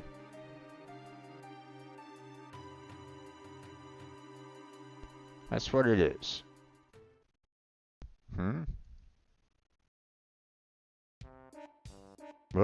What's going on? Said, you've been chosen to be the new leader. Pain in the ass. Forget it. But for us to fight, we've got to have Highwind. And you. We need it to save the planet. And who's running the ship? You. That's why you're our new leader. Ain't no one else can do it.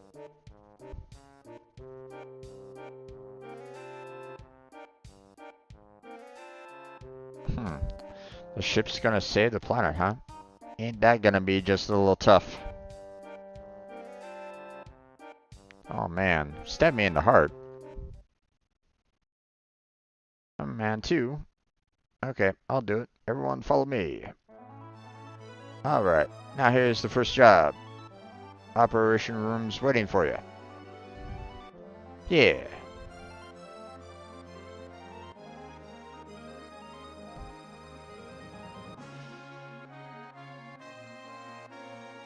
Yo, Sid. When you're ready, we're heading for the Corel reactor. Come on, leader man, let's hurry. Sid? I know you're all dying to talk to a babe like me. But just leave me alone. This ship makes me raw.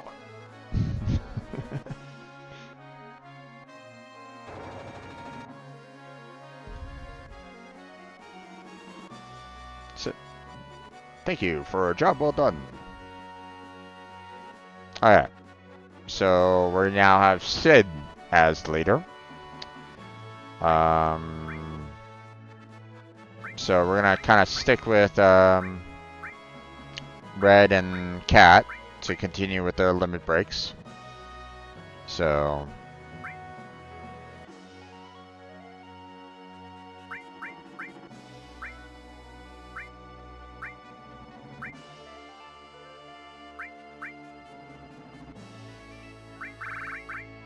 just want to make sure. Yep, don't see Tifa anywhere. So, and all her materia got transferred over to Sid here. And just to make sure, Dragon Lance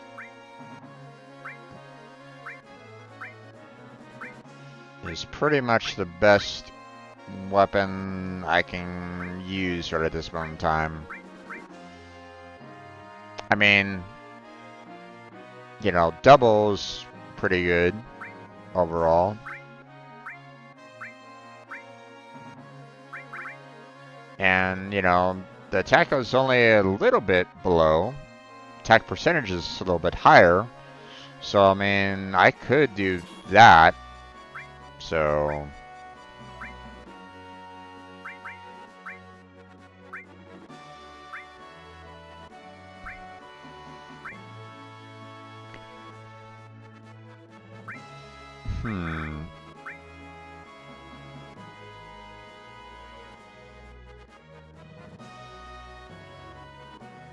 Let's go ahead and do that as well.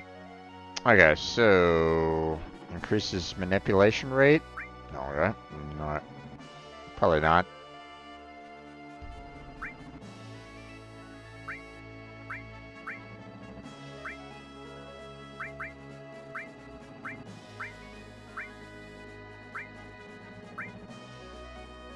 Ribbon.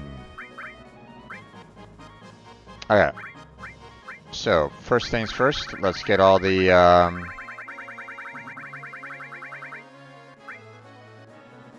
let's get Neo and Odin in. You know, I don't want to do Shiva because she's already mastered. And, you know, so about, same with Choco, so. We're gonna do HP. We're gonna do...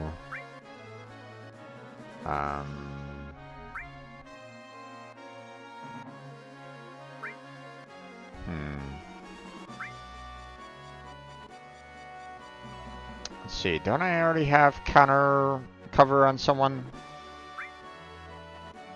Well, we'll need a counterattack at least. Nope. So, let's go ahead and put some cover in there so Sid gets hurt a bit.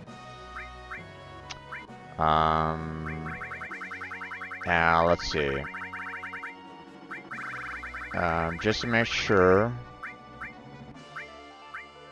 Yeah, don't have to worry about those enemy skills, and I don't plan on using that too much on that, so.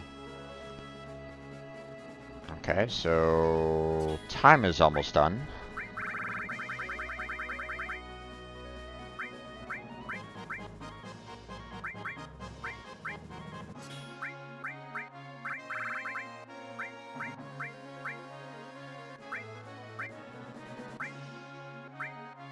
Okay, we're gonna do restore and another all. There we go. So, what's nice about this is the fact that Javelin is doing double. So everything that is here is getting double the AP. So that's gonna be nice.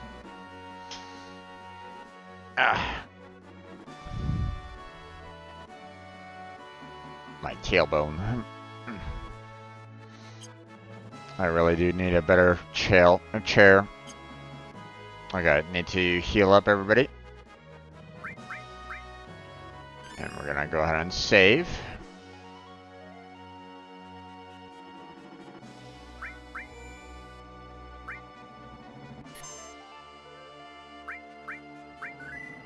Okay.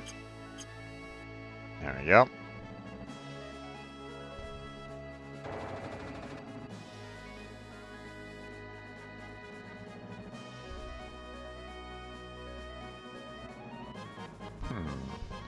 huge materia is at Corel, Fort Condor, and I'm sure there was another place that I had it. Where was that? Yo, leader man, get your pilot ass up here.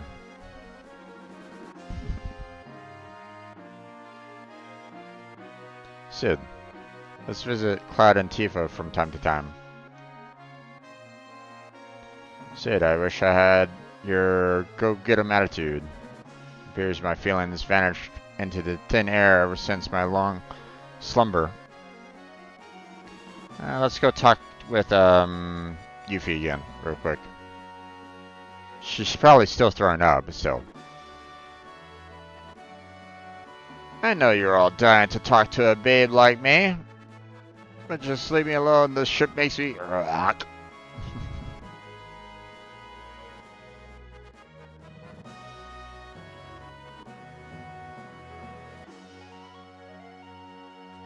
Yeah, shall we take off? Yes. Yeah, we're taking off. Alright. Hold on a second. Just to make sure, I'm going to go ahead and bring up the old strategy guide and make sure that I didn't forget anything. So, you know, let's see.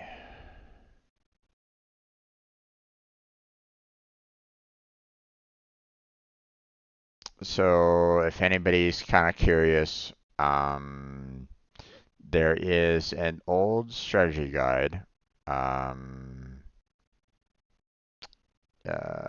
that I found online. It's a old PDF of the old Bradley Games strategy guide for the original Final Fantasy VII that I use right at this moment in time. So um, and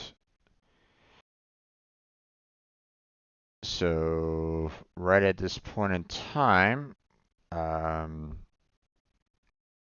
we have the book kind of going through, like we're looking at the book and stuff like that, and I can see, we're already past the execution portion of it.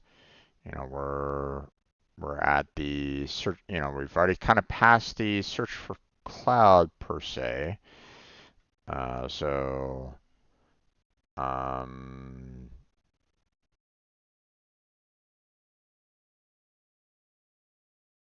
let's see.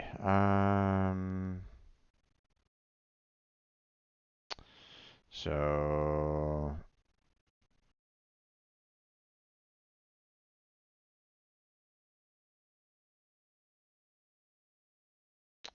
let's see.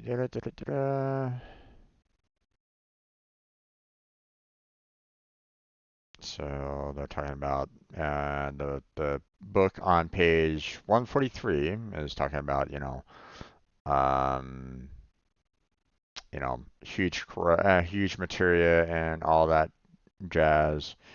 And it also talking about Corel and Fort Condor for the search for cloud on page 143 in the guide. Okay, so just wanted to kind of give you guys a little bit of a heads up of what I'm kind of looking at right at this point, right? Um, but we didn't really travel around Medeal too much, so you may want to shop a little before leaving Medeal. There's plenty to buy here, and the jungle is a great place to bump up your experience points.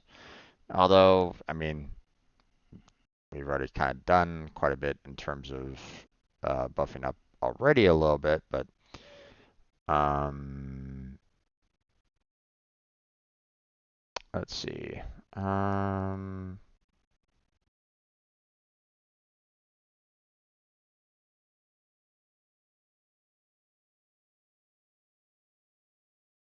so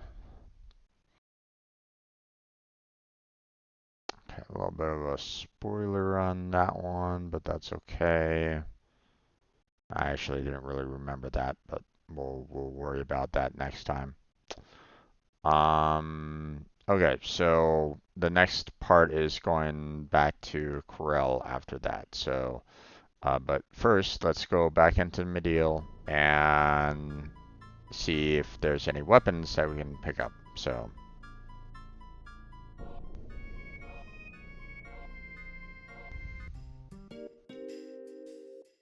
because technically we've only been in the item shop there, so. Well, this here's Medial, a quiet hot springs town. At least it used to be. She's been in a tizzy. Livestream's been mixing things up at the bottom of the ocean. I think the planet's pretty angry too. We've pretty much done whatever we wanted to the planet up until now. Yep.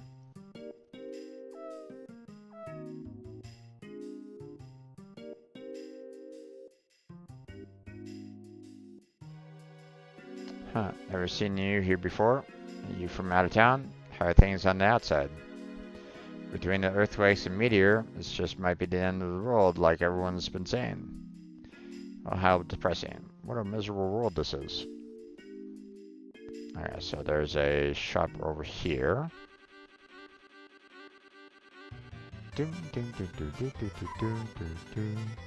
What's this?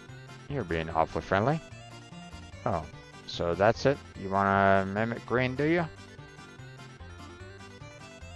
I don't even know if I have any, but I guess there's no way around it. Here you go, shrimp. Eat up. Sure, it looks like it enjoys eating the greens. It's kind of cute. Maybe I'll just tickle him a little. Tickle behind his ears.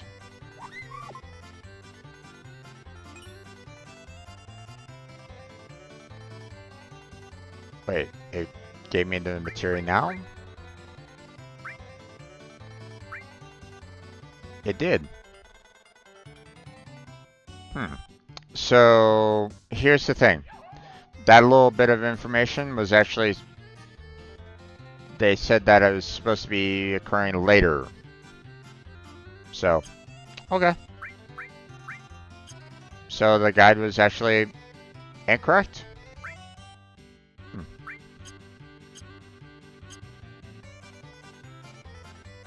You again? You aren't hoarding up goods too, are you? Don't reach in front of me. Everything in the store is mine. Got money to burn. I've been saving up like mad just for a time like this. Come on, out of the way. Move, will you move?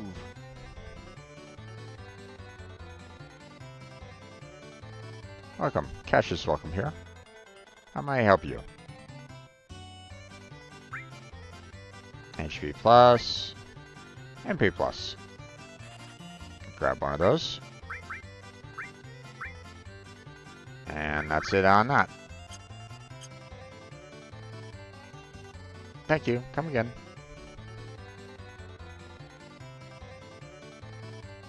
I head on out of there.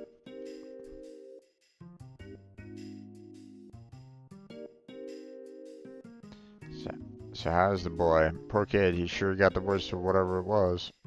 Sure hope he gets better soon. Right now is what he really needs is to hold on and not give up.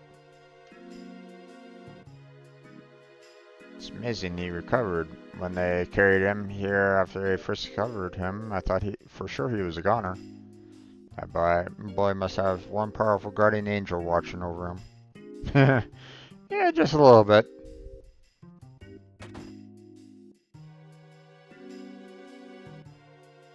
I have a feeling something's bad's gonna happen. Is everything gonna be okay? I'm alright. I've lived a long, full life. But I'm worried about my son and his family living in that far off town. I hope they're safe.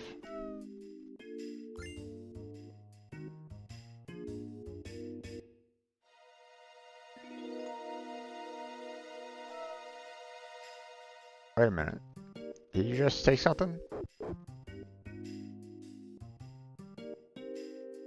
Yeah, I took it, old man.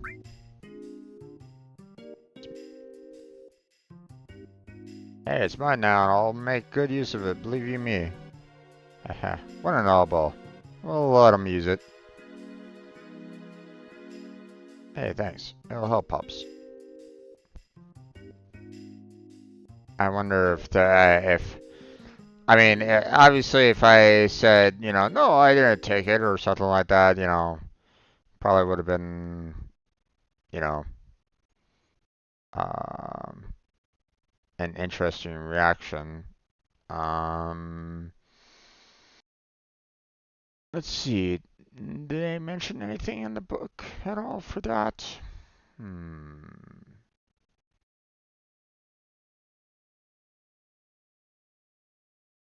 Nope, not at all. Okay.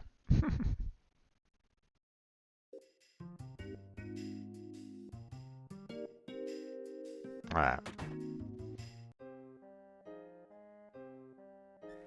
She's always there right by his side. She must really love him. Even at a time like this, you should never give up hope. You've got to be strong like her. Well, anyhow, hey, you all look terrible. Why don't you get some rest? Oh, I mean, I was already recovered, but sure, thank you. Didn't have any battles or anything like that, so... Okay, perfect. Well then, take care. I'm sorry, but your friend's condition remains unchanged. You have to be patient and wait this out. These things take time. Just like fine wine, time is of the essence. Hi, Tifa. Thought I don't understand a word. I'm such a fool. I thought I could do something to help.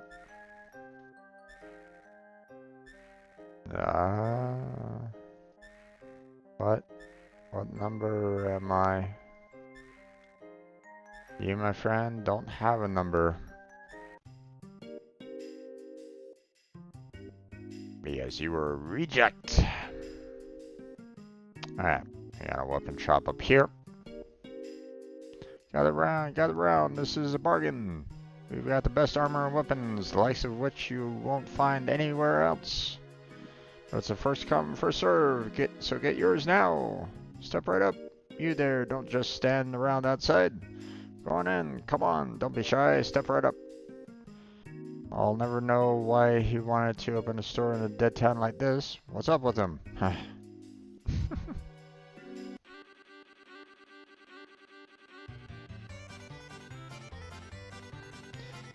Oh, not much time left. You never know when that man's gonna come crashing down. When it all comes down to it, this world's about money and material things.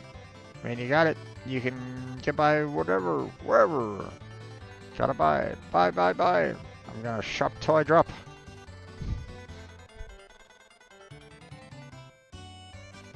Welcome to the charity store. A store of love and courage. What can I get you today? A charity store, huh? Mm-hmm. Charity. Okay, well, we're gonna go ahead and purchase the crystal sword anyway. And the crystal glove.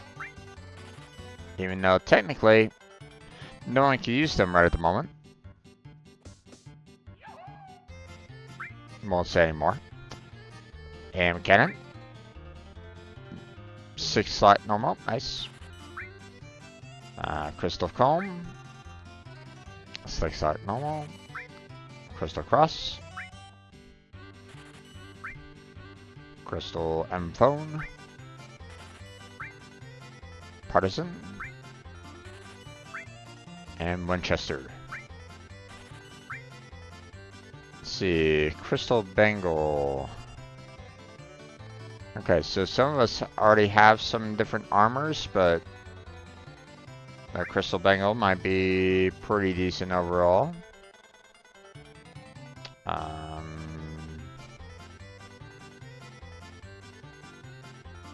I believe I have the 3 of them with those 4 slots normal that, you know, have some benefits for like cold and fire and stuff like that, so but we'll just do 3 for now. Was your bracelet? Nope, don't need it. Although 8 slots is nice, the fact that it has no defense whatsoever is dangerous. So, thank you very much. Please come again. Alright. So just in case, we already have the double, and it's like, well, you know, wouldn't mind using Partisan right at this moment in time, but I kind of want to use the double a little bit more. So, yeah, see, here's the drains cold attacks, right? So, I mean, you know, I could put on the crystal here, you know, for a little bit, well, less defense and magic defense overall, but, you know, like 2 more materia slots, so.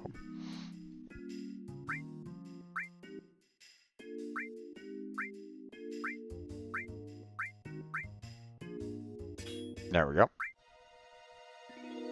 Already got that, so we'll leave that one alone.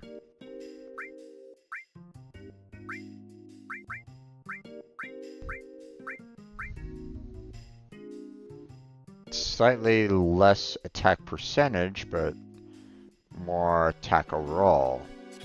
So, than the Seraph Comb, so.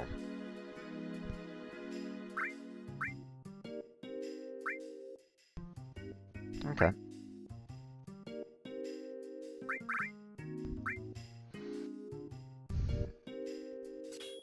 We'll do contain and all. There we go. Okay.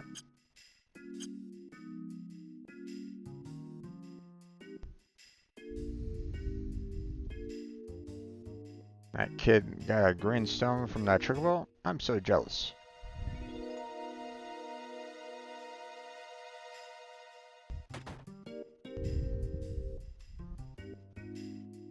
You say you don't know when the stars are gonna fall from the sky? Is that for real?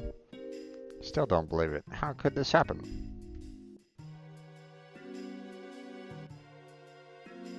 Ancient weapon. End of the world. Malarkey. I'm gonna live to be 100. There's still tons of stuff I gotta do. This is just the beginning. And what have Shimmer and Soldier done about it? Tell me. They're useless. Actually, I'm a beautiful maid. I only work in this accessory store part-time. Our goods compare with the best goods anywhere, so how about one? Oh, okay. Accessory shop. Amulet? Luck? Nah, don't really need that.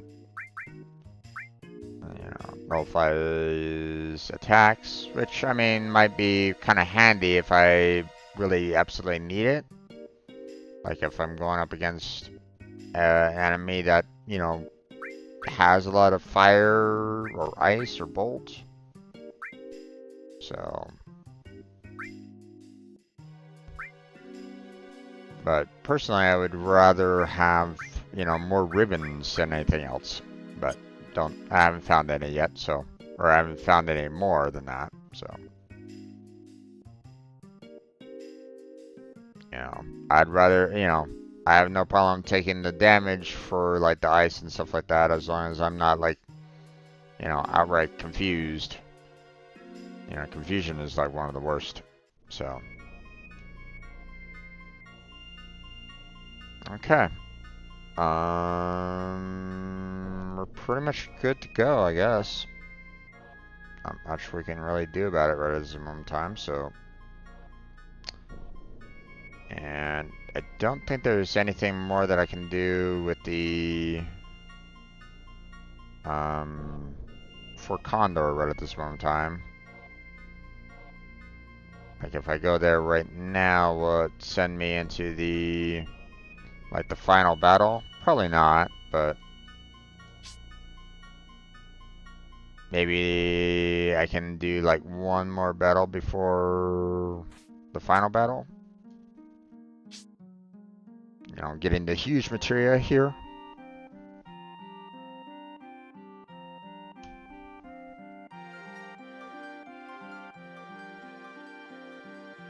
You've come at a good time. Schirner's changing its strategy now.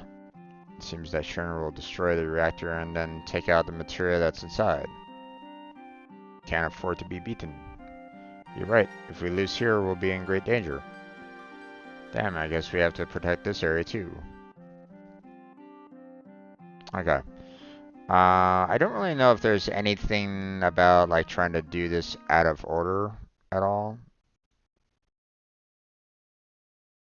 Um,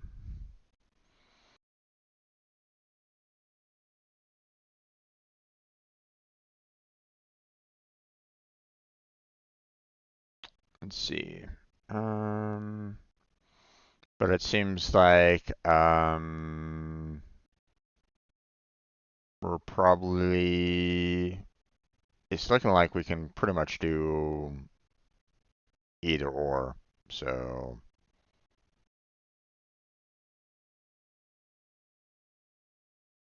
Um,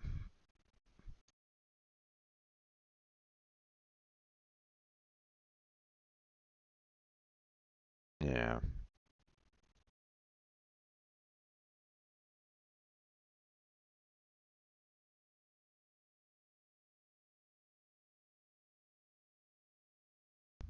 So I guess we'll have to kind of deal with that other corral at another time. So,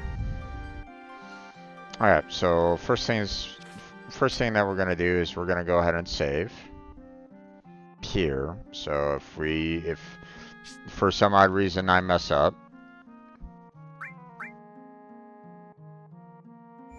then I can just kind of save scum back here. Oh wait, red has a little less MP.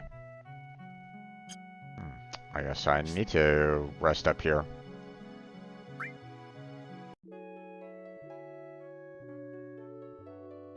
A little odd. Thought everything was perfectly fine, but I guess not.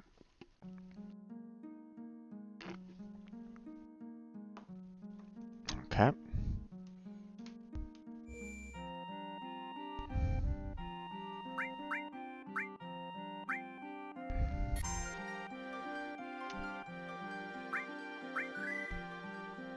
Okay, there we go.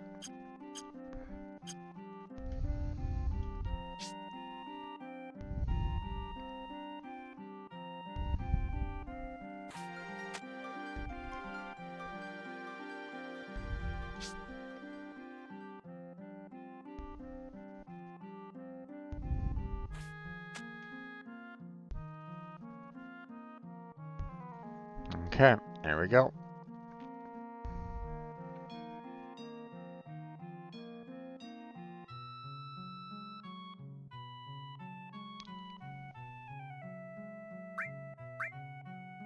This is the deciding battle. The enemy numbers more than ever before.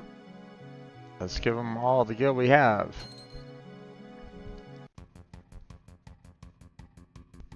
Oh yeah. So.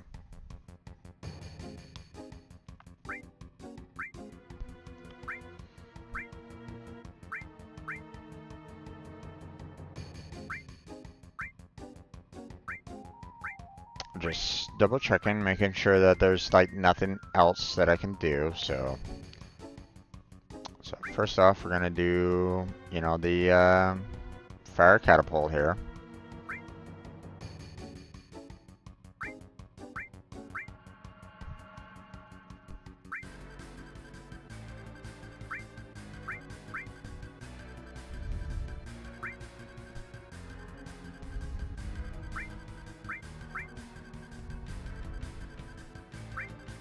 Okay, there's that. So next we're gonna do attacker sets.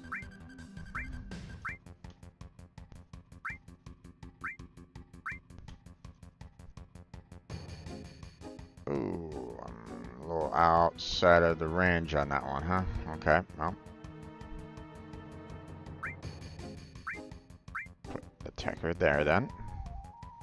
And we'll put defenders.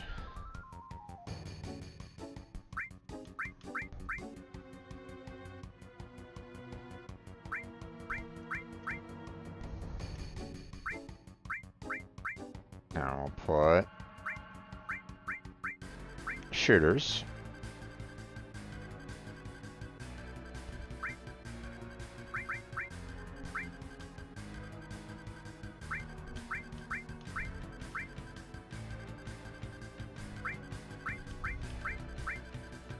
Then we'll put the repairs.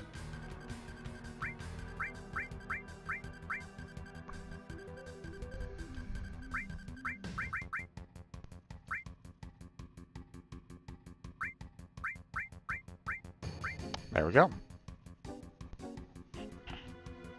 And let's get started. Ah.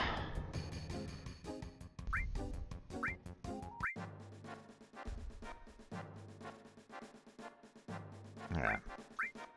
Move you. Move you. Move you. Let's see. Let's just move you to right there. You go there. You go there. And you go there. Nope, nope, nope. You go there. You go there. And you go there. Now you go there. You go there. You go there. And you go there.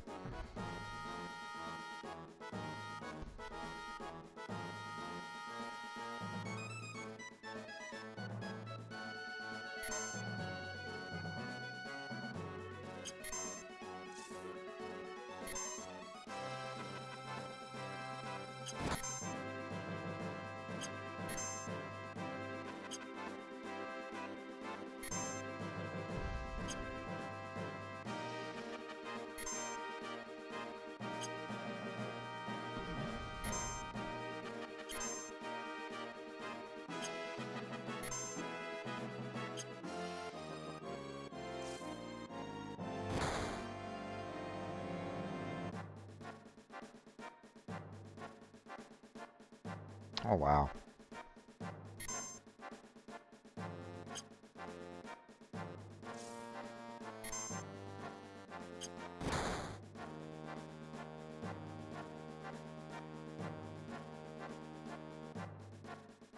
A lot of beasts coming up center there.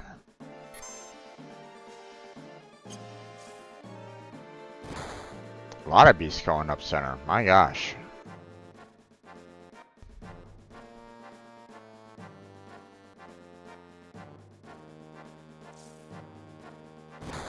With this many going up center like they are, I'm almost half inclined on, you know, generating some more additional attackers.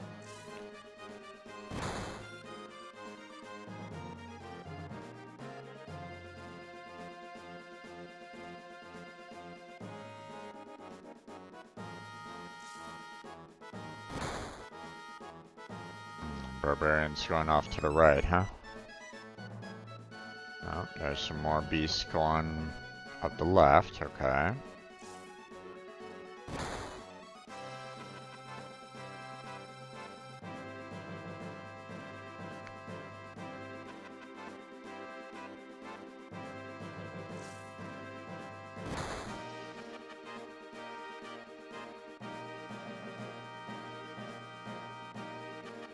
Okay, well, this is a little problematic.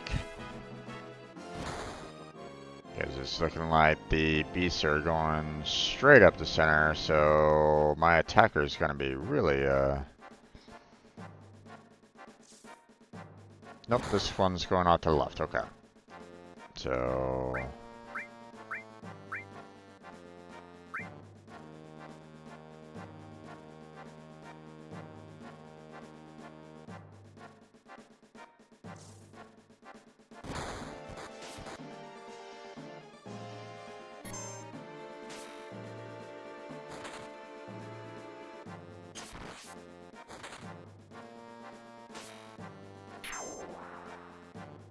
Okay. I need to repair the shooter there and get the shooter back to that.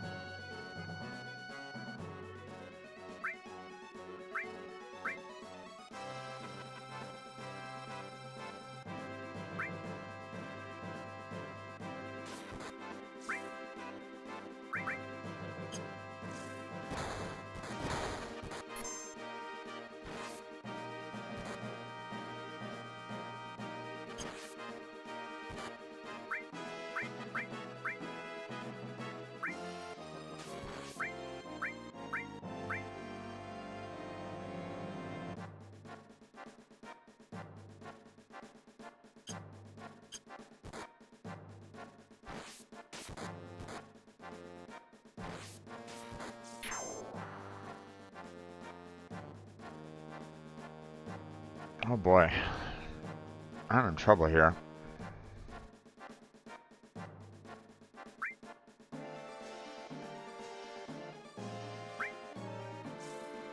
Here, I need to... Oh wait, I can't. Doesn't look like I can generate another unit. Nope. Okay. Apparently not. Okay, well, we'll send the attacker back out.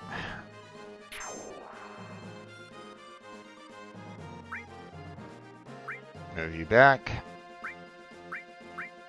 Repair. Heal you.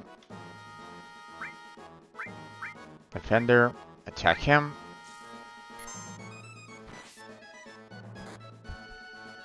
Okay.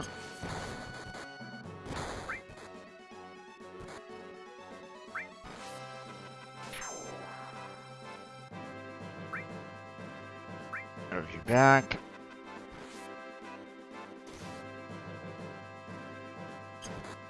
Okay.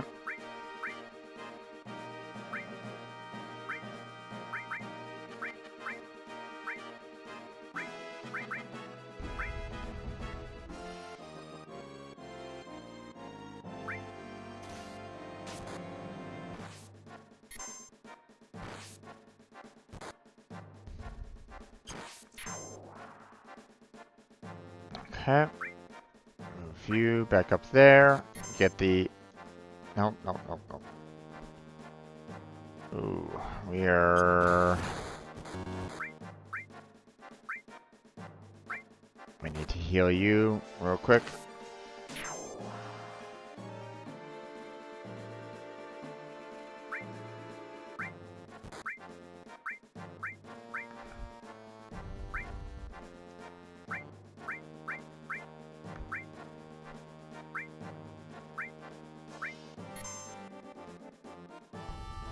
That's fine.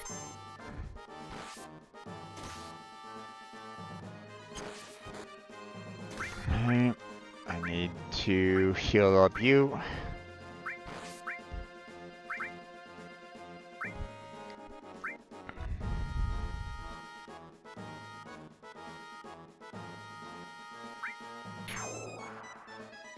Okay. Let's see. Let's move you back there.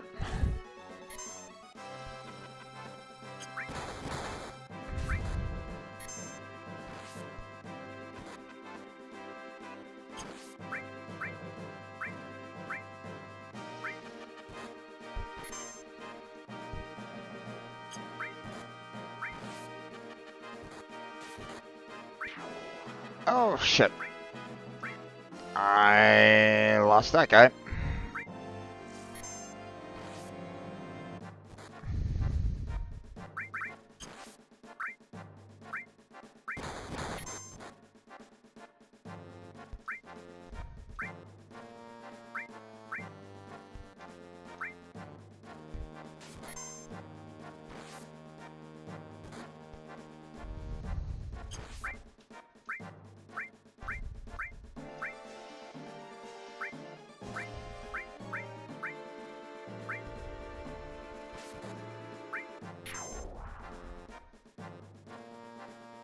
Okay. Oh, shit.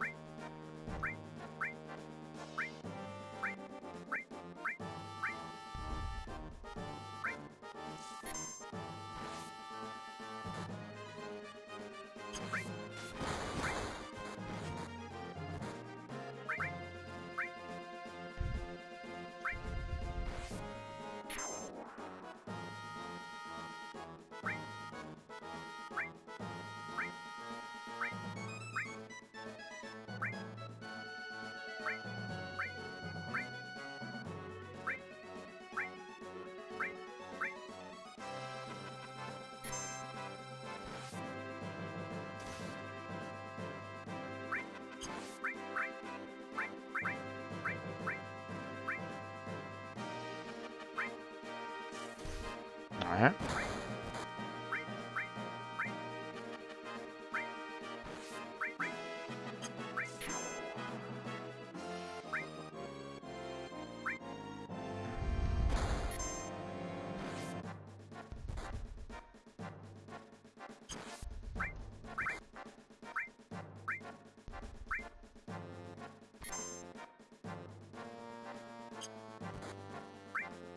Okay.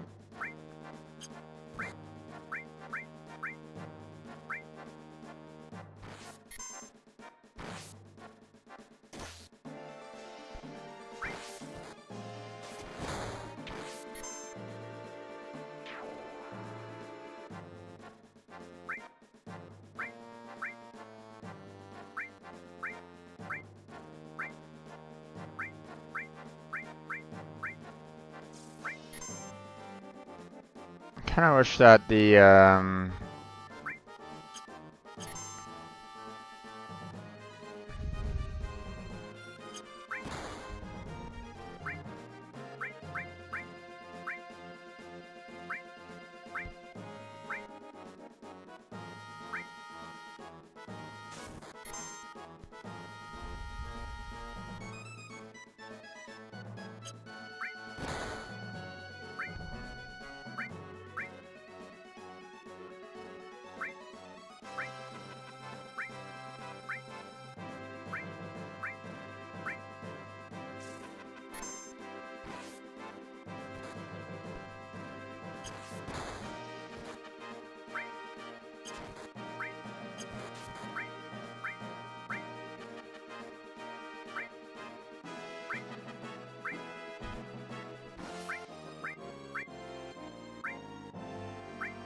heal him up, damn it.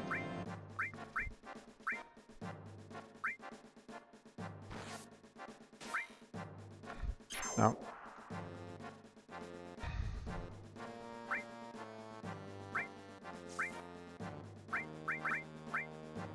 Move you back. Move you there. Actually, you can go attack him. You can move to attack him.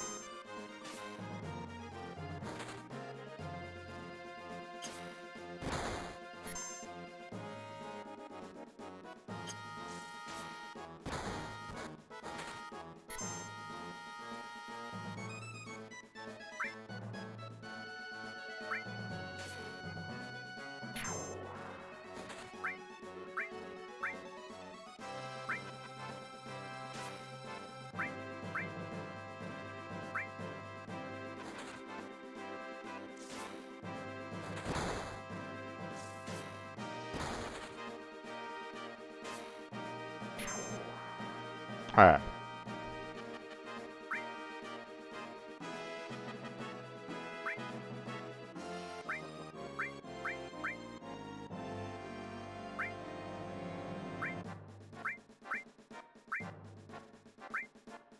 I'm in trouble here.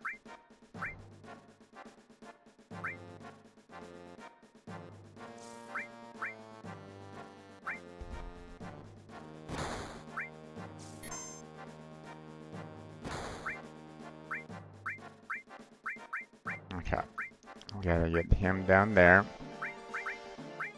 Shooter's fine. Repair, I need to repair him. Let's see. Okay, attacker can go down to here.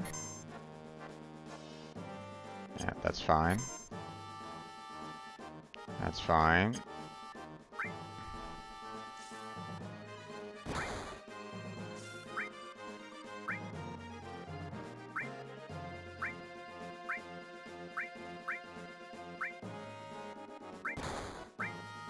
Okay, let's see. Okay. Move you there. And then... Okay.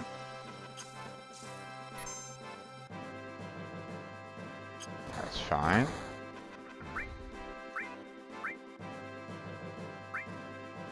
Move you down there. Move you back there.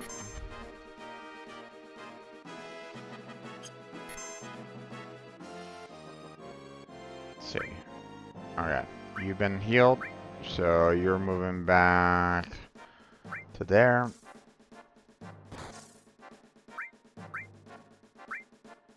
Down there. Attacker, move you there. Nope, nope. Healer. Attack. Repair him. Oof, boy. Lots of things going on at the moment. Okay, we're all good there. Move you there for now. Because we got another wave incoming.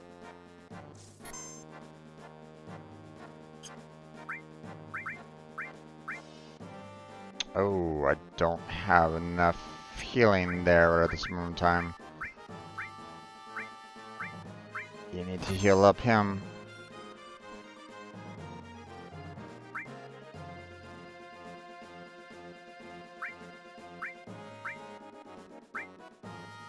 Okay. Yes, now he's going to be needing to go out and attack this guy, and he's going to probably be doing it by himself for the most part. Okay.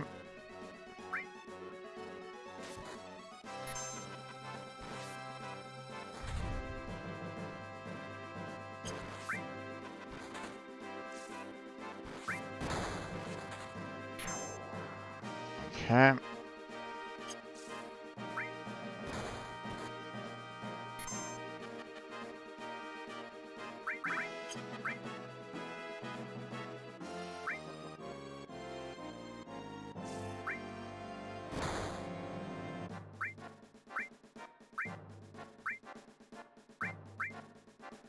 Okay, I'm gonna leave the other healer to heal up the remaining for the shooter. I'm gonna focus on the attacker there.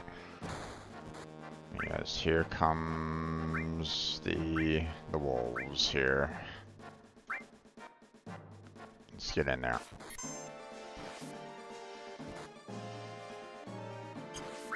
Okay, you still need to heal up him. Get in there.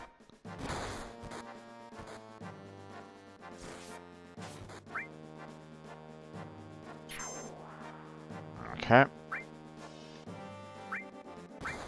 Get in there.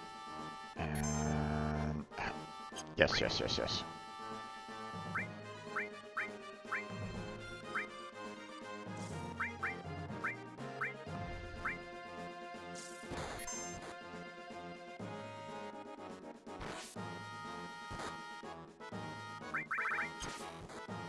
Oh, shit.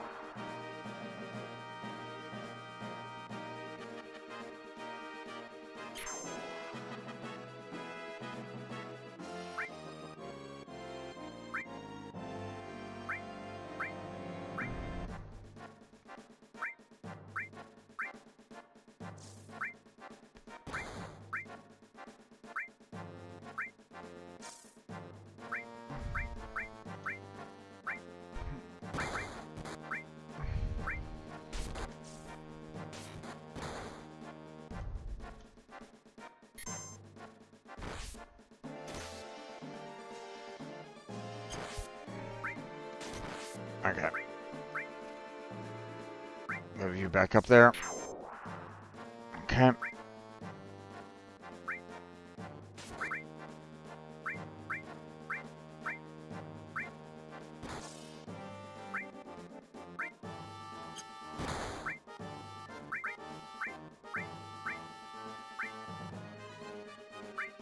Right.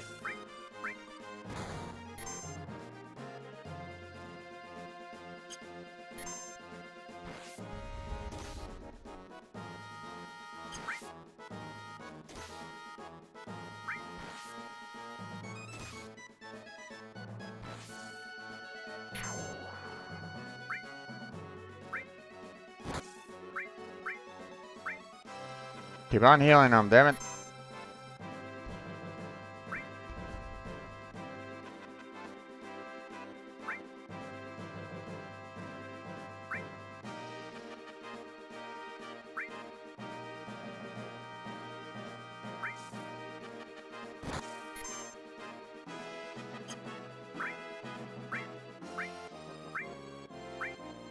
You need to heal him.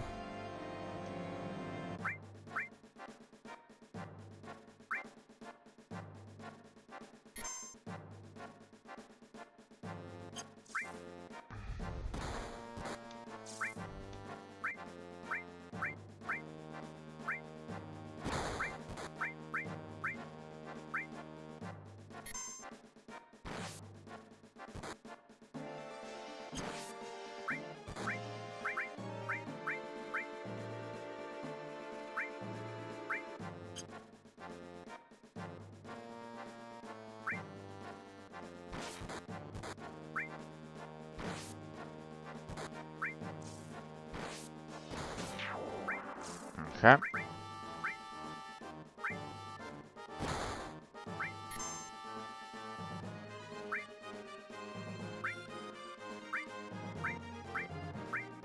Heal him up real quick.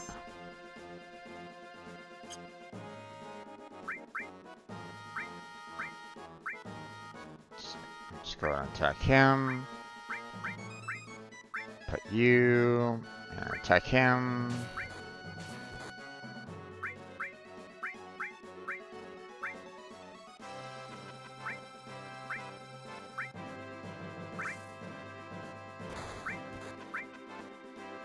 You need to run away.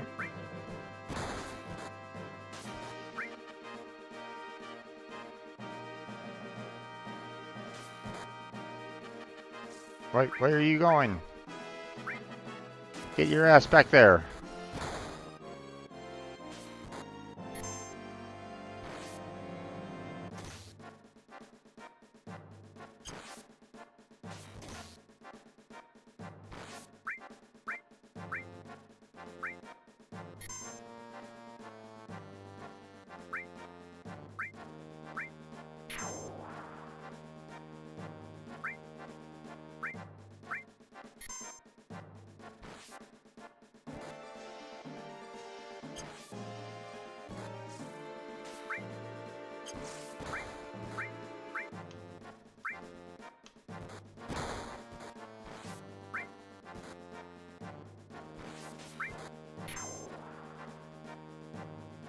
Okay. Oh, shit.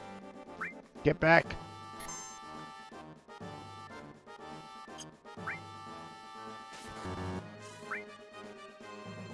No, no, no, no, no. Come on.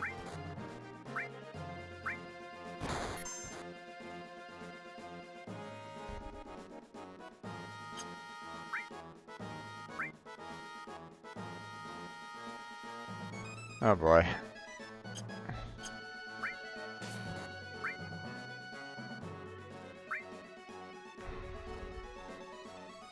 I don't really have the necessary soldiers on that, but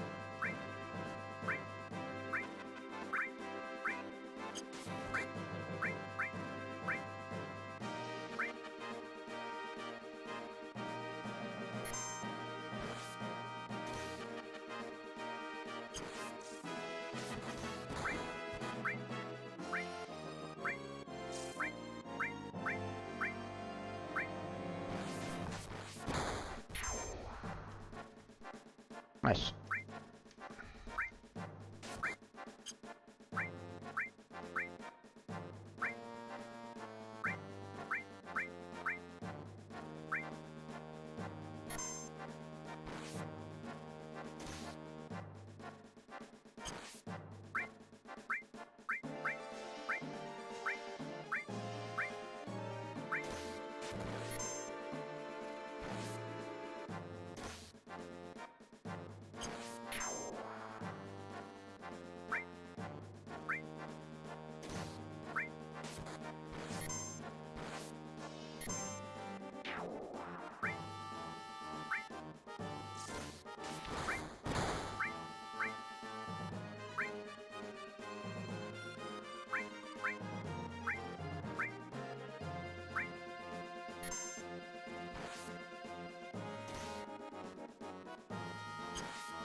Okay.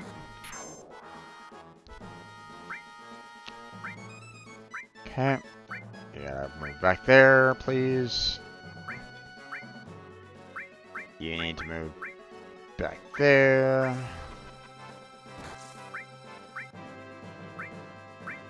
You need to continue healing up him, which you're probably already doing already, so it doesn't really matter all that much. Okay.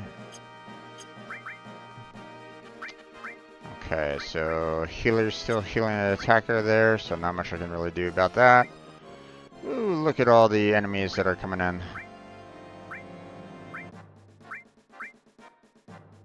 Okay, don't need to worry about any kind of healing, so we're just gonna move the healer back.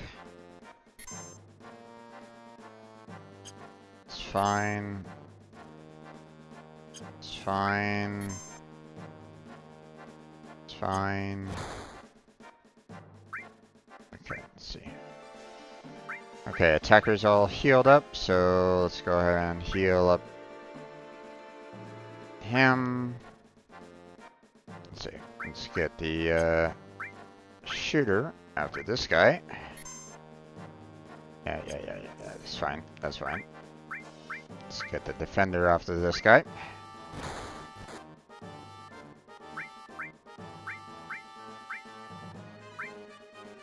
There we go.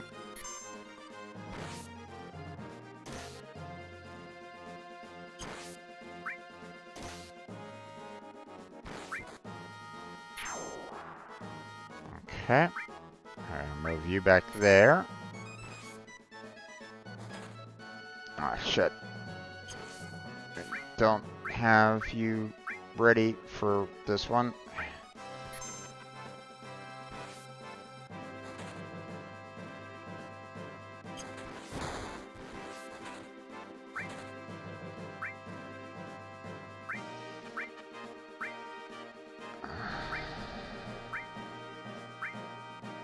Oh boy, there's a lot of enemies kind of packed together there, so that's gonna be a little rough there. Okay,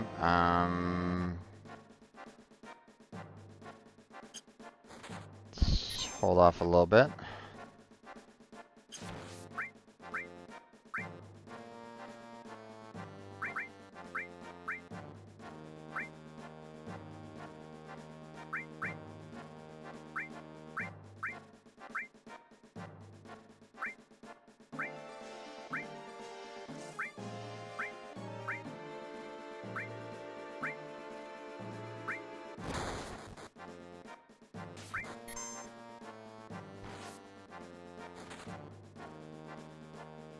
No, you're attacking the wrong person there, damn it.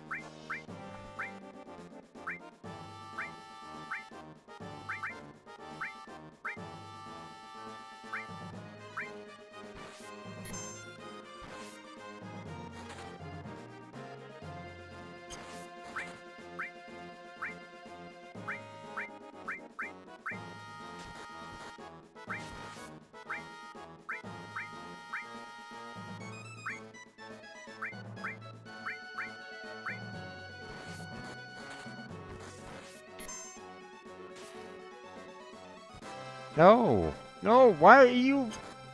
You're hitting the wrong guys, damn it. Did I... Oh, I lost a couple. Fuck.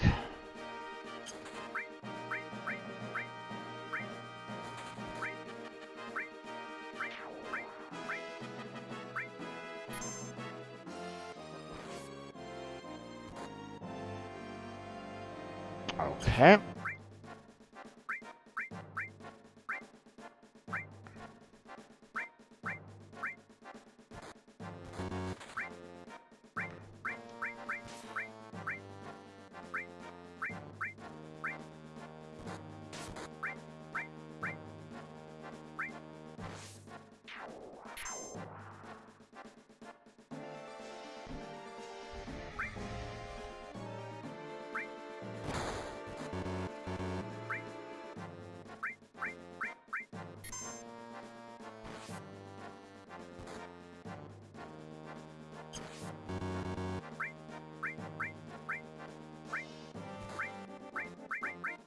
Nope, nope.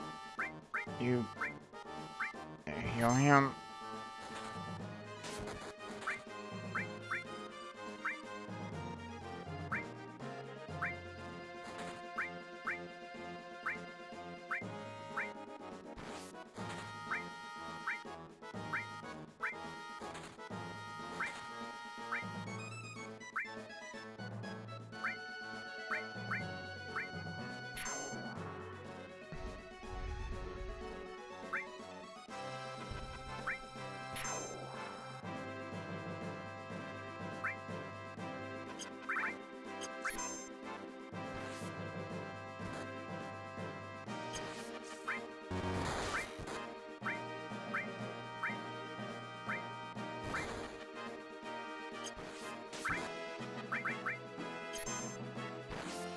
Yes, yes, yes. Okay.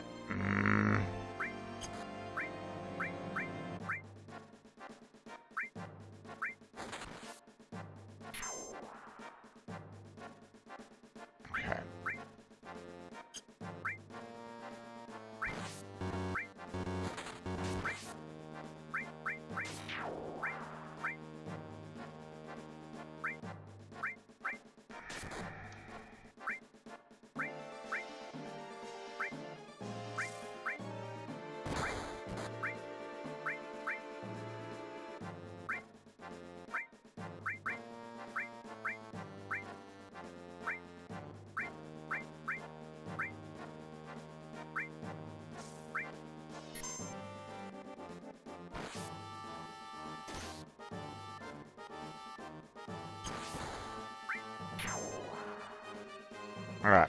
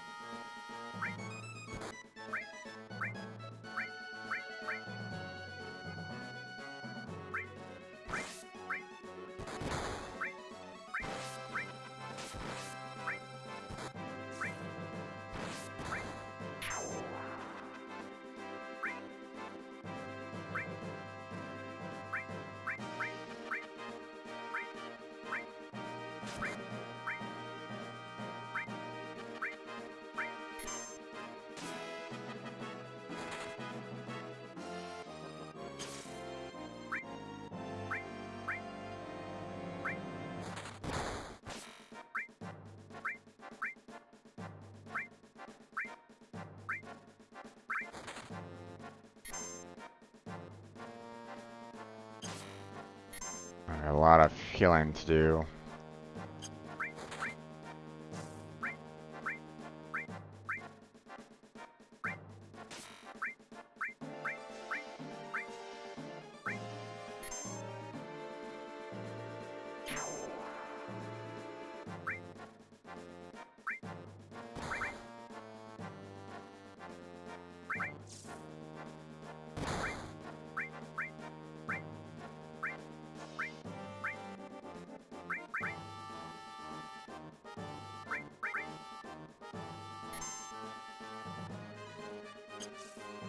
Okay.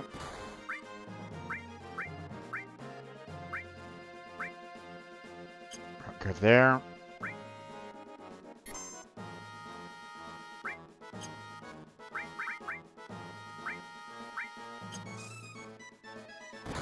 Oh boy.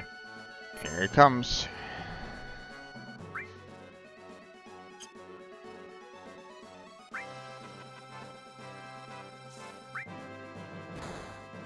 Okay.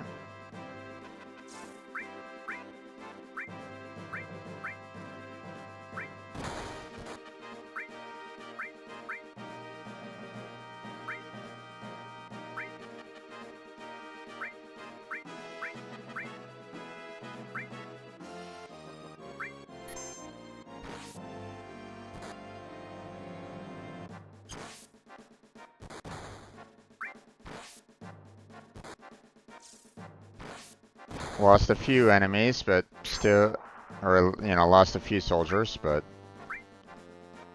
Okay. Move you back here. repair him.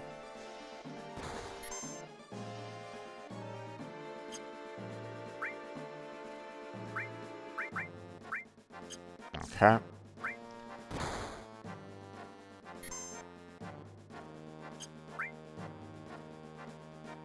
Okay. Not too shabby. Although, 1, 2... Oh, there's... Okay, we still got some enemies coming in. Even after the commanders reached the area, so that's a bit rough, but, I mean... Not much I can really do about it right at the moment, so...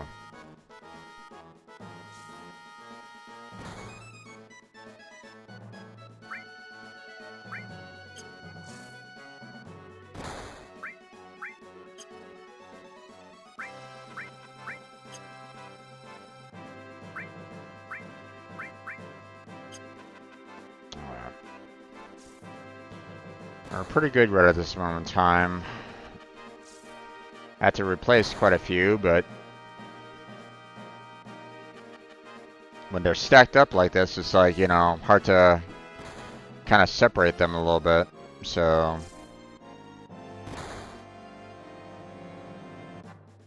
kind of have to wait for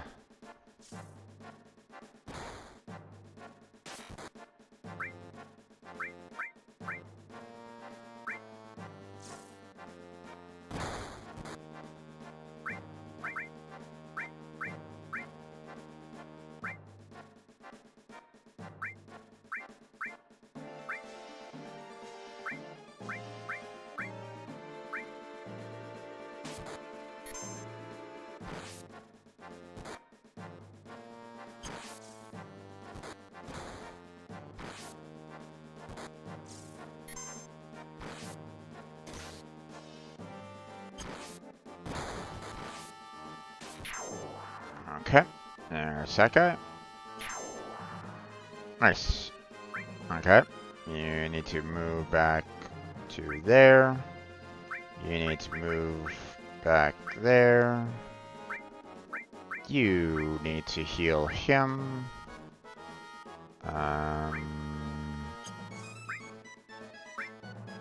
We can kind of move you up, I guess.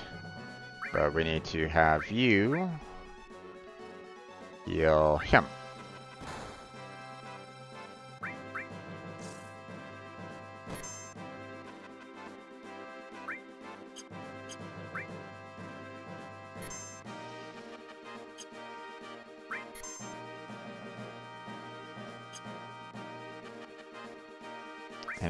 Enemies keep on trying to flow on in, and it's like, okay, guys, is there gonna be a reprieve here a little bit, or no?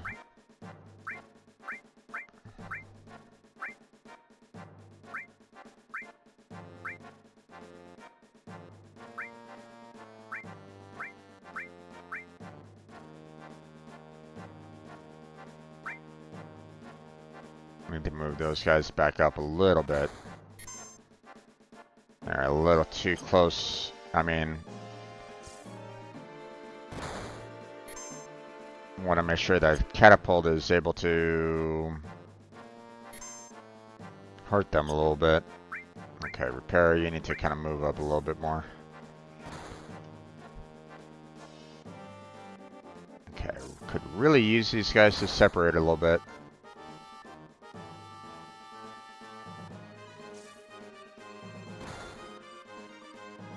Okay, not exactly what I was kind of hoping for, but I mean, it's better than nothing, I guess.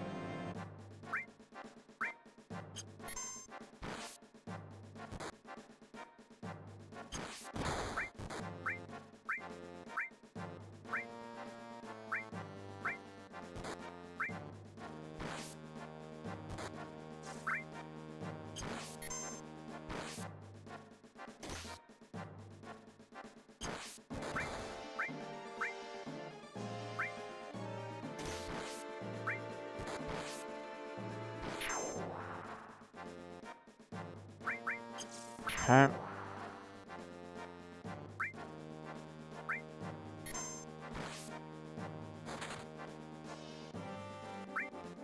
Move.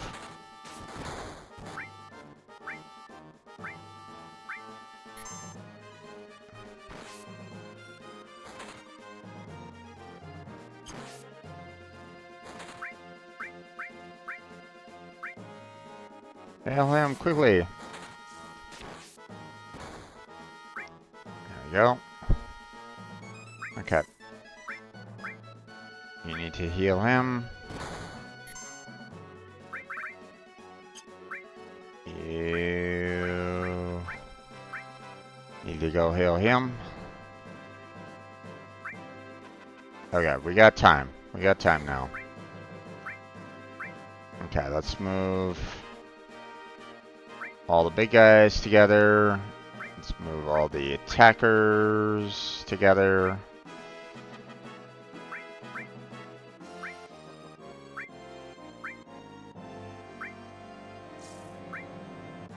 Let's move all the shooters together.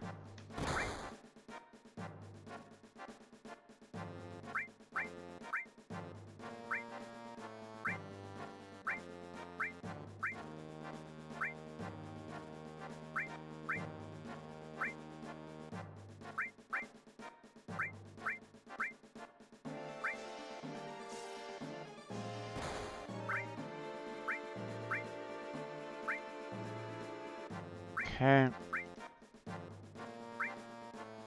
There we go.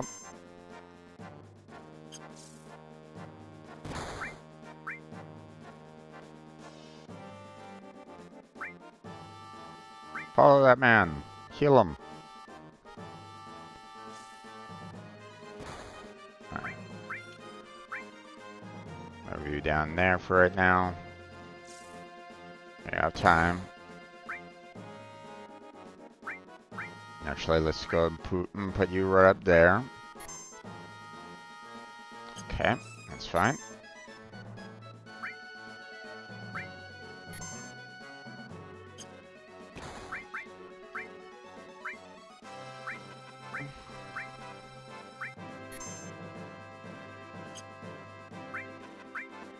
Okay, move you there. Move you there. Move you up there. Move you there. Are you healing? You're doing okay. You guys are good. Oh, Archer. Shooter, you're pissing me off. Get up there. Okay. You guys are healed. That's fine. What about... No. You. Let's go heal you real quick. Okay, shooter. You need to go... Let's just move you there for right now. Repair. You need to go... And just go down there and heal that person. Even though technically he doesn't really need it. Okay, so... Now... Let's see about moving our catapults around there.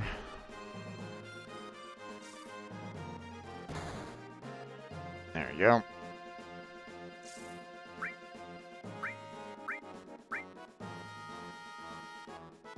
Move you there.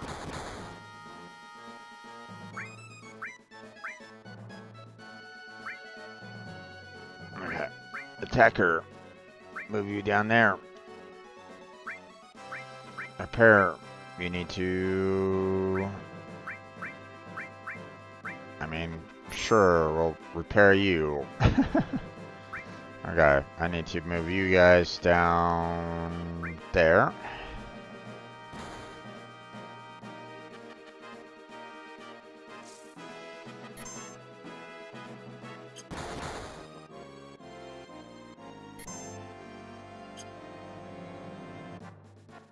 Okay, this guy is going to be weak against the defenders, even though the defenders are going to be hurt a lot, but I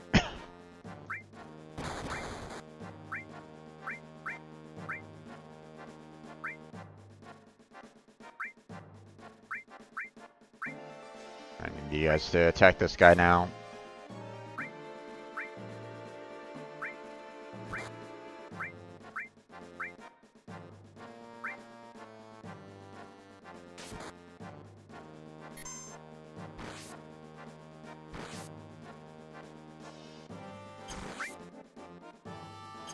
Okay.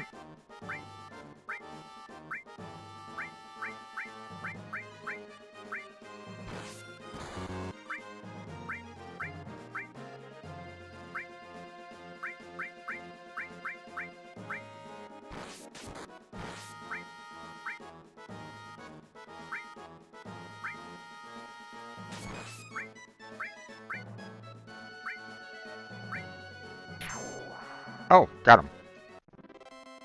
Okay. Nice.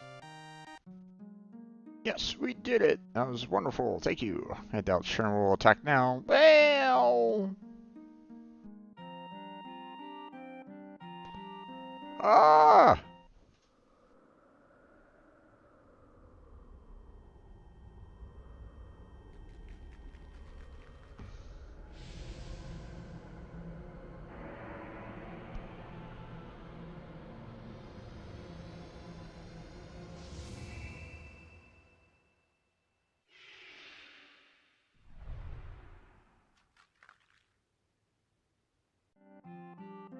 That light just now. Poor bird. The condor. The egg.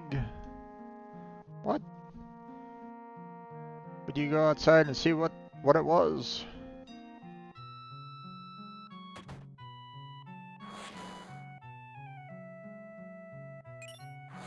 Received Phoenix material.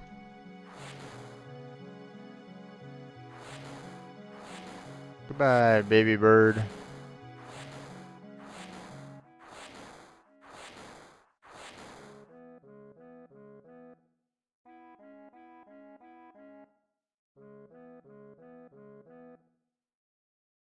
Gone. Be sure and report to my father, too.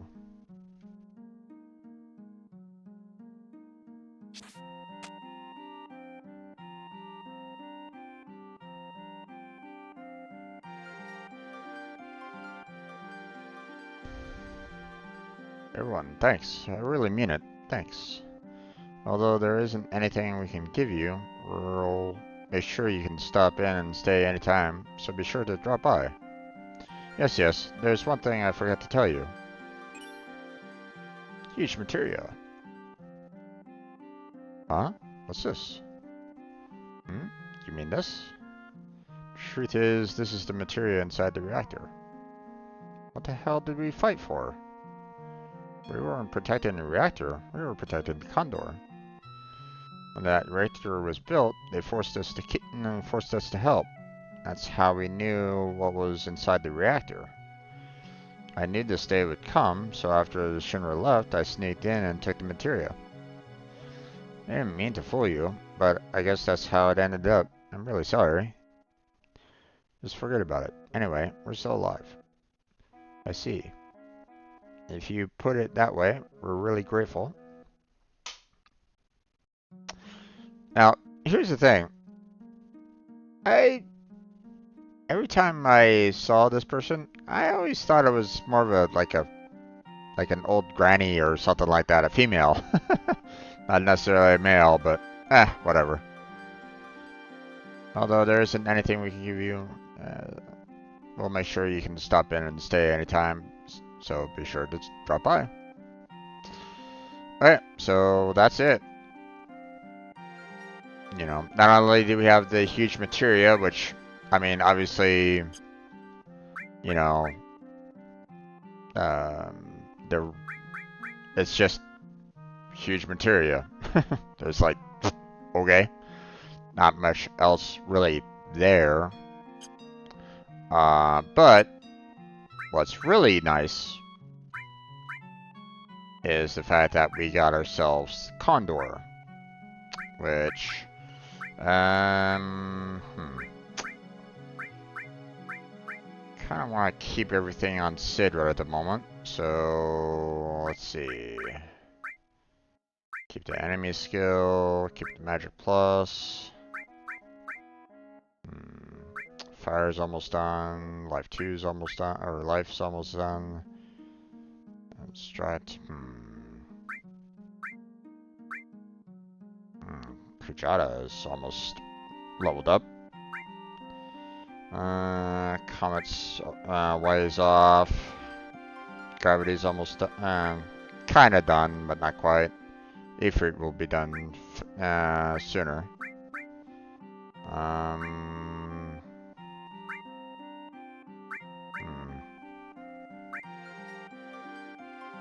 You know what? I'm gonna take out Gravity there, and we're gonna put in Phoenix.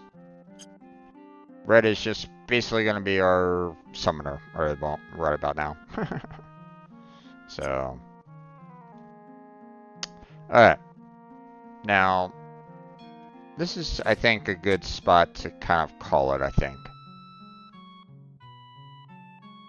My tailbone's kind of hurting me a little bit, so I'm probably gonna go ahead and call it. So, I want to kind of get up and stretch, but obviously I don't really want to do that in the middle of the stream. So, okay, there we go. So, that's all well and done. And let's go and quit on out. So,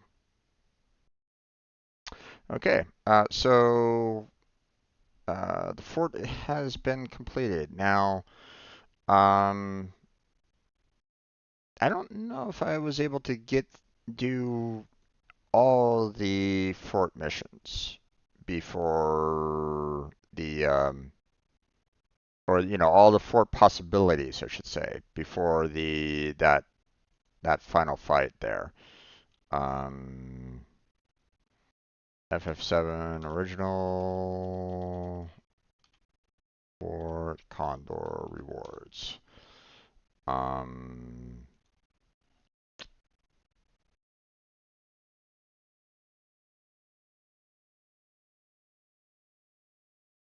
Let's see.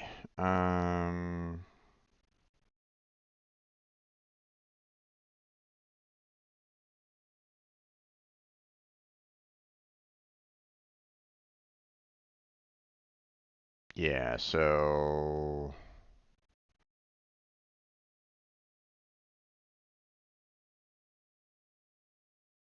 according to this one, first prize is the magic comb, which we got. The peace ring is the second. Ether is the third. Mega elixir is the fourth. We got the high potions, I believe, which was the fifth, but there was a lot more afterwards that, I could have gotten as rewards. But I mean, it's not really that important per se, except for the seventh, which is apparently part of Yuffie's. What is that? Um,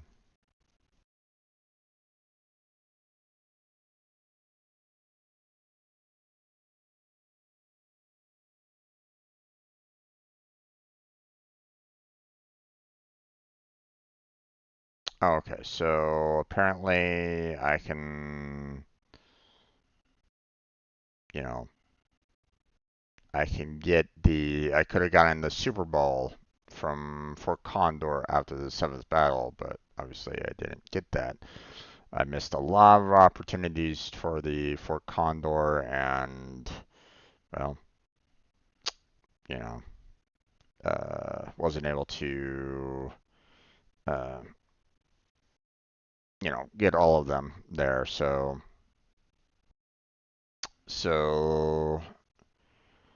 um, so, according to this list here, GameFAQs, GameSpot.com. So, first battle is the initial arrival at Fort Condor.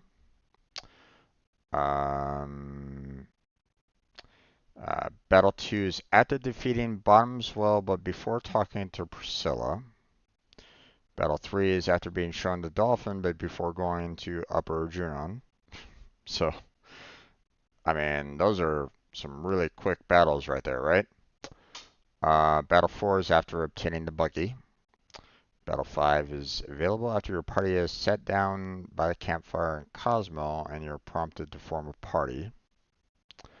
Battle 6 is after the KVG. Battle 7 after talking to Shara but before speaking to the captain. Battle 8 is after obtaining the Tiny Bronco. Battle 9 is after obtaining the Keystone. Battle 10 after completing Temple of the Agents. Battle 11 is after using the Lunar Harp. Battle 12 after sleeping in the Forgotten Capital, but before the end of Disc 1. Battle 13, Disc 2, anytime before completing Whirlwind Maze. 14 through 18 apparently can't be fought. Battle 19 after obtaining the High Wind when Tifa's the leader of your party. Battle 20 can't be fought, occurs during the events in Medeal. And then, of course, the final battle, which we just did. So as you can see, a lot of battles that you can do. According to this, you can do a total of 14 different battles in total. So, potentially, there was a magic comb, a peace ring, 3 ethers, a mega elixir, a total of 10 high potions, the super ball, a total of 6 turbo ethers, 15 X potions, and a total of 6 elixirs, all total. So, you know, now I don't know if you really needed the, from what I understand, you can purchase the Super Ball, in Junon.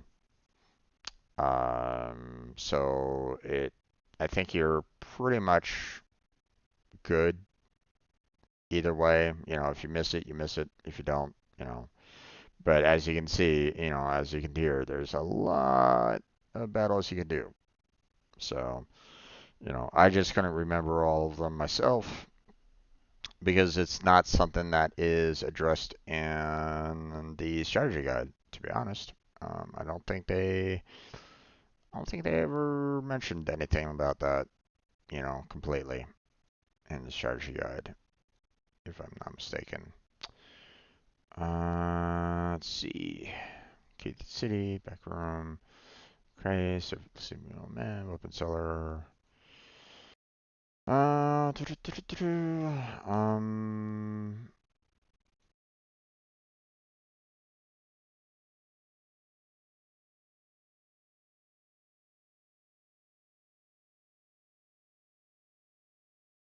let's see.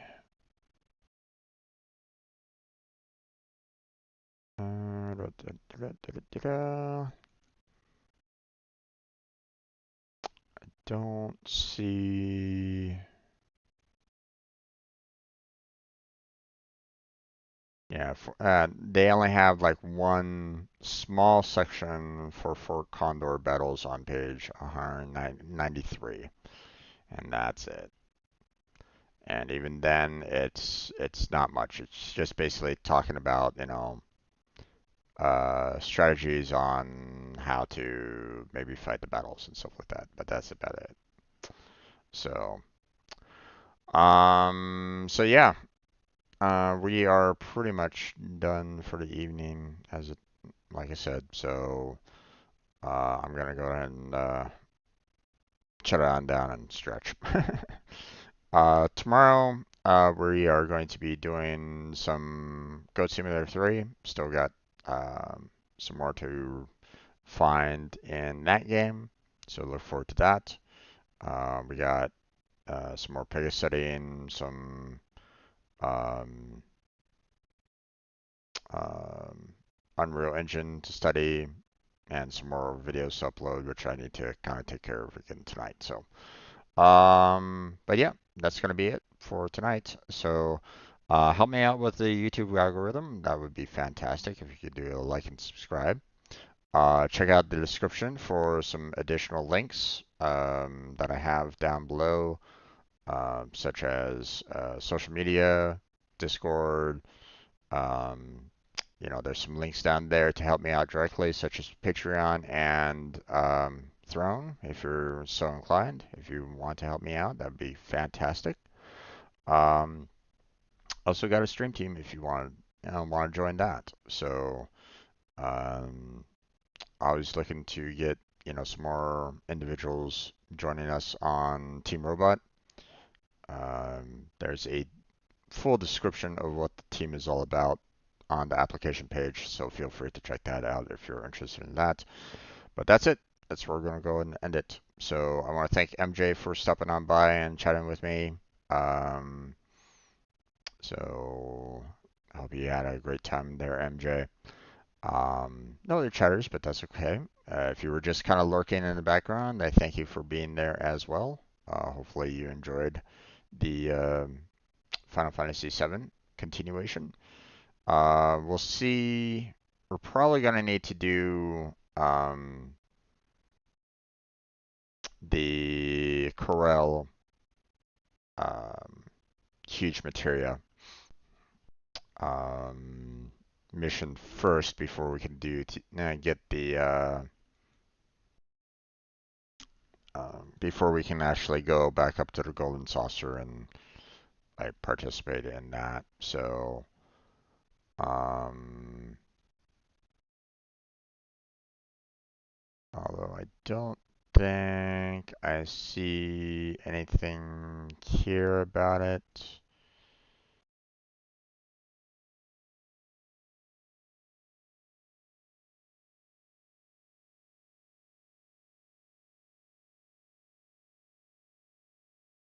Yeah, nothing in the book about like, hey, this is the perfect time for you to go back to, you know, the Golden Saucer, blah blah blah. Yeah, nothing along those lines right at this moment in time, but whatever.